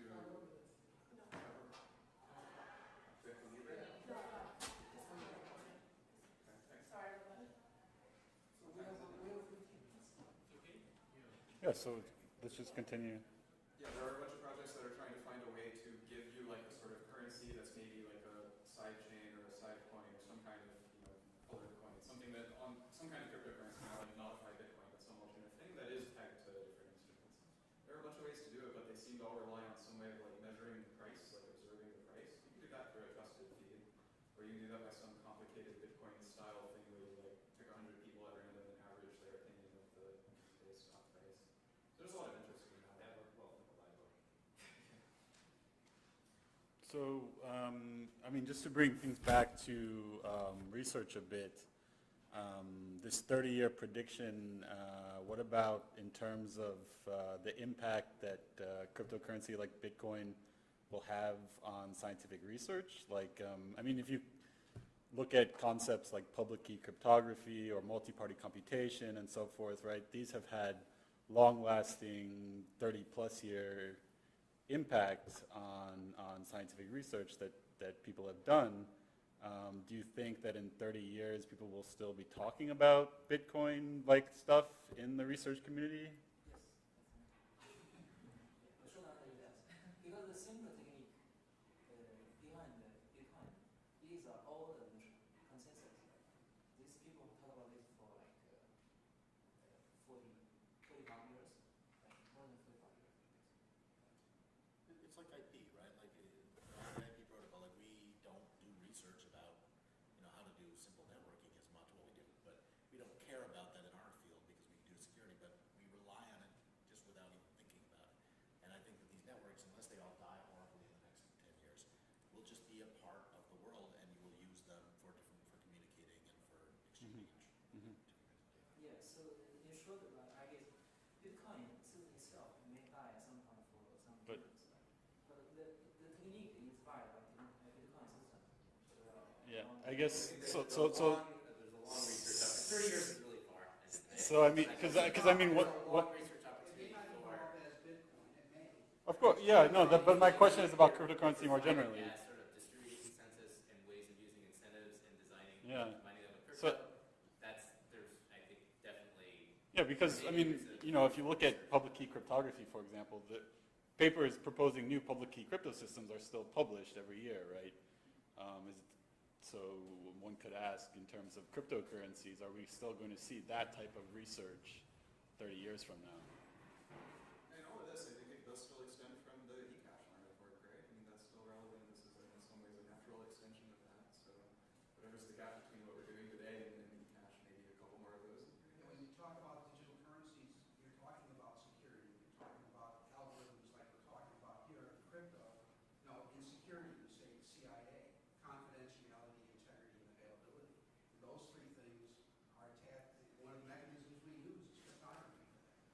It would be awesome if we could do more confidentiality. One of the problems we have, and this is just a systems problem, is there are no secrets in Bitcoin. It would be really, except for the ones you keep yourself. It would be really neat if somebody could figure out a reliable way to add secrets, keys to Bitcoin. Unfortunately, it's just a lot of engineering pain.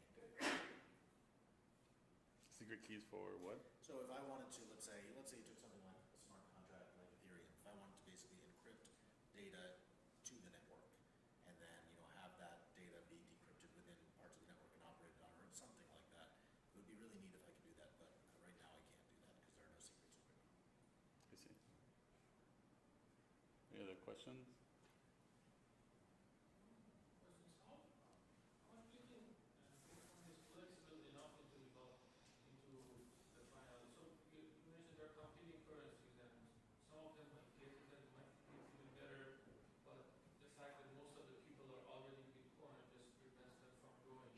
So if Bitcoin is flexible, so we can think of things that we add like wrappers around it, like things that are layers. But if something is fundamentally, not fundamental, but if you want to improve, say, the proof of work in Bitcoin, if you want to change something which is like in the core of the algorithms, I don't know enough about Bitcoin to judge whether that is possible to be fixed so that the Bitcoin kind of continues and just does better, or no, anything like to that level means that we just have to really switch to the other currency. Like, is it flexible enough to evolve into the future?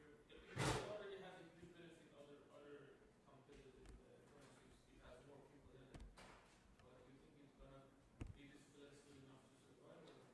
Actually, This is so much a governance question. That's a related question, right? If you compare, like this idea of like migration to a different currency, right? We have experienced this problem, forever, right? Like in networks, we have insecure protocols, and then, we talk about migrating to secure protocols, and it's always this problem. Well, either everybody starts doing it, or no people do it, like local changes don't seem to help, or whatever. We have encountered these problems before, right? Maybe a different question to ask here is like, instead of changing Bitcoin, is if it's still early days in Bitcoin, right? It's not like it's been going around for like 15 years or something. If we find a better currency, is it actually possible to port, the whatever stuff we have already in Bitcoin into a new currency, so that people don't lose their Bitcoins, somehow they can be migrated to a new system. That's the idea of sidechains, right? Is that you can run these other blockchains and then peg them to Bitcoin. So you can go back and forth from Bitcoin. And that has a lot of problems, but that is maybe the future. Someone comes out with something better, they peg it to Bitcoin one-to-one, and then people just gradually move over onto that new thing. Nobody loses their Bitcoins. That's not a good thing, but it's possible. So the other research possibility that raises is, can you design an evolvable cryptocurrency where instead of just having a distributed consensus on the blockchain, you have a way of changing the rules by distributed consensus or some other It may mechanism? be easier to write something new. How many people still run the old fast algorithms, right?